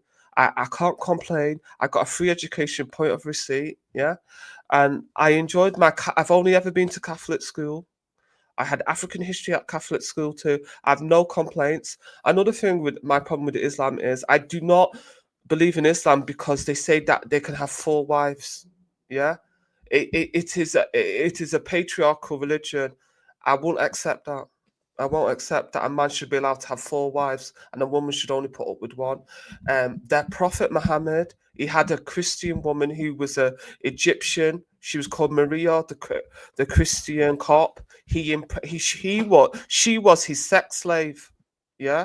He impregnated that sex slave, a Christian woman, yeah? And he had 13 wives and also sex slave. Muhammad is a false prophet. I fundamentally disagree with an Arab man impregnating a Christian woman and using her as a sex slave. Yeah, he never married her, even though he already had 12 wives. It's a fundamental. Islam does not believe that women are equal. That is why they say they have 4 wives. I agree with you, That's what it's about. Yeah, and then he said he was a 53-year-old man that slept with a 9-year-old girl. This is disgusting. Yeah, disgusting. So that's what I want you to know. Yeah, but anyway, I'll go back to the video now. I'm going to need to take them for weeks because I've got so much to do. It's a long story. I'll explain when I see you. But I'm in a bit of a situation. I need some hidden cameras. This is not a problem. I'll put some kit together for you. That's it. So that's the idea. The idea is I've got a friend there, Secret Steve, who has all sorts of cameras. Yeah, he's a private investigator. I need to show the public everything I've heard today. I need the public to hear and know the truth. I need them to know how much they've been lied to by the media about what happened in this town. And unfortunately, the only way I'm going to be able to do that is with hidden cameras. Because today, I've heard the truth. But I need every one of you to know the truth. And everyone's too scared. That's why I said Project Fear. Everyone is too scared to speak the truth or to come to court. So I'm going to end up getting hammered in court. The whole world told I've lied when I haven't. I was the only journalist in the UK who told the truth. So we need to prove it. So we'll shoot down the motorway now. We'll go get these hidden cameras. These are all. So this is a tie. There's a camera in that. That's the camera. Mad, isn't it? It's the camera there. You've got everything here. Cameras, glasses. I don't wear glasses, so that's going to be awkward. That's the bottom of a coffee cup. So you put that on the bottom of the coffee cup. I feel like James Bond.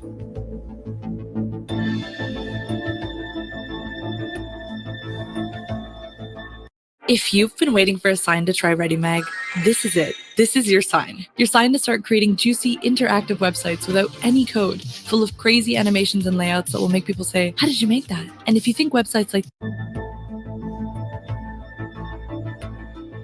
this today,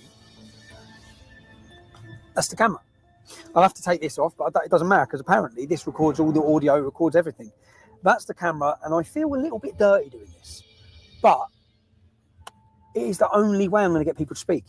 And then I need you to hear what I hear. The idea that people would maraud the streets looking for him was appalling. The fact that the video itself, although it showed the accumulation of things that had built up to that,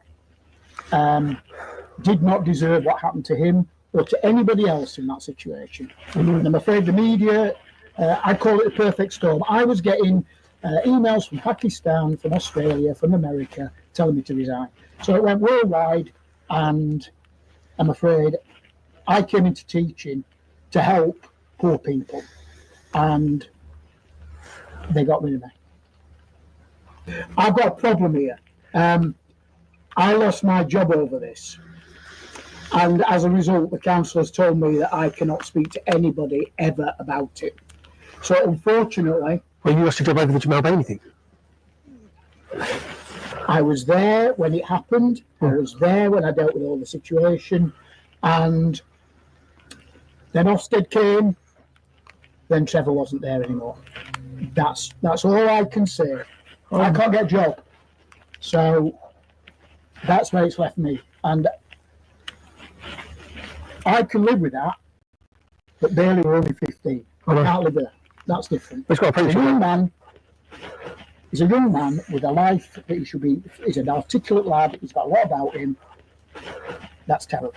I can't. No. If I do, I could get myself into real trouble. No, okay. I could. Really serious trouble.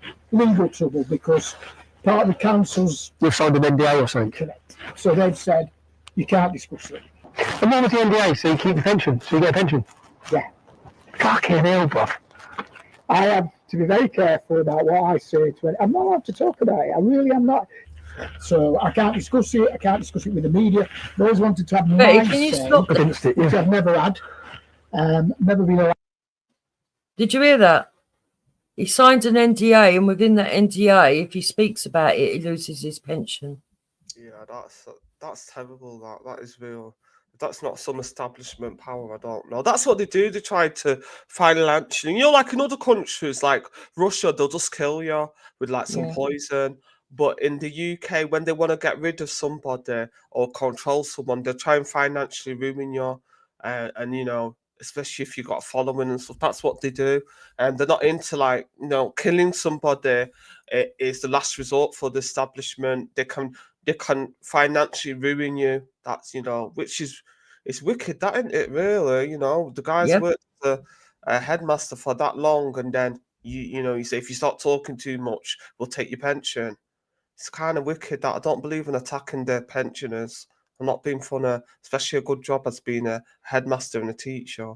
What are they afraid that he's going to say? That's the thing that got me watching this silence. I didn't watch all of it, but I thought, why are you trying to gag him? What's he going to say? Yeah. Do you know what and I he mean? comes across to me as very genuine. He don't look like he's acting to me. Yeah, he does sound genuine. So I'd like to know what the establishment is worried about, what he's going to say. What are they hiding from us? Do you know, like you know that psychotic little black boy that killed those little girls and stabbed? He stabbed her like 11 kids, didn't he? 11 or 10 kids, and one of them was stabbed like, was it either 11 or 11 times, something like that. You know, it's not just the 3 girls he killed. That Axel, he stabbed about 11 of them. But my thing about it is, oh, God, I've just lost my fucking train of thought, haven't I? But yeah, when they said he was not a Muslim, but he had an Al-Qaeda training manual, they let that out months later. That's why I'm saying that I can't trust the establishment, because they let out information later, or they put D notice on, or they slap people with an NDA. I can't trust the establishment. Do you know what I mean? I don't think I trust Tommy. I'm not going to lie, but because he's got sympathizers that are white supremacists, but I don't trust. Yeah, I understand that. Either. Do you know what I mean? Yeah. But as Tommy even says at his rallies, it's not about him. You know, you don't have to like him. You don't have to trust him. But as long as you take on board what he's showing you and just think about it and what it could mean for you.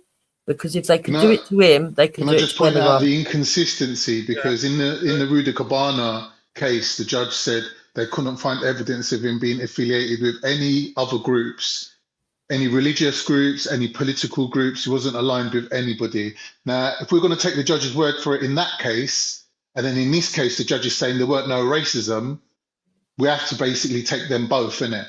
And you lot ain't doing that. So that's inconsistent. Well, I believe the judge there weren't no evidence of him being affiliated to any group. I believe also that he had writing and terrorist manuals and was looking up genocide. Al-Qaeda. And it's not just a terrorist manual, because Jupiter, it's really important that the point is he had an Al-Qaeda training manual, because he could have had the anarchist cookbook, but he didn't. That's what indicates, and there's rumours that they're saying allegedly that he's been attending the mosque at prison. Yep. It's the fact that it's an Al-Qaeda training manual. It's not like the anarchist cookbook, because there's lots of training manuals. It's not just... See, this is what we're saying about evidence. Bring the evidence of who said he's attending a mosque. Who said that? Who said that he's attending a mosque? Allegedly. No, I don't live my life by rumours, do I? I need the evidence. Supporters say. Yeah, so if you're prepared to take their evidence for that, then it's up to you, mate. Yeah. All right, let's get back to the video. I'm free to take what evidence I want to take, because you Muslims, a lot of you Muslims lie. They do anything just to try and bring out Islam. Well said, Betty. You did the West. Allowed to have, never be allowed to say goodbye to my staff. Was just told to leave. So I worked there nearly 20 years, and never got a card, never got a goodbye.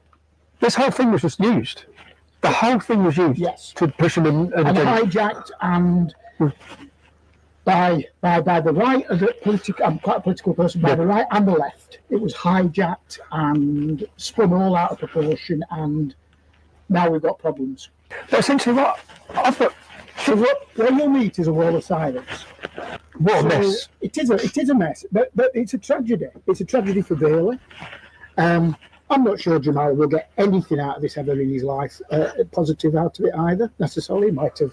He might have got a few silver coins from Judas, but that's about it. You know, that's it. The thing is that the incident happened 6 weeks prior, or weeks prior.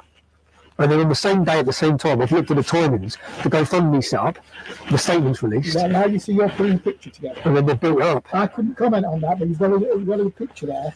And built it up as a racist incident. Correct. One moment, sorry. Empress... Is it? Oh, sorry, Empress Becca. I don't know your Muslim name. Are you trying to come on? Jupiter, she says you got to check your emails and stuff. Are you trying to come on, Empress Becca? Okay, I'll check them now.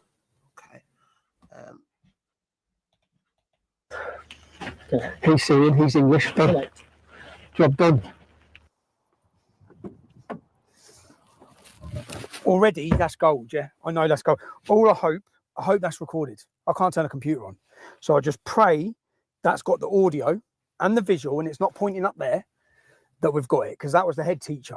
And that's the first visit. And I know this is going to work. So I now know, just off that, I didn't think he'd talk. I thought he'd shut the door in my face. He didn't. He seemed like he wanted to talk. There's a lot he wants to say. So, but yeah, let's go. Next stress, yeah? This is exciting. Was there a racism problem in the school? And well, no, I don't think there was. What about other Syrian refugees? Like, do you think what happened to Jamal in the school was because he was a Syrian refugee? No, not all. I told you before that would have happened if the child was white, big, blue, whatever colour. They're all scared. Yeah. We've all got careers, aren't they? I work for probation service now. You do now? Yeah. So I don't know where I stand with it. If I go, I could lose my job. What about if... No, and I wouldn't... Do you understand what I'm saying? I get it, bro. I work for probation service now. You see, if I didn't work for... You see, if you were someone... If I didn't work for the fucking public sector no more, I'd say, God, they can go fuck themselves. They can't. You know what I mean? So they seem to be pretty keen on these NDAs. Yeah. Who is that? Deputy Council. But I can't disclose that with you. Like what? Loads. I'm saying I can't disclose it because I signed it. That incident was talked about by Theresa May at a G20 summit. Somebody asked her a question about it. We were then Ofsteded by 5 of the top inspectors in the country. Then only send 1 registered inspector. We had the head of safeguarding. I had Amanda Spielman, the head of Ofsted, speaking to me about it. If you want my honest opinion, they said, get up there. This is, I don't know who they is. Get up there and shut that school. Get up there and get rid of this. Get rid of the problem over the Bailey. Correct. Over Jamal. Correct. Get up there and get rid of it.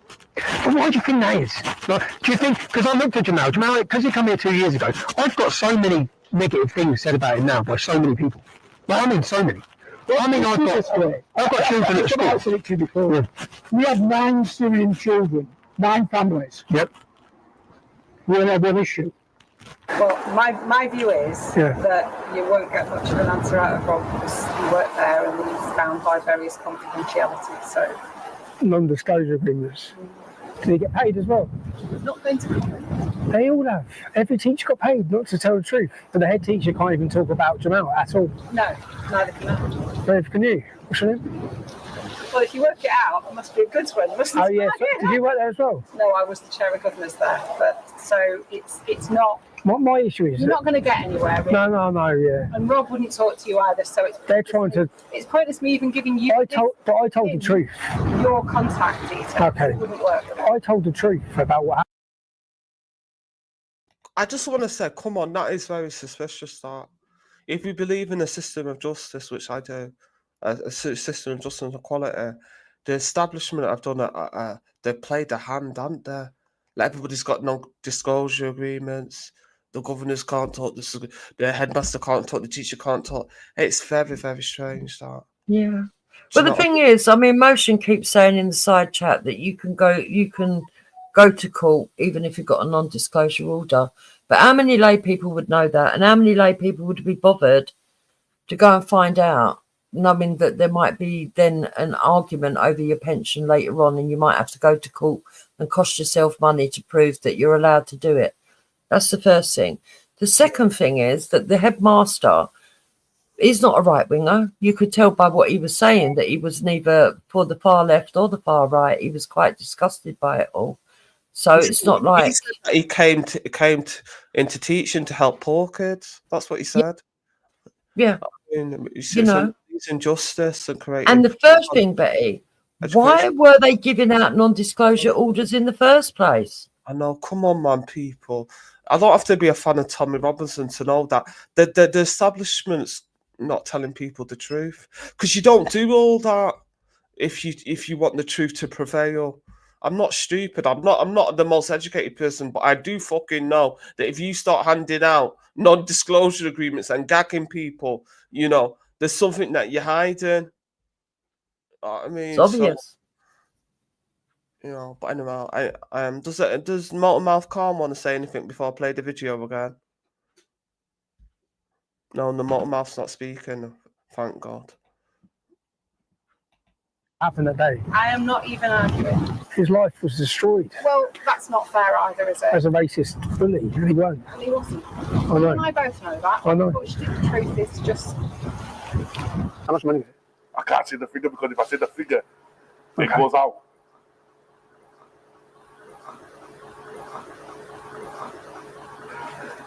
Because, mate, 18. 18. I've just found out. Well, the head teacher's told us already that he was blackmailed and threatened. I've just found out of Kumar. He was paid £18,000. Paid, he said, I can't say, shh. I signed, I was paid. So paid what?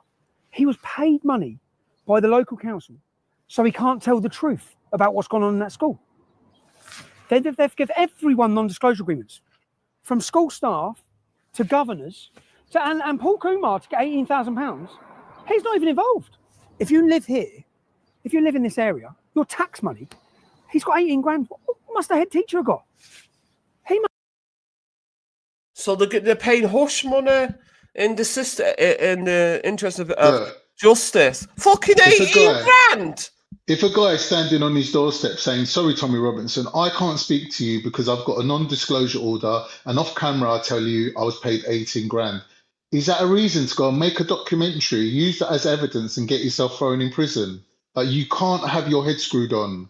You can't be right. Is it the drugs? Is it bad advice? Is it being surrounded by people who are setting you up? Is it the left? We don't know. The fact is, this is just hearsay, conjecture, gossip. He's made a video out of gossip, people telling him stuff on doorsteps, and he's got himself banged up for showing the video. This is just beyond belief. But if they'd have gone family, if they'd have gone and stood in a court of law, it would have been the same hearsay, same mouth speaking. Yeah, same hearsay word. doesn't get accepted in court though. Okay, but it does. If you give testimony in court, it's the same mouth speaking, same sounds that come out of it. No, but it's not though. But it's not though because what Velly said. Wait. Can I speak to Velly gave a Jupiter? statement. The boss gave a statement. Just a Oh, sure. spastic. I want to say what Jesus. Velly said. Shut up. Velly said the school was failing.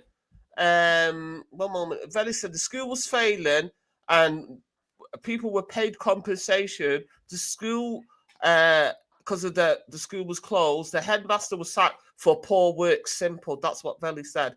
And Velly also said there's no evidence of the 18 grand. Laughing out loud. Now you can speak calm. And Okay, thank you for your permission. My point is this: you're saying it's hearsay and conjecture. It's the same as if they gave testimony in court. But that's the whole point of them being under oath. They can't lie under oath because they'll get done for perjuring themselves and get put in prison for lying. That's why none of them turned up at court supporting all the bullshit they told Tommy on doorsteps and in street corners and in back alleys. Like, what you tell Tommy Robinson does not, whether he records it or not, count as evidence. It doesn't. Like, you're saying it's the same as them saying it in court, Jupiter. For you to say that, number one, you can't claim to be British or English or born and bred in this country if you don't know how the system basically works on a basic level. Like, you're just either being massively disingenuous, massively simping for Tommy, or you're just a numbskull. Like, if it's one of the three choices there, I would say you're massively simping for Tommy, to be honest. And it's just like, why should people listen to that? Why should we sit here listening to you making a case for Tommy's I want to speak gossip? to you, Khan. I want to talk to you the way you talk to me and talk a load of bullshit because you just go on and You on. can say it's bullshit, saying but the it's same not. point. The fact of the matter is that's I've only just said your that opinion. point once. It's not That's- an opinion. I'm listen, saying to you, it's listen, not the allow same me to as saying speak. Tommy Robinson Allow is me saying to it in court. speak. I know you've been sitting here whining. Allow me to speak. What do you mean? Let me reply. Just nuts. That's your opinion. And It's you not can my keep opinion, it. it's the law of this country. If you That's say your something under opinion, oath, it's and you perjury. can keep it. can you let That's Jupiter bullshit. reply, please? As far as I'm concerned, this shows that there's enough reasonable doubt. And I don't understand how the judge came to the conclusion that he didn't want to speak to these individuals that were recorded covertly. Because, Jupes, there is something called the hierarchy of evidences, where the weight that you give a certain evidence is known. It's a set thing. You can't come along and say 1,000 people said something and expect a judge to take it seriously. Like, It's just the same as two people Well, saying it. Khan, Because- according to Veli, and he might be right actually, because I did go and check, the judge actually said it would be admissible and he'd listen to it. But it doesn't mean it will carry any weight, though. It's So what I'm trying if to he show was listening you. to it, you would have thought a reasonable judge would have wanted to speak to these people and bring them on the stand to see if they were telling the truth or not. So you're saying the judge should have forced them to attend court? I'm saying the judge took the easy way out, knowing full well that he's not allowed to give weight to. Are you saying that it's within the judge's power to summon these people to court? No, I'm telling you what I'm saying if you try and listen. I'm saying that the judge took the easy way out because he knew that if it was just left at the covert recordings, you can't really use that in a court of law. But you just said what I've just said. But I just want to say I believe something as well. I believe that he should have actually called those people to the witness stand. But again, I asked you that and you said something different. I have to speak now because you've been banging go on on. for a while. Fucking Khan. Anyway, yeah, I just want to say that Khan said that we're just simping for the, the white folk and blah blah, even though he's white passing. I just want to say that yeah, you can be Afro English. He doesn't speak for if he wants to give up his British passport and have his his Turkish Cypriot passport, that's fine. But a lot of these so-called like people that hate Britain and hate the English and they hate the Christianity, they're never going to give up their passports, people. Or this is what you've got to understand. They can talk all this anti-Christian white sentiment, even when they're white passing like Khan, but they're never going to give up their British passport. I'm telling you, he's never going to go and just live on that Turkish Cypriot passport, yeah? He's just talking because he got free speech here. But if he was in Turkey, he wouldn't be able to say all this stuff because Turkey is no longer a secular state. It doesn't go for Ataturk anymore. Have you seen the uprising last night, Betty, over there? All the Christians are coming out. They've had enough of that's what I'm saying. He don't have free big up the Christians. Yeah, big up the Christians in Turkey, yeah. But they don't have all that. They don't have free speech in Islamic countries under Sharia law. But he's not going to give up his British passport. He's going to insult Britain. He's going to insult us, people that are proud to be English, yeah? But he's not going to give up that British passport and the privileges that he's got under the British passport and all that free speech. Because as a Christian in Turkey, you're not allowed to call people to Christianity in Turkey because Turkey is a Muslim country. But you see him as a Muslim here, these Muslims are on the street every fucking week calling people to Islam. But us Christians, we can't do that in Turkey. We can't do that in Saudi Arabia. We can't do that in Qatar. We can't do that in the UAE. Muslims don't allow us to call people to Christianity under Muslim rule. But these Muslims are on the street every fucking week in every major Christian Western country calling people to fucking Islam. Yeah? But I will start respecting the Muslims and Khan when he starts giving up his fucking British passport. If Khan is not an Englishman, yeah? All right, can I he's answer not those white, 2 points, let him please? give up his British passport. Can I answer those 2 points, Go on, please? give up your British passport. Firstly, there's 2 massive British air bases in Cyprus, Diletkaya and Akrotiri, that Britain is occupying my country with. So I've got a right to be here more than any Nigerian, right? I've got a right to be here. Ain't. Yes, I have. So until you take back your That's bases, your government have gave permission. until you It take back your it doesn't bases, say all can of I just you've finish got what I'm to fucking come and saying? live here. Can I just finish what I'm saying? Based on the fact that my country's been occupied by your country, I've been given the right to be here, and I'm here because of that. No other reason, right? I legally got the you right were to born be here. here, you I never fucking rocked fat up. liar. I never rocked up like your husband trying to marry someone with 6 kids. You were fucking right? born here, you fat liar. Secondly, Stop making out it was a political fucking she's saying reason. you're not allowed to preach Christianity. Your mother popped you out, that's it. Excuse me. She's saying that you're not allowed to preach Christianity in Turkey. That's a lie. The other day, Turkey just unveiled the massivest Assyrian church that has ever been built for the Assyrian Christians in Turkey. right? Christians have got equal rights in Turkey. So I don't No, know they what Betty's haven't. making up. No, they You're haven't. talking rubbish, No, Betty. they haven't. Talking rubbish. They're not The allowed Church to of killing people in Constantinople, Syria. on the Church of streets of Turkey. They've been killing Orthodox Greek. Christians in Listen, Syria. listen, No, I'm they're not not talking allowed about to Syria. preach The Christianity on the streets of Orthodox Turkey. Christian This is what Church, the its Muslims capital do. is The in Muslims Istanbul, will allow you to have a Constantinople. You're church, talking but you rubbish. cannot preach The head Christianity of on the streets the of Orthodox Turkey. Church is No, Istanbul. they What are you on Istanbul about? has been protesting all night. No, Can't. they haven't. Yes, they Prove have. it. Go Show and it look it now. up. Show it now. Show it now. They're Christians. This is what Muslims do. They only allow you to have a church, but the day you step out that church and start preaching Christianity and trying to convert Muslims to Christianity, that's when they'll deport you. Turkey has deported missionaries for preaching Christianity in Turkey and calling Muslims to Christ. But it's the same thing is not happening here. The Muslims have freedom of religion in Christendom.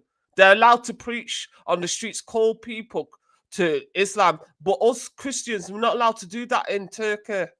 Yeah, that's why they're deporting missionaries in Turkey. That's it. You can't do it in Qatar. You can't do it in the UAE. You can't do it in the Saudi Arabia. It don't You make can't sense do it what in you're saying, Betty. Algeria. Betty, every Christians country, are oppressed listen, under Muslim rule. every in country Muslim land. runs on its own They principles. oppress If us. your country is based on religious freedom and liberty and left-wing politics that your country is based on, and you let Muslims come here, does that mean that automatically they've got to accept your ideology and also be liberal?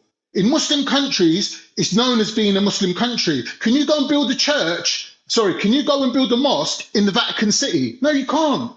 So you're talking bollocks. You're comparing apples Right, and oranges. the evidence is in the back. Suck it up, Put it on. Buttercup. Go and watch it. I don't know why you think you've got such a mic drop. You ain't got nothing. Put it on. Let's see. Suck it up, Buttercup. Go and watch it. Betty can put it on after this. I have to go and watch it. Well, you're the one who's interested. So Betty, that's your three arguments out the window. And you're the one saying it ain't true. Betty, your three arguments are out the window. Yeah. Okay, so I'm going to talk about the crackdown, the Turkish crackdown on Protestants missionaries in Turkey. Yeah, the persecution, of what they're doing. There was a missionary residing in Turkey facing jail time and deportation after the Turkish government refused the application to renew his residence after he received an N82 restriction code. Yeah. So this is what I was saying, that they're throwing, Christians that are preaching in Christianity in Turkey into jail. Yeah. Now, how is that freedom of religion? Because freedom of religion is protection for minority groups, including Christians. What you're talking about preaching and evangelizing is something else. That's not it. Islam No. Preaching is not an essential part of Christianity. You don't have to preach. It is. It's freedom of religion. No, it isn't. Freedom of religion. No, it isn't. Show me. Prove it to me. Prove it to me. It is the Christians' duty You're lying. to You're lying. Christ. No, it's not. No, it's not. That's for evangelicals. That's for evangelicals. Yeah, that's evangelical Christianity, which is what you are. Yes. Yeah, but the Christians that live in Turkey don't do that. Throwing us into jail, killing us, deporting us for just. No one has to let you preach your religion in a Muslim country. We're not doing that to them. No, but you're wrong, because you're saying because it happens in England, it's got to happen everywhere. You're showing a degree of supremacy where you think English culture is the best. So you're saying everyone has to follow suit. I do. I'm English. I'm Afro. I believe in England, English culture is the best. I believe in Scotland, Scottish culture. No, but does the whole world have to adopt English policies? I'm not talking about English policies. Well then, but the whole world who comes to live in England should. Yeah, while they're in England, don't mean you've got to go back home and take English rules with you. So start fucking adopting them then and shut up. Yeah, but you don't even know how the country works. You're going against your own judges and your own legal system. What are you on about? You don't even fucking love your own police. That and people half have to of die them for you. aren't People fucking die English. For you. You're against half them. of them aren't English in mindset, mate. We're not stupid. English in mindset. What's that? Something Jupiter made up? No. English in mindset. Explain that. A lot of them don't follow our culture. They bring in an outside culture and then they go all through our system Sit down and work their way to the top, and promoting another culture. And guess what, Khan? I think you know what culture that is. Write out your culture and show us where we're not sticking to it. Number one. Number two, promoting a different culture doesn't mean you're undermining British culture. I will do a live stream. People have got more than one culture. I'm sure when your husband speaks, I've heard him talking like he's got pidgin That doesn't mean he dialects. don't adhere to English culture. Exactly my point. Exactly my point, which you fell into that trap. Well done. It ain't your point. You're not English mindset. You're not even a British mindset. And you should be English because you're born here. Hector only has to be fucking British mindset. You're embarrassing, Khan.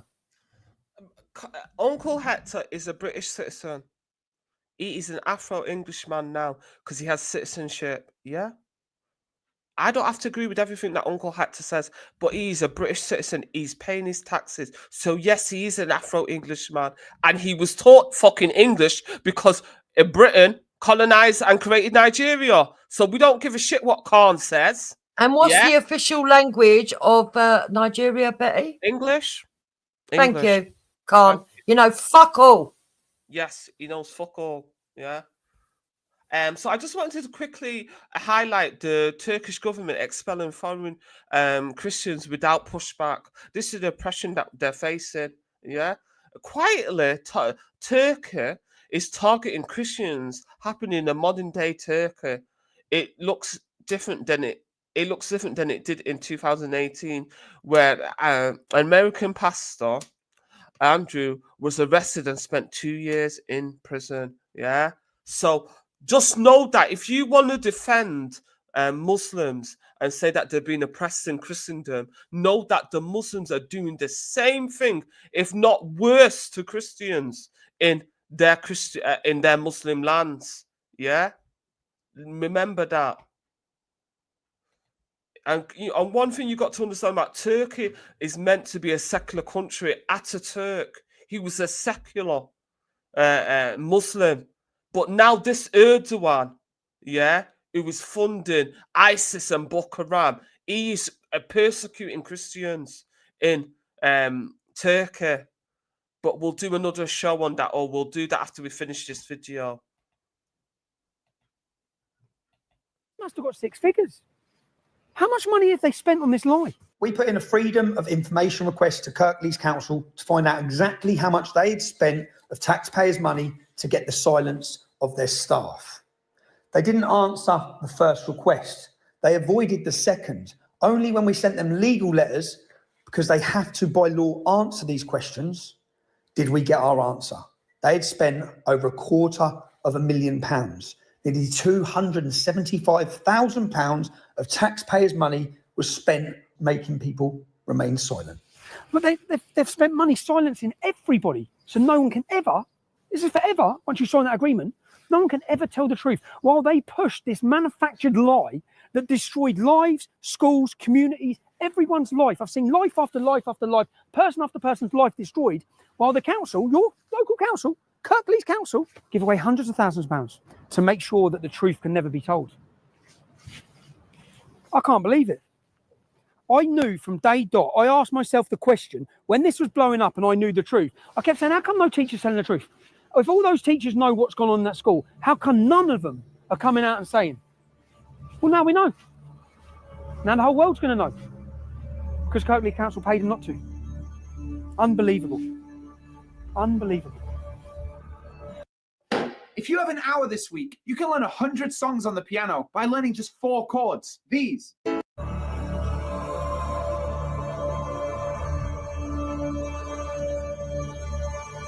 Jamal was in your year?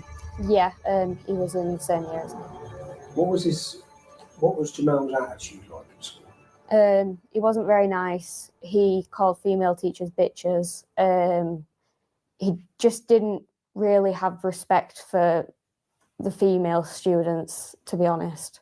Yeah, basically, we were in a PE lesson and we were playing hockey with a teacher called Mr. Cattell, and I had taken the hockey puck off of Jamal because I was on the other team and sent it to the other side of the room where my teammates were.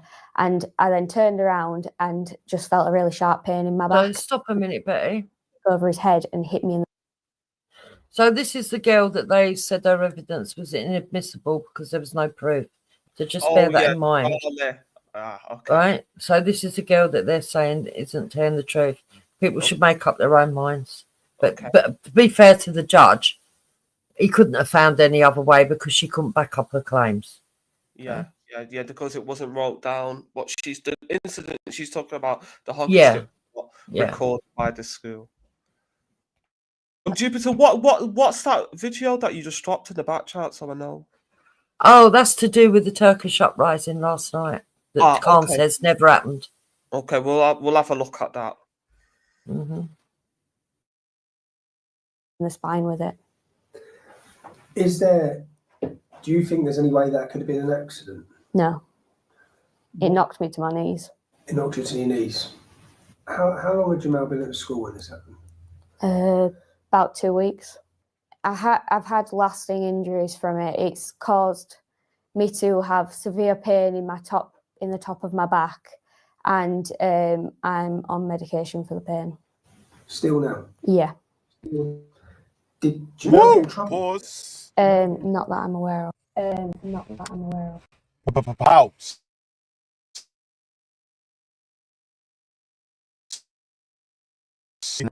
We went through the. Sorry, we went through the lies, yeah, that have been. We went through the lies that have been told on this one earlier, yeah. Yeah, we did. That's what Jupiter said. That she said this is the same Charlie that she couldn't back up her claims that I just read a while ago about the evidence about the hockey stick. Jupiter made sure that. Yeah, and obviously from Room for Debate channel earlier, that everyone is like trying to make up lies now and say is some dude, whoever the fuck Crinkle is. Yeah. Yeah, jump on the panel if you want, mate. Yeah, like, I didn't see you in it, so that's why I didn't nudge you. But anyway, yeah. Like I was saying, yeah. My man done a video earlier going through the non-disclosure rule there. Political's got a video going through the claims that Charlie's making, and you read yourself the details that Charlie's read out. I mean, the false testaments that Charlie gave in court, and why they was false. So,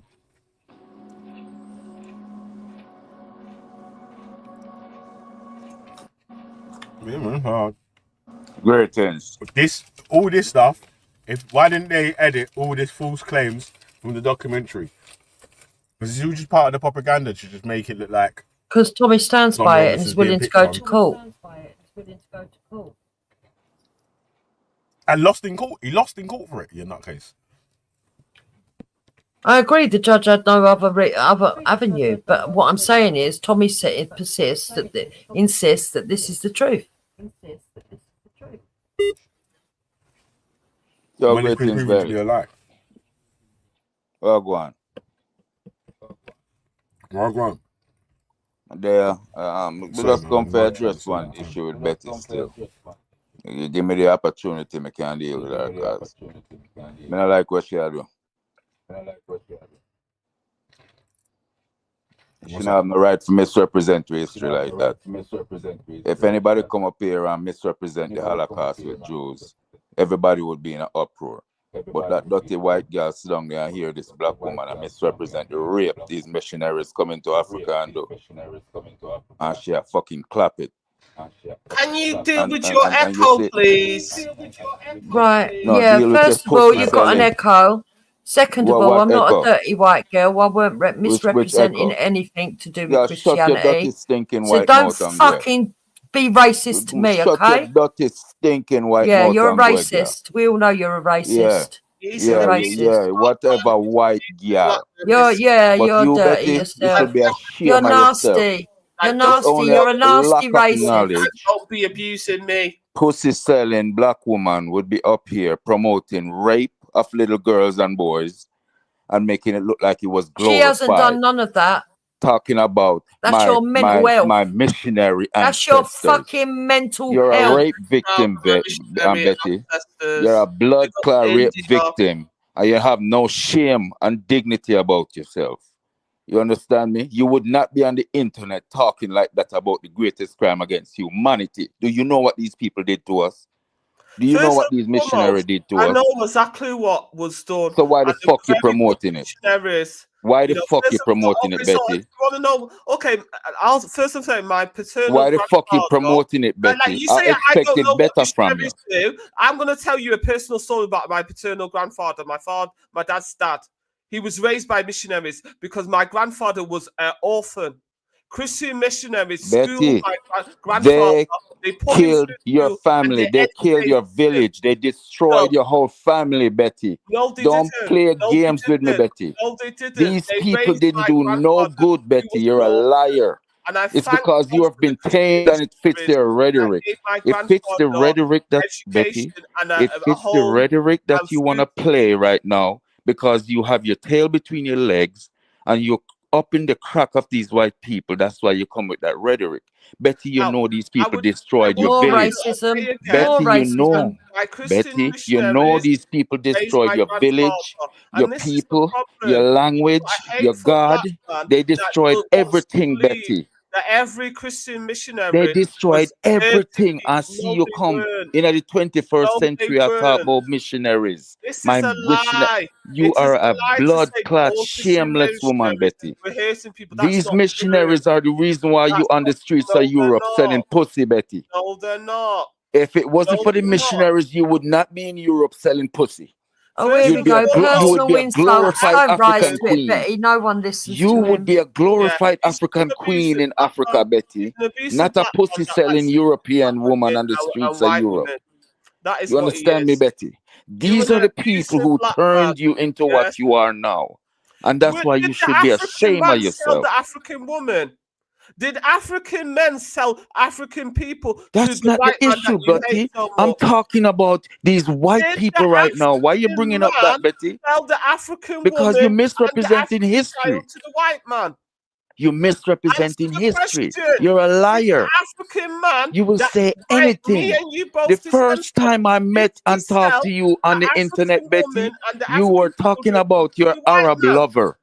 Your Did Arab lover. African If man it's not the sell the Arab man you're African whoring out women to, and you're children whoring out to to the the white white man? man. See, Why he's you not gonna always answer have the to whore out question. to everybody? I told But you he's not gonna answer the why you question. can't be a good black woman to a good black man? Did Huh? the See the African, did Why your you can't racism? find a good black ancestors man sell You and see just the be a good racism, black guys, on African the woman? anti-racist channel? Why? Interesting, that, isn't Shut it? up, dirty stinking cracker. Why you can't be a good black There you woman go, to a more good black man, racism. Betty? Did Me, Betty? African men like But don't you forget, Betty, you could be Nyneeva the says that when queen he of a does this, Betty. people are allowed to be Come on, racist Betty. back, don't she? Betty, EIE. me know when you slung and look into your life, you know, Betty, you know things didn't have to be this way. like brother? Betty, you know better. Even though you call me all the names, I'm gonna call you a brother. But it's in the interest of justice and peace, did our ancestors sell other African ancestors to the white man? Answer the No. question, brother. No. Who was doing the selling? The African. So did the white man just come into Nigeria, Senegal, Kenya, South Africa, and just steal all our ancestors up and then sell them into Barbados and Mexico and the Americas? Yes. The African man. That's what happened. No African man sold no That's other what African happened. man. That's what happened. Yes. Brother, that's not true, brother. That's not true. Can brother. I tell you something? Will you listen? Our ancestors were selling. Will you listen? And the Betty, white man took will advantage. you listen? I don't want to shout at you, Betty, will you Okay. listen? I'm going to go on mute. There were wars in Africa, Betty. There were wars. And different tribes may have differences. And they war amongst each other, just like the French and the English war against each other for years. Did you know the French once ruled England? There is no difference than what was happening in Africa, Betty. These people have prisoners, Betty. So they wanted to get rid of their prisoners. And they traded prisoners for things with Europeans that they just met. Betty, they didn't know that they were sending their people into what was known as the fucking transatlantic slave trade. And when they found out, they stopped doing it, Betty. They started warring, like Queen Nzinga and them start warring with these Europeans. Because what these Europeans came with, nobody ever saw Actually, it after before. Britain stopped the slave Nobody trade, ever the saw it before, Portuguese still Betty. carried going Chattel with the slavery was Nigerians nothing and ever seen on the earth, Betty. Ghanaians. What we went through, Betty, you would never understand. They didn't even think we were human beings, Betty. So for you to be, that's why I'm so angry. These people didn't even see us as human beings, Betty. Do you understand that? That's why little baby girls were being raped by Slavery grown-ass was men. disgusting, but that was 200 years ago. Not one white person alive today was there. Cracker, if you don't shut your fucking mouth, Betty, these people don't have no remorse. What are you Betty. going to do? What are you going to do? They have not even apologized. What are you going to Betty. do? Tell us Betty, what you're going to you know do, why big they don't brave want to man. apologize? Because they know that if they Unbelievable. apologize, Betty, Racist. Betty, they know that if we You're the apologize, racist. Betty, they know if they apologize, we will have to sue them. Brother, you were abusing me in the chat. I'm not even saying anything. But now I'm Betty, going to that's put it chat. aside. You do things in the chat, Betty. Betty, it's war in the chat. I'm on the panel now. And I call you these names because I want to get your attention. Okay, brother, I agree with you that different ethnic groups were warring. But us as Africans, we must take accountability for accountability for what? For doing the same thing everybody do? Betty, why don't you put the responsibility? Make it right, Betty, brother. listen. Brother, it does not make it right. We're still selling our people to the Arabs to be sold to Betty, their if somebody come and sell you a little girl, you're gonna buy it? Betty, if somebody come and sell you a little girl, are you gonna buy it? No. Exactly. So why are we still doing it, brother? In Betty, Nigeria, they're still what selling responsibility does the buyer hold? to the Betty, Arabs, to the if Europeans. you buy a little girl, Betty, and abuse that little girl, rape that little girl, no, bro, take that little girl baby and enslave that little girl's baby for generations. Betty, what are you? Today? If you do that, what are you, Betty?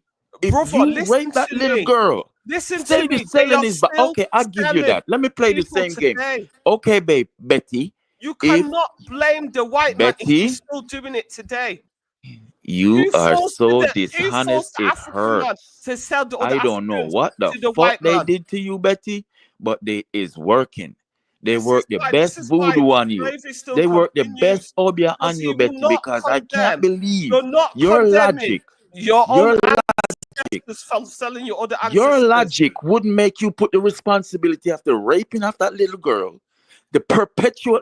Then that little girl got pregnant. Then they enslaved that little girl's baby, raped them some more, and then that little girl's children came and got raped some more. And you're telling me that there's no all you stuck on is there's so. Betty, you are dishonest.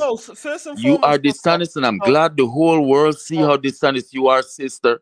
No, I'm not Because you cannot put the First and blame foremost, on the I'm a people who Nigerian did citizen. the crime. You're not a citizen of any African country, first and foremost. I demand accountability from white men and black men that believe in human trafficking and think that they can sell. whether You you're are black, being white, or Indian. hypocritical. I don't You believe are that men being should be selling anybody. You are sitting there. Yes? You So I clearly see condemn that the white African woman men next to that you. was selling Africans. You see that white condemn the woman on white the man panel that is selling enjoying I what condemn you're the white doing. man that is You selling are Eastern giving this European white women. woman on the I condemn panel all those men. If you're a fuel man and you're to selling attack black people. anybody, I condemn you. You are giving this white woman on the panel fuel to attack black people Racial every day. blackmail's going on right You now. You're understand right, me? Shut up, Hoover. Cracker. You Racial are giving blackmail. this white woman fuel to attack us every day, Betty. I know you know better. We're not even talking about black people. Fuck the bullshit, Betty. Please, I'm asking you. Stop The worshiping topic ain't even black missionaries. people. That is The the topic trigger is to Tommy me. Robinson. Stop worshiping these missionaries, Since and I when will was go Tommy back in the Robinson chat black? and be enjoying myself, Betty. Please, may I beg you? No, No worship these brother. missionaries. Not all the missionaries were bad. Betty, You're slandering them Betty, missionaries.